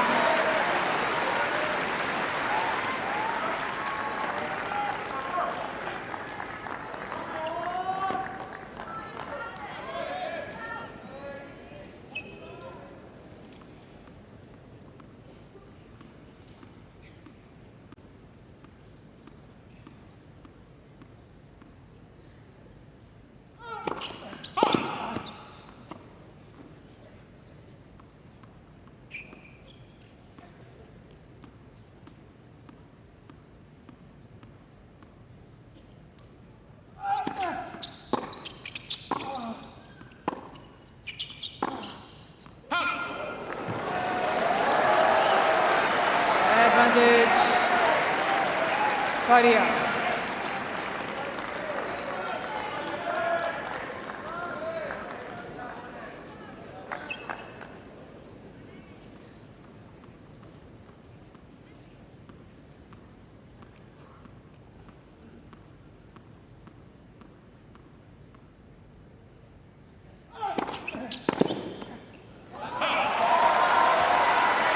Oh, that's Old Faithful. It is Old Faithful.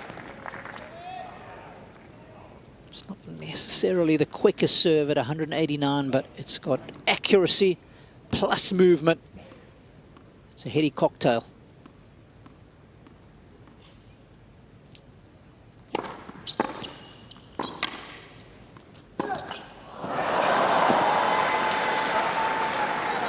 Advantage, Djokovic.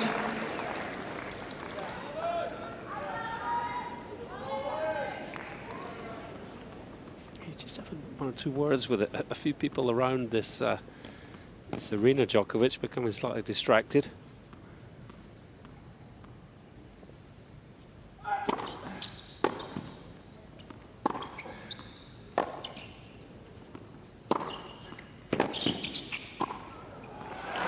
Djokovic.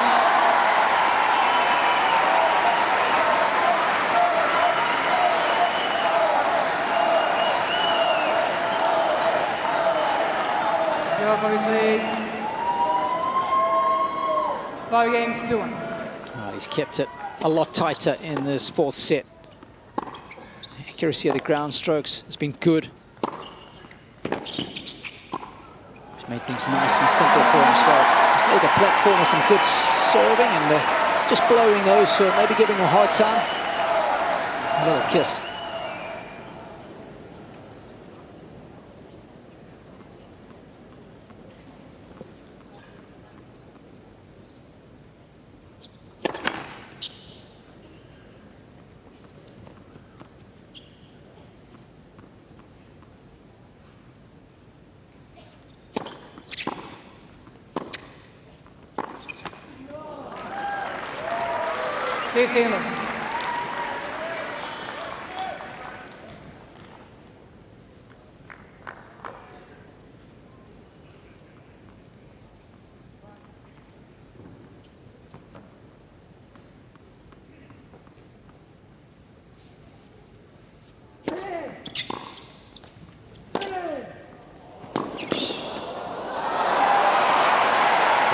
Beautiful there from Faria, just reminding us of some of the tennis that won him the second set.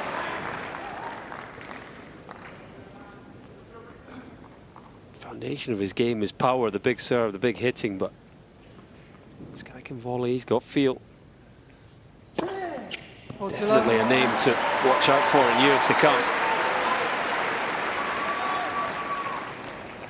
Hard to believe that 12 months ago he was outside the world's top 400. He's going to be well inside the top 100 very, very soon, you would think. Jaime Faria.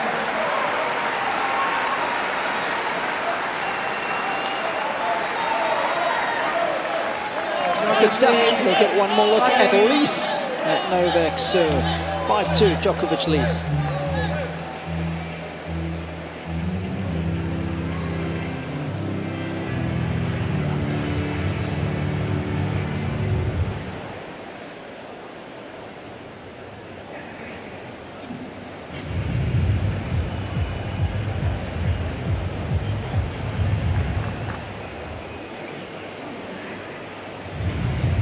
Well, I guess change of ends, Josh. Just give me your marks out of 10 for Novak. If he goes on to win it here. Look, you as well, Cole. I think he's been solid, absolutely solid. He's got better as the match has gone on, and that's what he does. So I think, you know, you don't win a Grand Slam in the first week, but you can certainly lose it. So I think he's building with momentum. There's a lot of things that he can still just slightly tweak. So he's going to have to fire up in his next match. There's no doubt about it. But overall, it's been a pretty solid performance. I'm going to give him about a 7.5 out of 10 for this. It's been pretty good.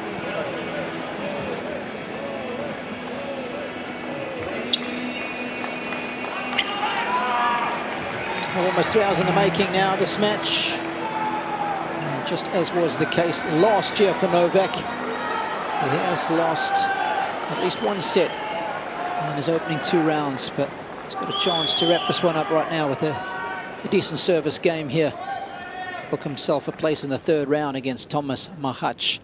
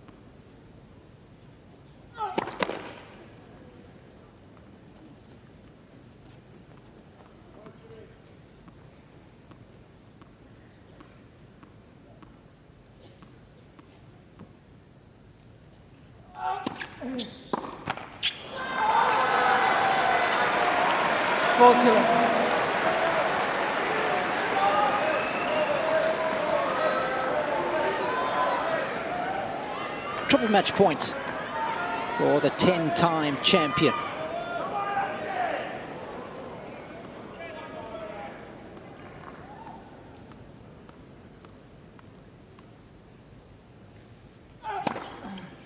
Game, Jannik Djokovic. 3 sets to 1, 6-1, 6-7, 6-3, 6-2. Well, in a record-setting 430th Grand Slam match for Novak today. He needed to use a lot of experience to get the better of the Portuguese. A slow start, but finished with a flourish. 6-1, 6-7, 6-3, 6-2. How do you like that one, Andy?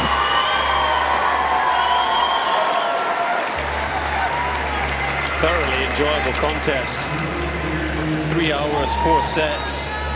the master and the rookie. I'll tell you what, the rookie entertained us for a large part of it. That second set was seriously impressive. He just ran out of steam from probably the early stages of the third, but Jaime Faria, remember the name, he'll be back next year. He'll be back stronger and very dangerous. Huge game that he's got. Djokovic, as he's done so many times over the years, just figuring him out, outlasting him, outmaneuvering him here on Rod Laver Arena. And it's 2-2 for the Murray-Djokovic coach-player relationship.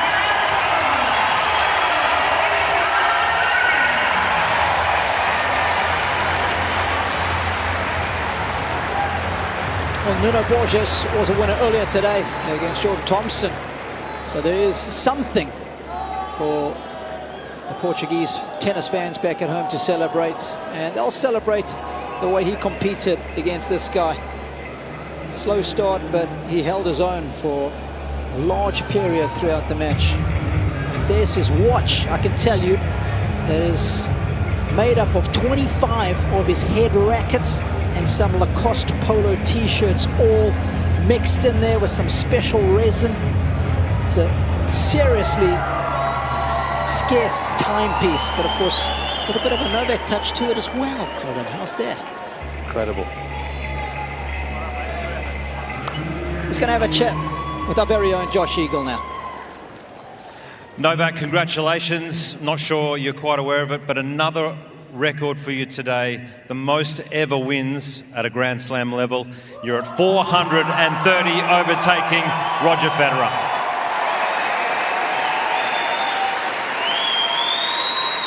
Thank you. What to say, you know, I love this sport. I love competition. I love you too, thank you. I try to give my best, you know, every single time. It's been over 20 years that I've been competing in a Grand Slam at the highest level, and whether I win or lose, one thing is for sure, you know, I'll always leave my heart out on the court. And so Grand Slams, of course, they are the pillars of our sport. They mean everything for the history of this sport. They are the ones that motivate the youngest children. You know, when I was a kid, the first image I had of tennis was watching Wimbledon finals. I was 4 or 5 years old. So, yeah, Grand Slams are definitely the most important tournaments in the world in our sport. It's been over 30 years of existence of this incredible event. So I'm just blessed to be making another record, I guess, today.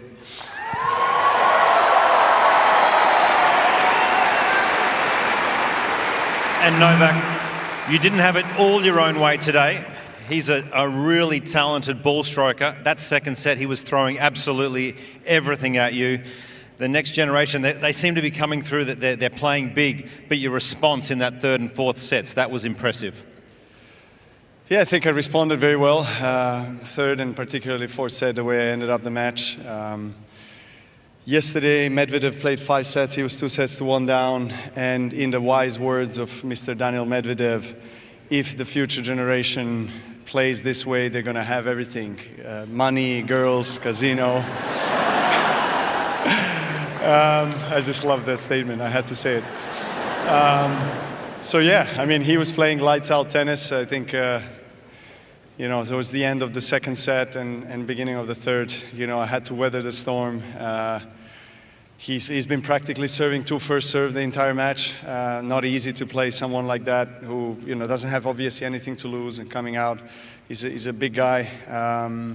Very young, I think 20 or 21 years old. So I told him at the net, future is bright for him. He should keep going. Absolutely.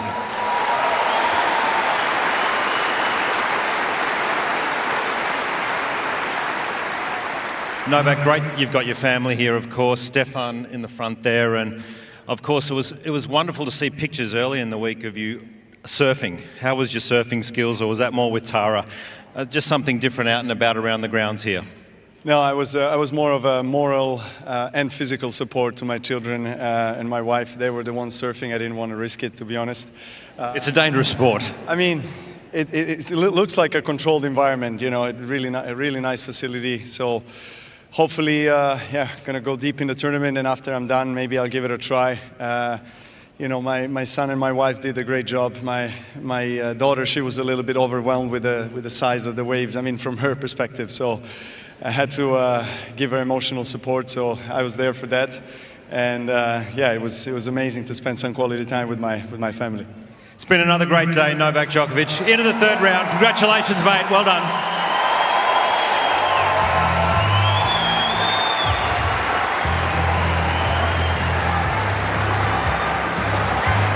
Okay.